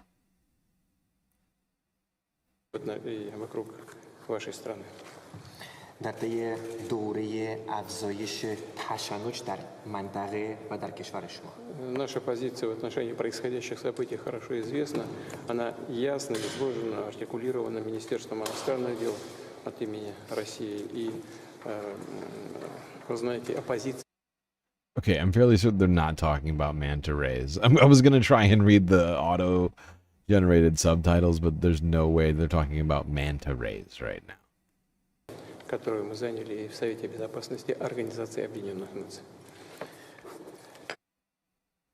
Okay, I don't know if any of this is going to be conducted in English, or I don't think we're going to get any translations either. Just be aware of this this development. Vladimir Putin and Iran now talking about what? I don't know. I'm sure we'll have some follow-ups to this story in near future. And color me shocked with this next story that CNN posted in the last hour. Donald Trump floating the idea of Iranian regime change. Oh my gosh, who could have guessed? Meanwhile, the Pentagon trying to learn the extent of the damage to Iran's nuclear program after these weekend strikes. The chairman of the Joint Chiefs of Staff says it is way too early at this point to determine if Iran still has nuclear capabilities. Well, CNN analysis of these satellite photos found that the attack on Fordo, for example, that nuclear facility there, left behind at least 6 large craters. That's where the uranium, highly enriched uranium, is supposed to be stored. They're likely from the US bunker buster bombs, which are designed to go deep, these craters, before detonating underground. The Isfahan nuclear complex, Iran's largest, and where the R&D facilities are, most importantly, was hit by more than a dozen Tomahawk cruise missiles. And now President Trump talking about regime change in Iran. Brian Todd live in Washington with more. Brian. Right, Becky. The messaging from Washington is so critical in these hours right after those airstrikes on Saturday, and the messaging from President Donald Trump in particular so critical. And this is what the messaging says coming from the president Sunday evening and into this morning. First, as you mentioned, the idea of regime change. The president posting on Truth Social this, quote, "It's not politically correct to use the term regime change, but if the current Iranian regime is unable to make Iran great again, why wouldn't there be a regime change?" And then he put the phrase MAGA for Make Iran Great Again. Now, the president did not specifically say the U.S. would enact regime change.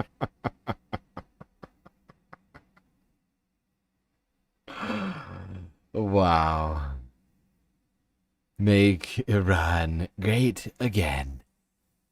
All you gotta do is a little bit of a regime change, and that'll make it great, like back in the day. Again. Now, the president did not specifically say the U.S. would enact regime change in Iran. And we won't enact it, but we won't not enact it either. Top aides, Defense Secretary Pete Hegseth and J.D. Vance, the vice president, have flat out said on Sunday that that was not the plan. Take a listen. This mission was not and has not been about regime change. A what now? You sure about that, Petey? I think your boss just contradicted you.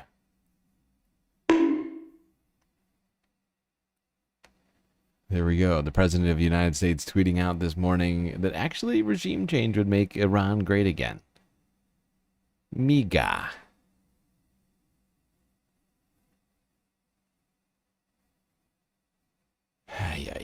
All right, let's talk about Gaza. Since it has taken a back seat to all of this, I decided to put it at the end of our discussion of the Middle East. Started off here with Navarra Media from a couple of days ago. Talk about how the media, specifically British media, has been handling this ongoing genocide in Gaza. Among the countless aspects of Israel's genocide in Gaza that are soaked in cruelty, it's the war on healthcare that has often most shocked the world, which is presumably why the BBC commissioned a documentary called Gaza Medics Under Fire. Now, the film was due to air in February, but after a controversy surrounding another documentary, it was pulled. The film was then left in limbo for months, leading to accusations, including from veteran journalists, that the BBC was guilty of political censorship. Now, that film followed Palestinian doctors, and the production company released this statement in May.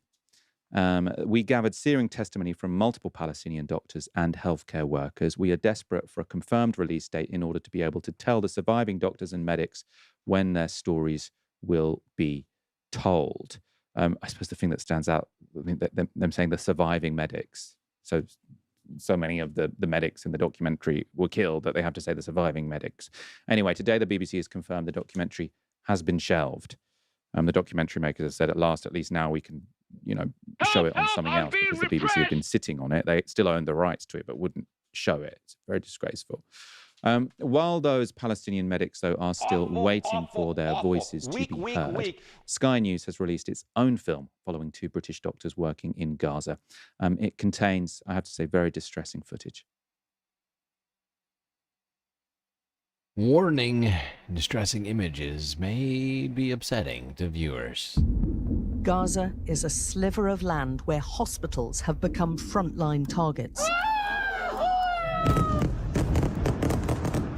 Absolutely massive strike on EGH Hospital.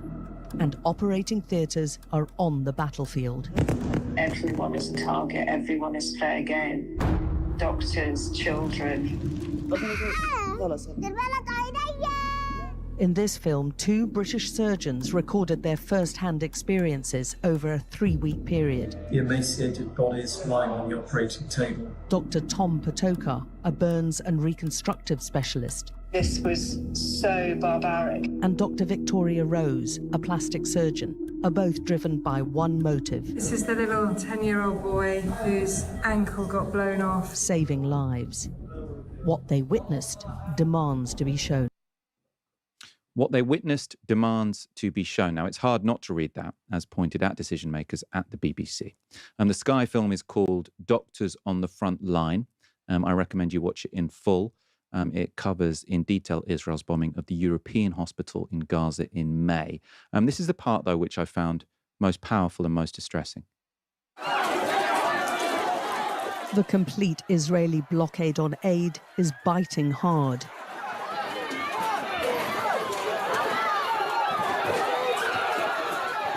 Hunger is hitting the youngest most harshly.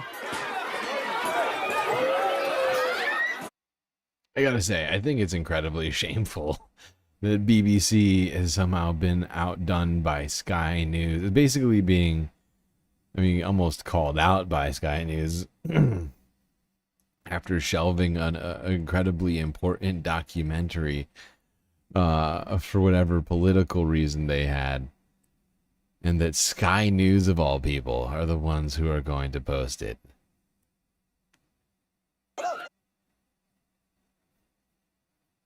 Shameful.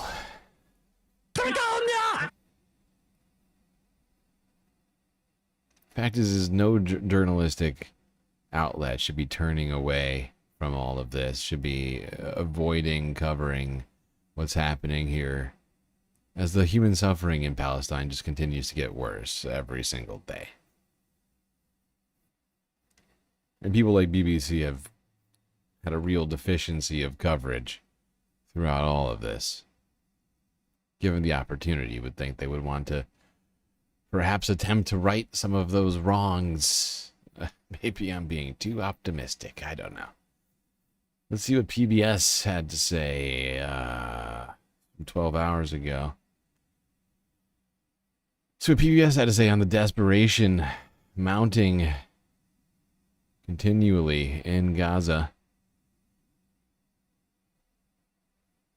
Where's the Vagonia clip from? It's from the Majority Report. You should be ashamed of yourself for having that thought. While the world's attention is focused on Iran, Israel's war in Gaza continues. Gaza health officials say Israeli strikes over the past 24 hours killed 51 Palestinians and wounded 104. In addition, Israel says it recovered the bodies of 3 hostages Hamas captured in the October 7th attacks. And as the fighting goes on, so does the humanitarian crisis. James Elder is global spokesman for UNICEF. James Elder, I know you're just back from having spent a little more than a week in Gaza. I'm curious, how did conditions compare with previous visits?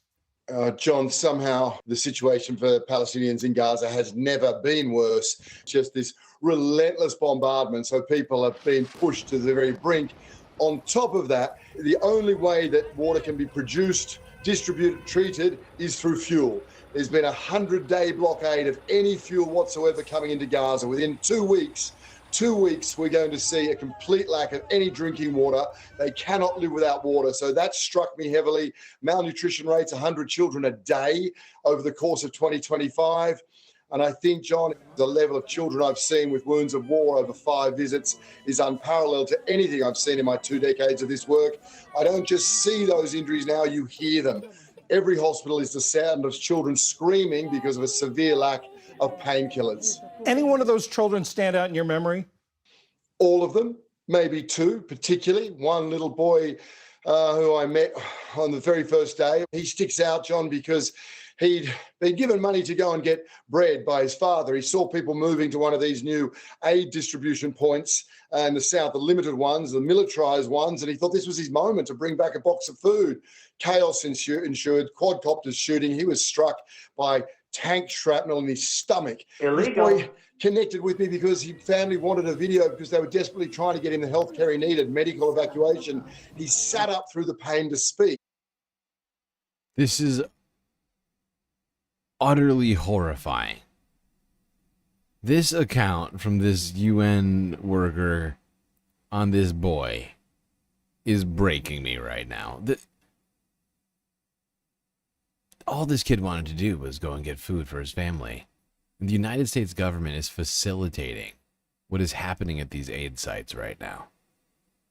With full participation, I mind you, in these atrocities, these crimes that are happening around these fake humanitarian aid sites.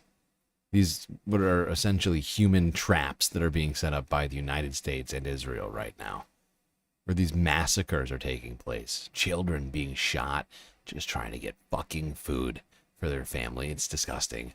I am ashamed that my government is participating in this in any fashion. I am just horrified.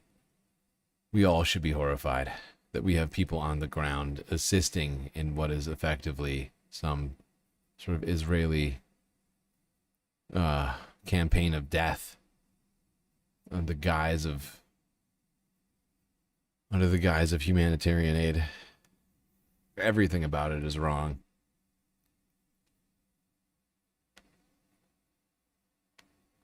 Okay. Sorry to bring us all down on this Sunday Funday, but I couldn't not talk about this stuff. And some of this stuff I had intended to do yesterday might have been slightly less depressing today if I had managed to get the part 2 on Saturday. That's my fault. I made a huge, tiny mistake. Okay. Let's go to Asia and talk about some less harrowing things.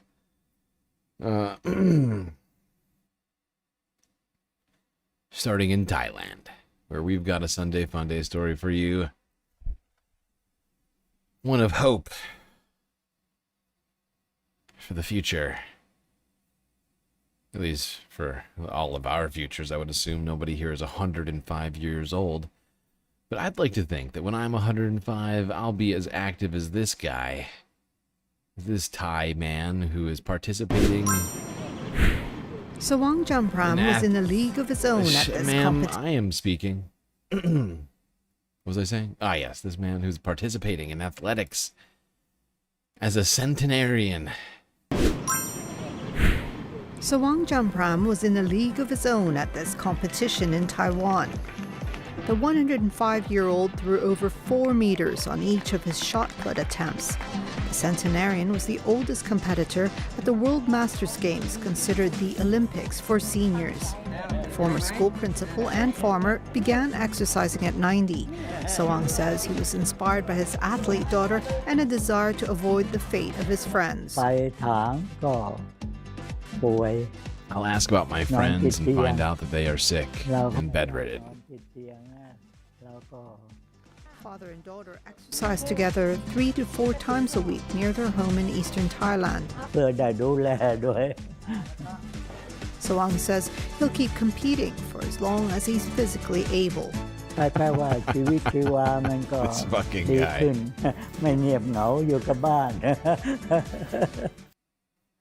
There you go.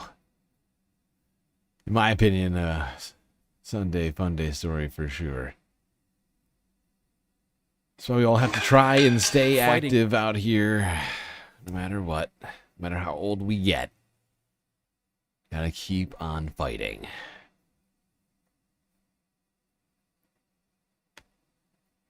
All right, let's talk about the city in China quickly becoming the Silicon Valley of Asia. Hangzhou. South China Morning Post last week. Fighting robots. Mythical monkey. Fighting robots.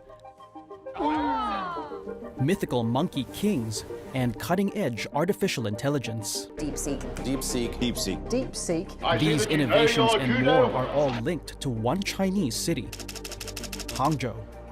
It has rapidly become China's newest high-tech hub, nurturing companies that have quickly grown into tech giants and minting new billionaires in the process.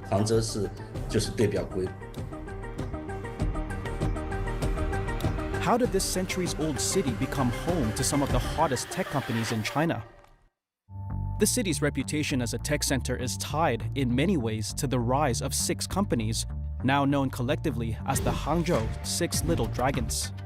They are DeepSeek, the AI company that develops large language models, Unitree, the robotics company that delighted the Spring Festival Gala, Game Science, the studio behind last year's hit game Black Myth Wukong, Deep Robotics, the company that made China's first robot dog overseas for industrial use.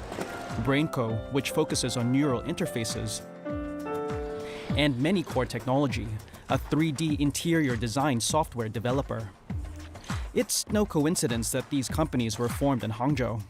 因为人才对于我们这种科技类公司是发展的核心。 3 of the 6 Little Dragons were founded by graduates of Zhejiang University. The list of alumni includes DeepSeek's Liang Wenfang, Manycore's Huang Xiaohuang and Chen Hang, as well as Deep Robotics' Li Chao and Zhu Qiuguo.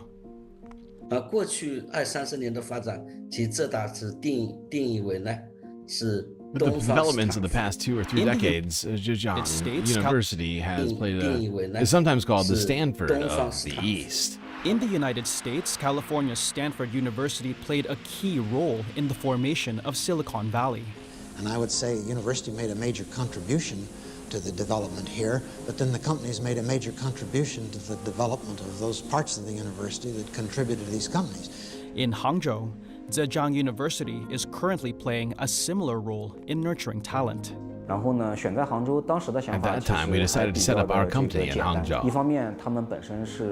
Our reason was that the founders themselves are graduates of Zhejiang University. They also thought the school would have a lot of excellent talent who could join our company. We had just returned to China, so we quickly established contact with many Zhejiang alumni, including entrepreneurs and students. Our company quickly attracted a lot of graduates from the university to join. This group of students offered very good talent.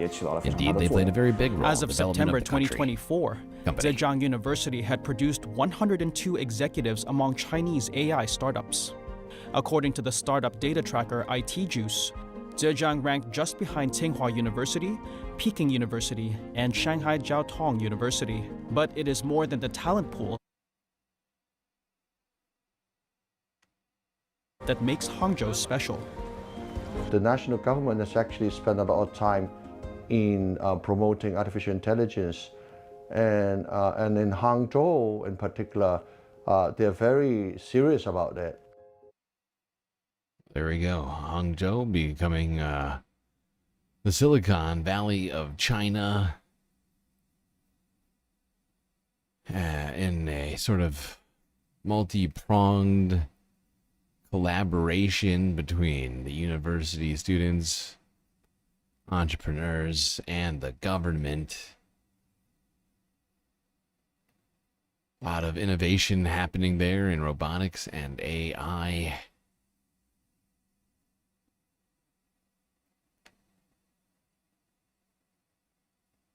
All right, we are getting through this stream. I think we're going to be able to end with just 4 halves tonight. Something I wasn't sure I was going to be able to do.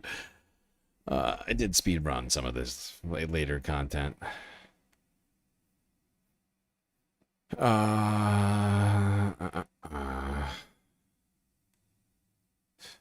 Second to last story of the evening. In South Korea, let's talk about an ancient tradition.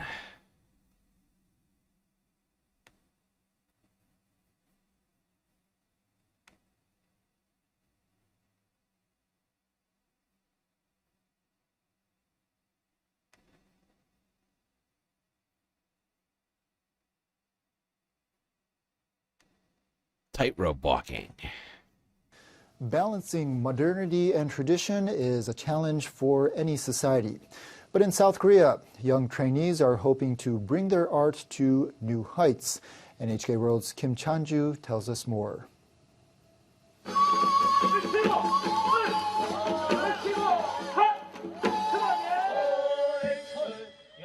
These artists are balancing on a rope just 3 centimeters wide and well over 2 meters high.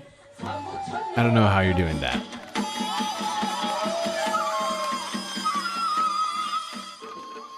This is 줄타기, a style of tightrope walking.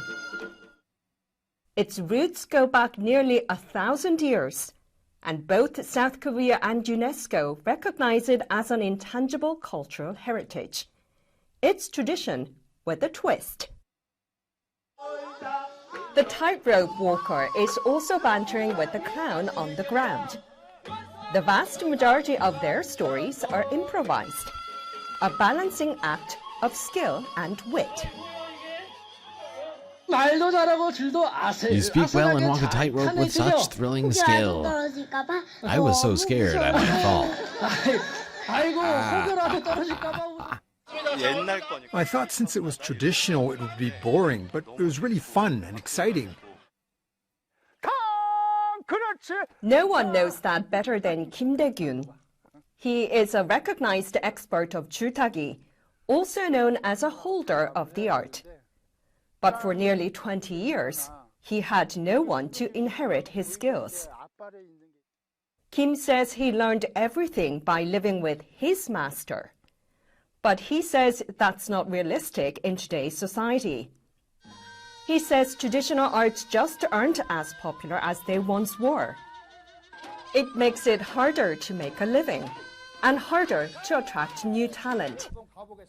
Many young apprentices quit because it takes years of training to master the art.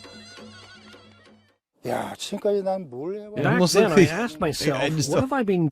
Some of the things these guys are managing to do on these ropes is wild. Like, this dude's walking on his ankles, essentially, on a tightrope. It's wild. It's insane. Back then, Oh, there we go. People attempting to reinvigorate the ancient South Korean tradition and, I guess, continue into the future of 줄타기. I think that's how they say that. Some sort of cushioned underwear must be involved. Yeah, it would seem like that. Some of those moves look incredibly dangerous. All right, we're going to stay in South Korea for the final story of the night. By the way, great job. We do have 2 clips from this last story. Now, I don't know if you're familiar, but South Korea has mandatory military service. I believe it's specifically for men. Could be wrong about that particular, but I think I'm right.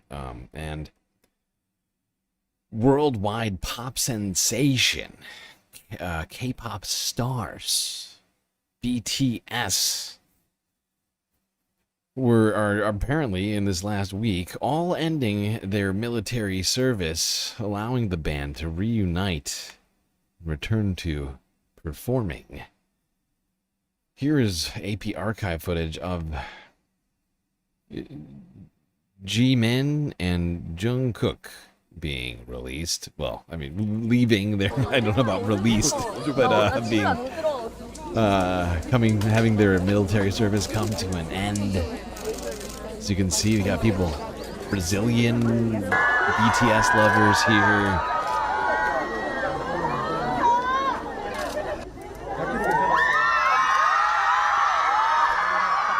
Screaming women.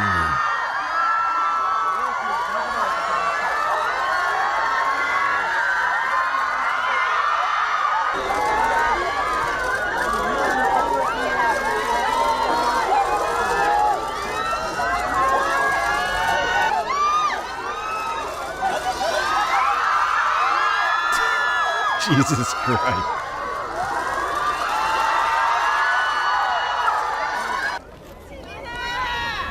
와 신기해. 와. 네, 국민 여러분들께 감히 말씀드리자면은 저희가 때를 와 보니까 되게 쉽지 않은 곳이었던 것 같아요. 옆에 고생하시는 분들도 너무 많고 해서 혹시 괜찮으시면은 길 지나가다가 군인분들 한번 I like how the translations are just music in parentheses when there is no music going on. 보게 되시면은 가볍게라도 따뜻한 말이라도 해주시면은 너무 영광일 것 같습니다. 추가로 못다한 얘기는 Thumbs. 라이브에서 Music. 저희가 많이 풀도록 하겠습니다. 네. Applause. 네, 감사합니다. 와주셔서 감사합니다.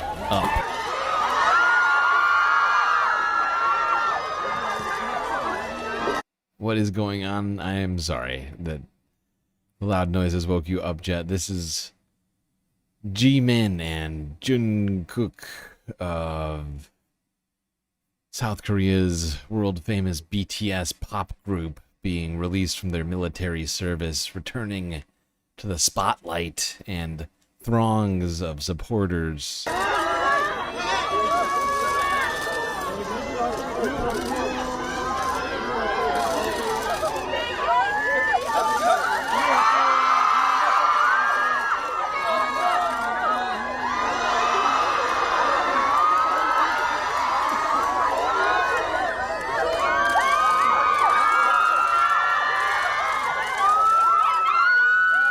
I'm Portugal, and it's 20 hours in the flight.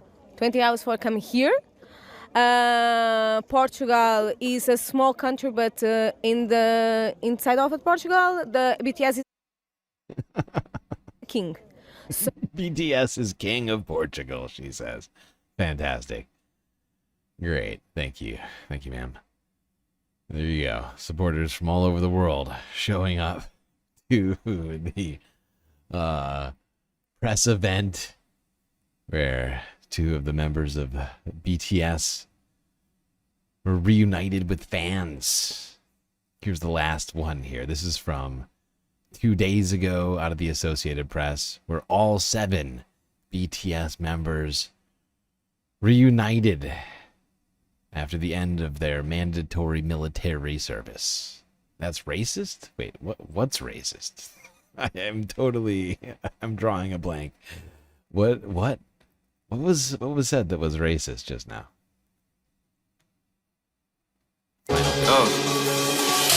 Sugar, a rapper and songwriter in the global K-pop sensation BTS, has been discharged from South Korea's mandatory military service, marking the official return of... What just happened? God damn you.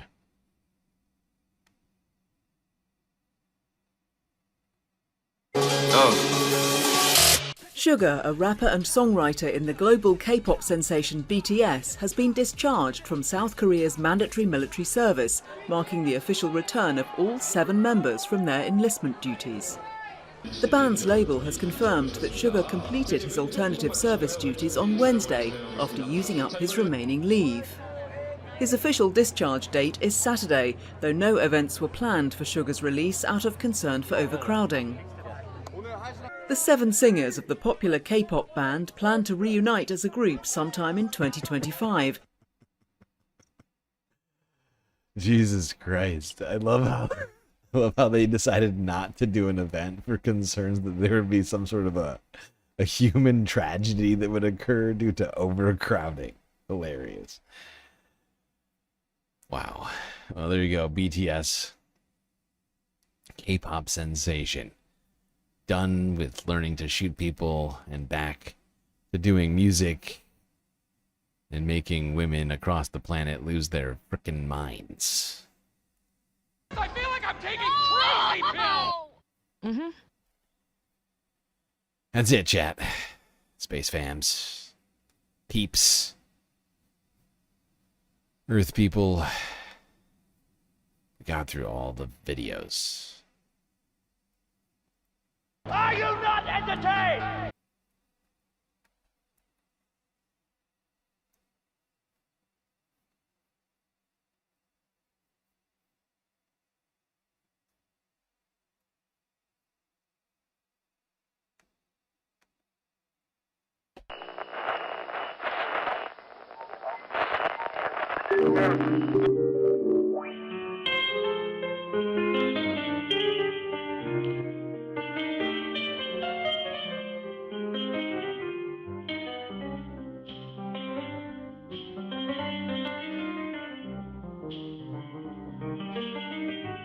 Well,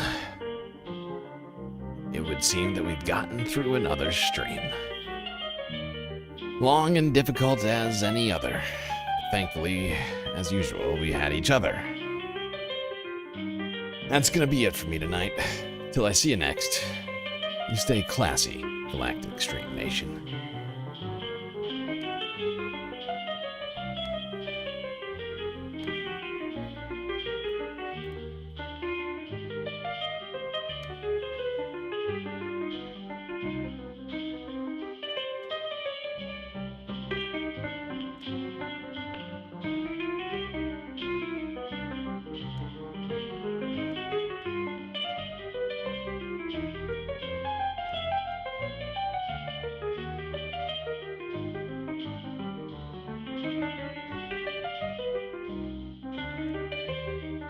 Can't forget this. These are your galactic patrons. Gabby, Goth Dogs, Aaron W, Schmegley, PB, Midi, Afroponics, Normal by Nature, Interplanet Janet, Godcat, Robot Cat, Disco Wolf, Callie Braiding, Sammy, Geodragon, The Anti-Corporatist, Obsessive Audio, Moanoip, Nadia, Choki, Skelts, Selena, Mrs. Jen, Omega Star, Sasha G, Pitchforks Dragon, Vincent Morales, Donald James X, Evan from Portland, McGoggles, Lovely Raya, Mish, Becky, Decipher, Sue Bates, and Icebreaker.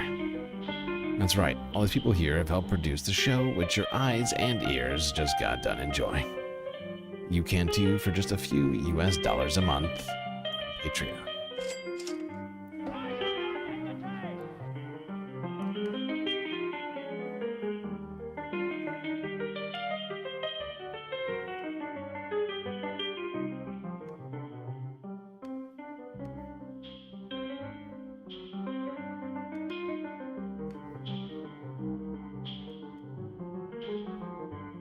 Before we go to the super secret late night after hours galactic chill stream, we should also mention another group of people who have helped produce this stream.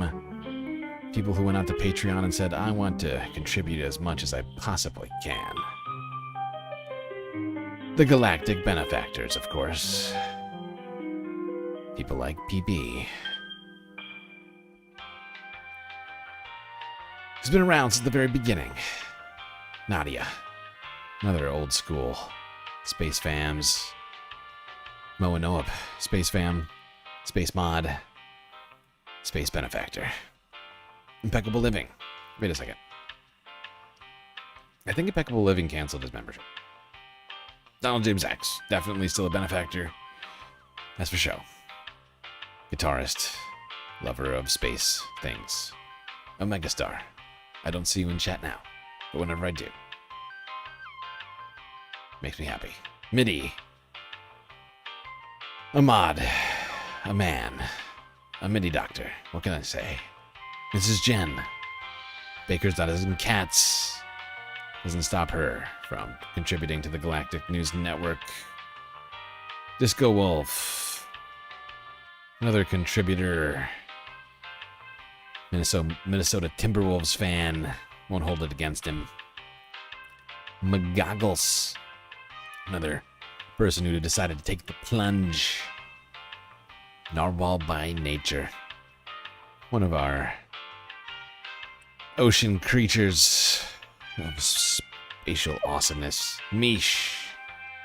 Mish is on the list too. Skeltsy. Australia.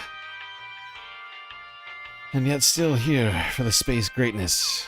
Daredevil 2. So many beautiful space people contributing on Patreon. You could too.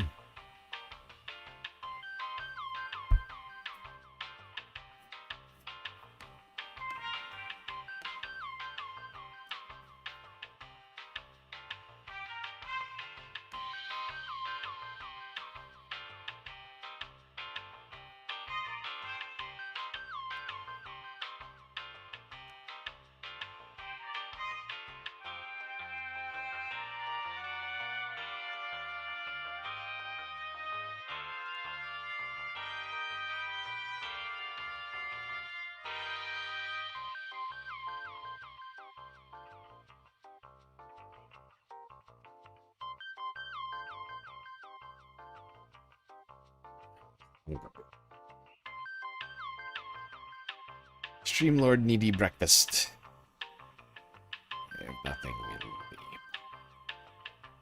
the eat right now.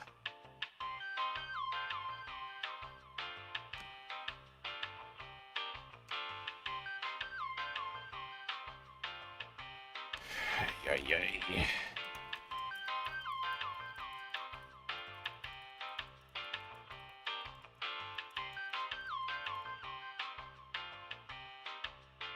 Huh? Son of a bitch.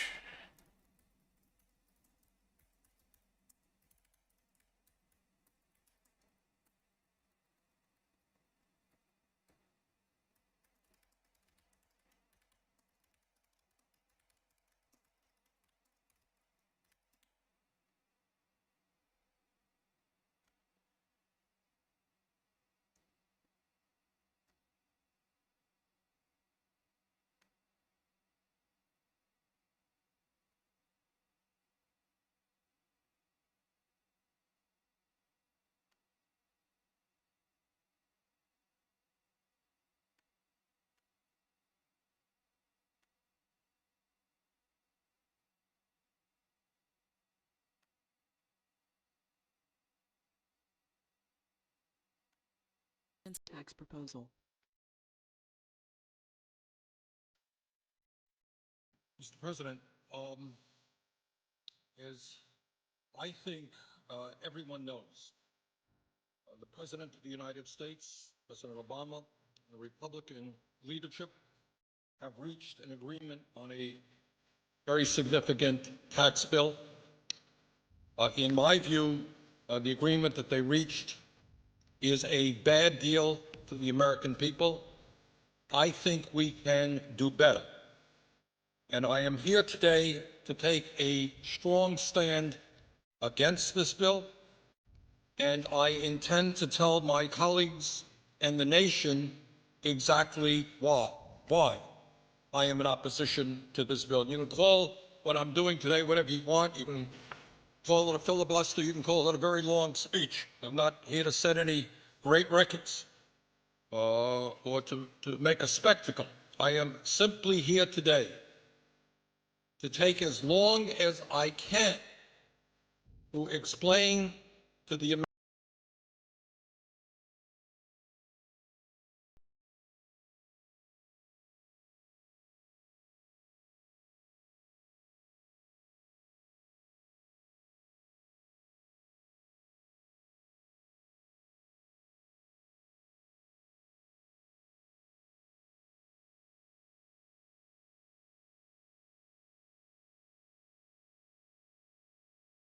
first is everybody.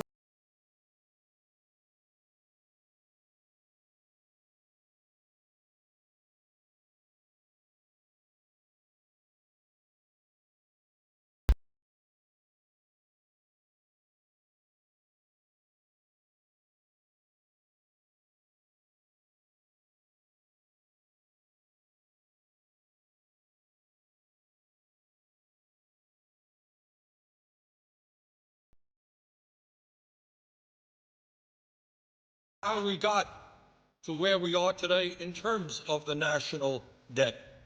I know there are some people who think that this all began the day that President Obama took office. Well, it's not quite the case.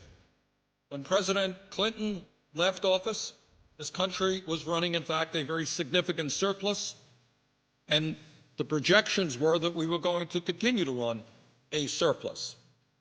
During the 8 years of President Bush, for a number of reasons, including the war in Iraq, the war in Afghanistan, including huge tax breaks for the wealthiest people in this country, including a Medicare Part D prescription drug program, and including the Wall Street bailout, among other things, all of which were not paid for. Those are the primary reasons that we saw an almost doubling of the national debt during the Bush administration. And since President Obama has been in office, we have passed a stimulus package, also adding to the deficit in national debt. But here we are today with a $13.8 trillion national debt, $1.4 trillion deficit, and almost all Americans are in agreement that this is a very serious issue. So the first point that I would make is that it seems to me to be unconscionable for my conservative friends and for everybody else in this country to be driving up this already too high national debt by giving tax breaks to millionaires and billionaires who don't need it, and in a number of cases, Mr. President, don't even want it. Here's one of the interesting ironies. There are lists of many, many very wealthy people who come forward and say, sure, I want a tax break. Everybody wants a tax break. But you know what? There are other priorities in this country. I don't need it. And two of the wealthiest people in the world, Bill Gates of Microsoft, Warren Buffett, Berkshire, he's a billionaire, and they said it's absurd. We don't need a tax break. All over the country, you're hearing a lot of folks who have a lot of money saying, don't drive up the deficit and force our kids to pay higher taxes to pay off the national debt in order to give tax breaks to the richest people in this country. Now, Mr. President, we have been told really not to worry too much because the extension of these tax breaks for the wealthy will only last 2 years. Not to worry. Well, maybe that's the case. But given the political reality that I have seen in Washington, my guess is that 2 years from now, these tax breaks for the wealthiest people in this country will be extended again. What happens around here is that the argument will be made that if you end these tax breaks, you're raising taxes. It's what we're hearing right now. I see no reason why in the middle of a presidential election, those arguments will not be made again. And I see no reason not to believe that those tax breaks will be extended again. And clearly we have a number of Republicans who want to make that extension permanent. Now, whether it will ever be made permanent or not, I don't know. But the point is, when you hear folks say that it's only a 2-year extension, I would suggest take that with a grain of salt. And let me just say that if, in fact, we do what the Republicans have wanted to do right now, as we enter this debate, they wanted a 10-year extension. That would add $700 billion to our national debt, $700 billion. Now, I've got 4 kids, and I've got 6 grandchildren. And I think it is grossly unfair. None of them have a whole lot of money. I think it is grossly unfair to ask my kids and grandchildren and the children all over this country to be paying higher taxes in order to provide tax breaks for billionaires because we've driven up the national debt. That is just plain wrong. And Mr. President, I think the vast majority of the American people, whether they're progressives like myself or whether they're conservatives, I think they perceive that that concept, that giving tax breaks to billionaires when we have such a high national debt, makes no sense at all. Furthermore, Mr. President, it is important to point out that extending income tax breaks to the top 2% is not the only unfair tax proposal in this agreement.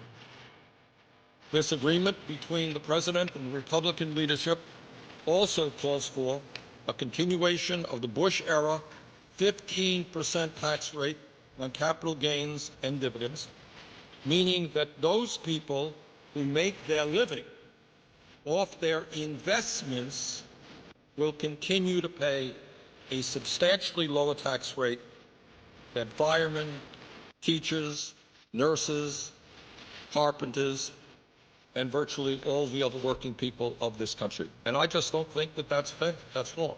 And we are continuing, if this agreement were to be passed, that unfair arrangement. Mr. President, on top of that, this agreement includes a horrendous proposal regarding the estate tax. And that is a Teddy Roosevelt initiative. Teddy Roosevelt was talking about this in the early years of the 20th century. It was enacted in 1916. And it was enacted for a couple of reasons.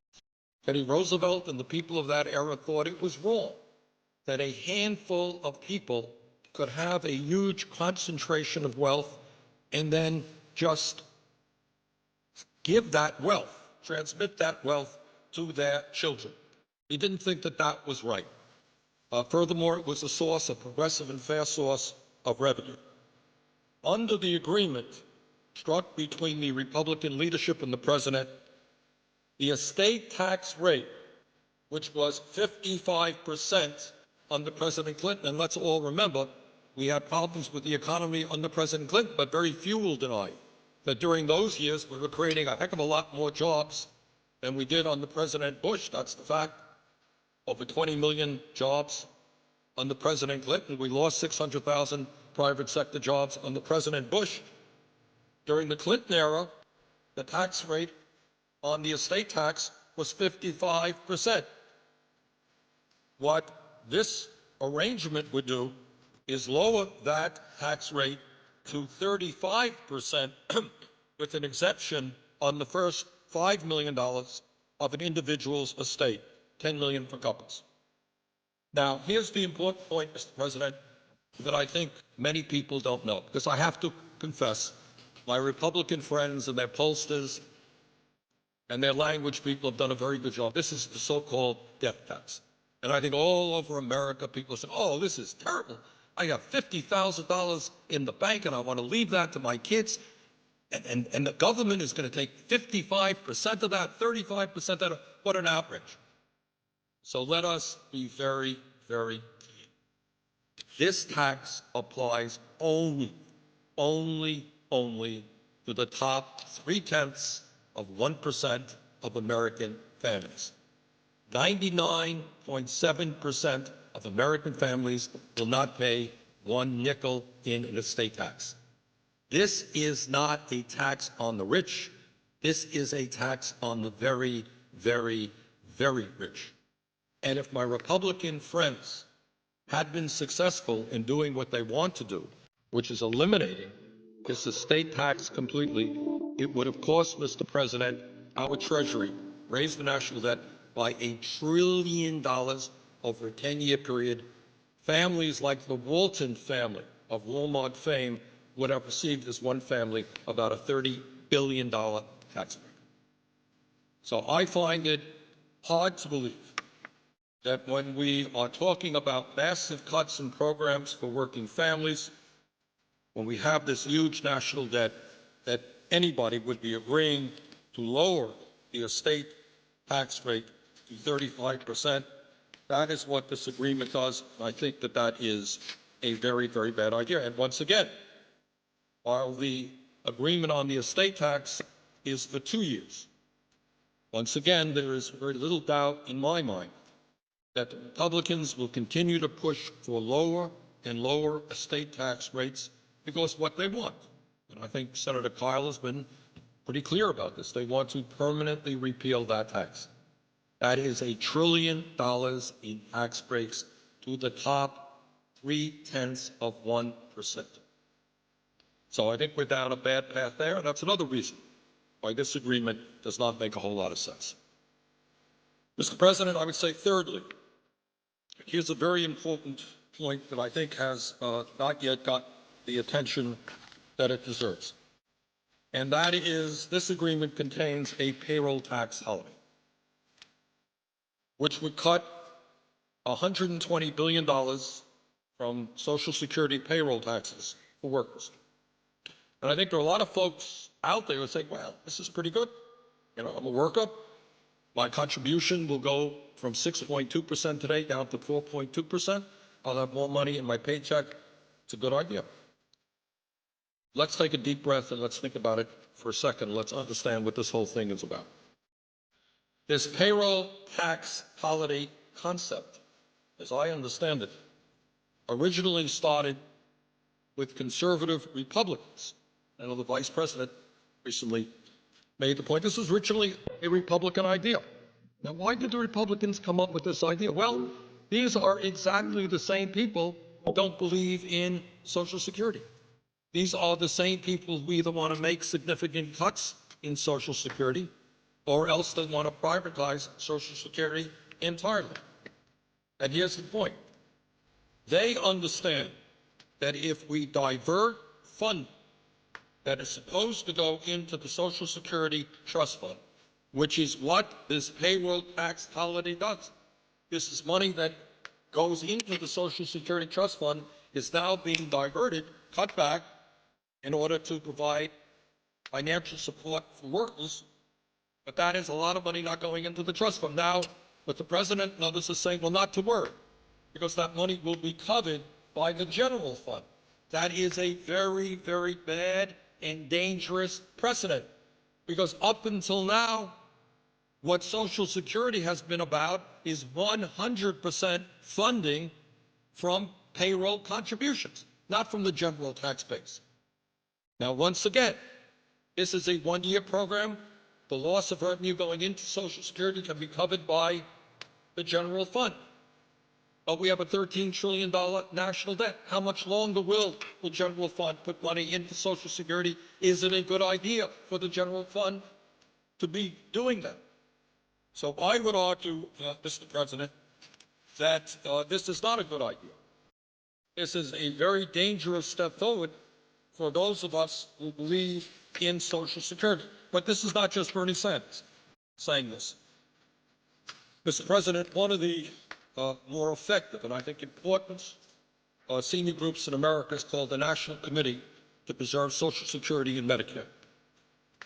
They have, I don't know exactly how many, but they have many, many members all over this country. I know they're active in the state of Vermont. And I want to read to you from a press release that they just sent out the other day. And this is the headline on it, from the National Committee to Preserve Social Security and Medicare. Cutting contributions to Social Security signals the beginning of the end. Payroll tax holiday is anything but. And this is what they say.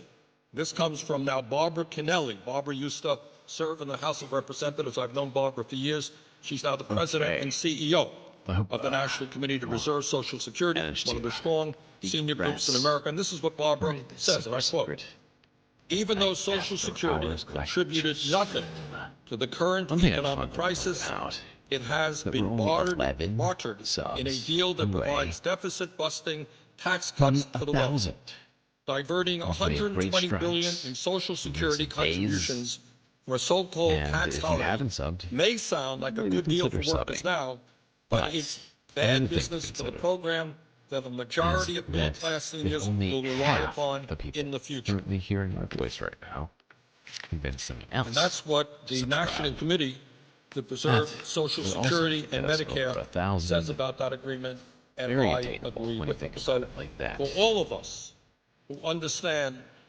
that Social Security is life and death for tens of millions of Americans today and will be vitally important for working people as they reach retirement age, that we understand that Social Security has done a great job.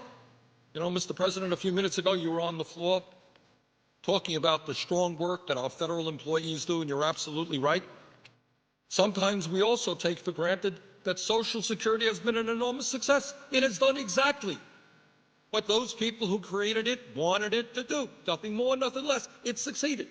It has taken millions and millions of seniors out of poverty, given them an element of security. It has also helped people with disabilities maintain their dignity.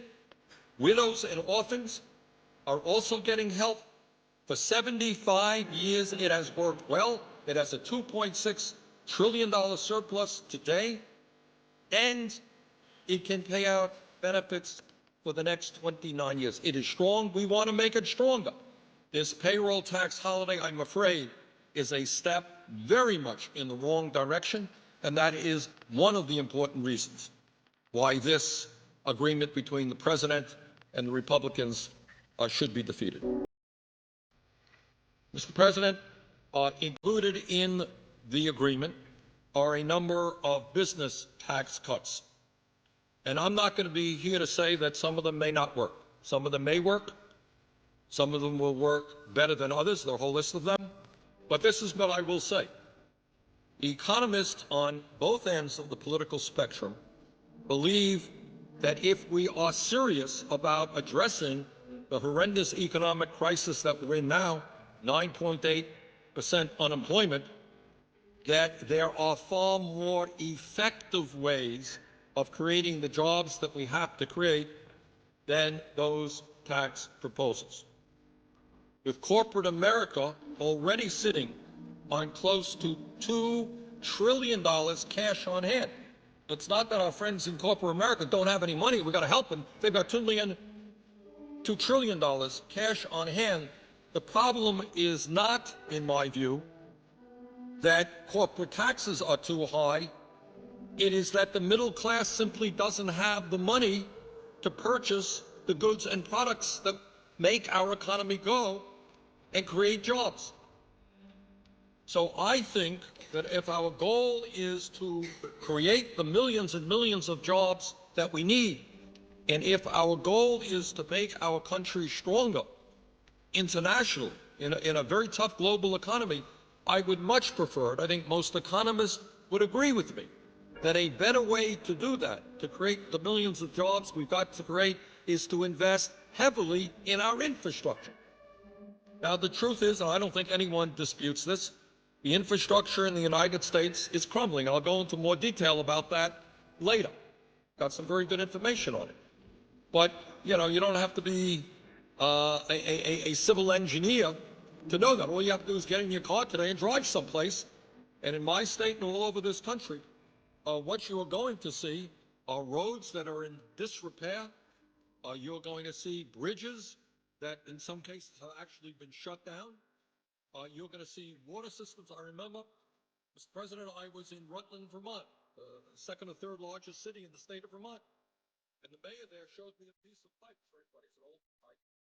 And he said, you know, the engineer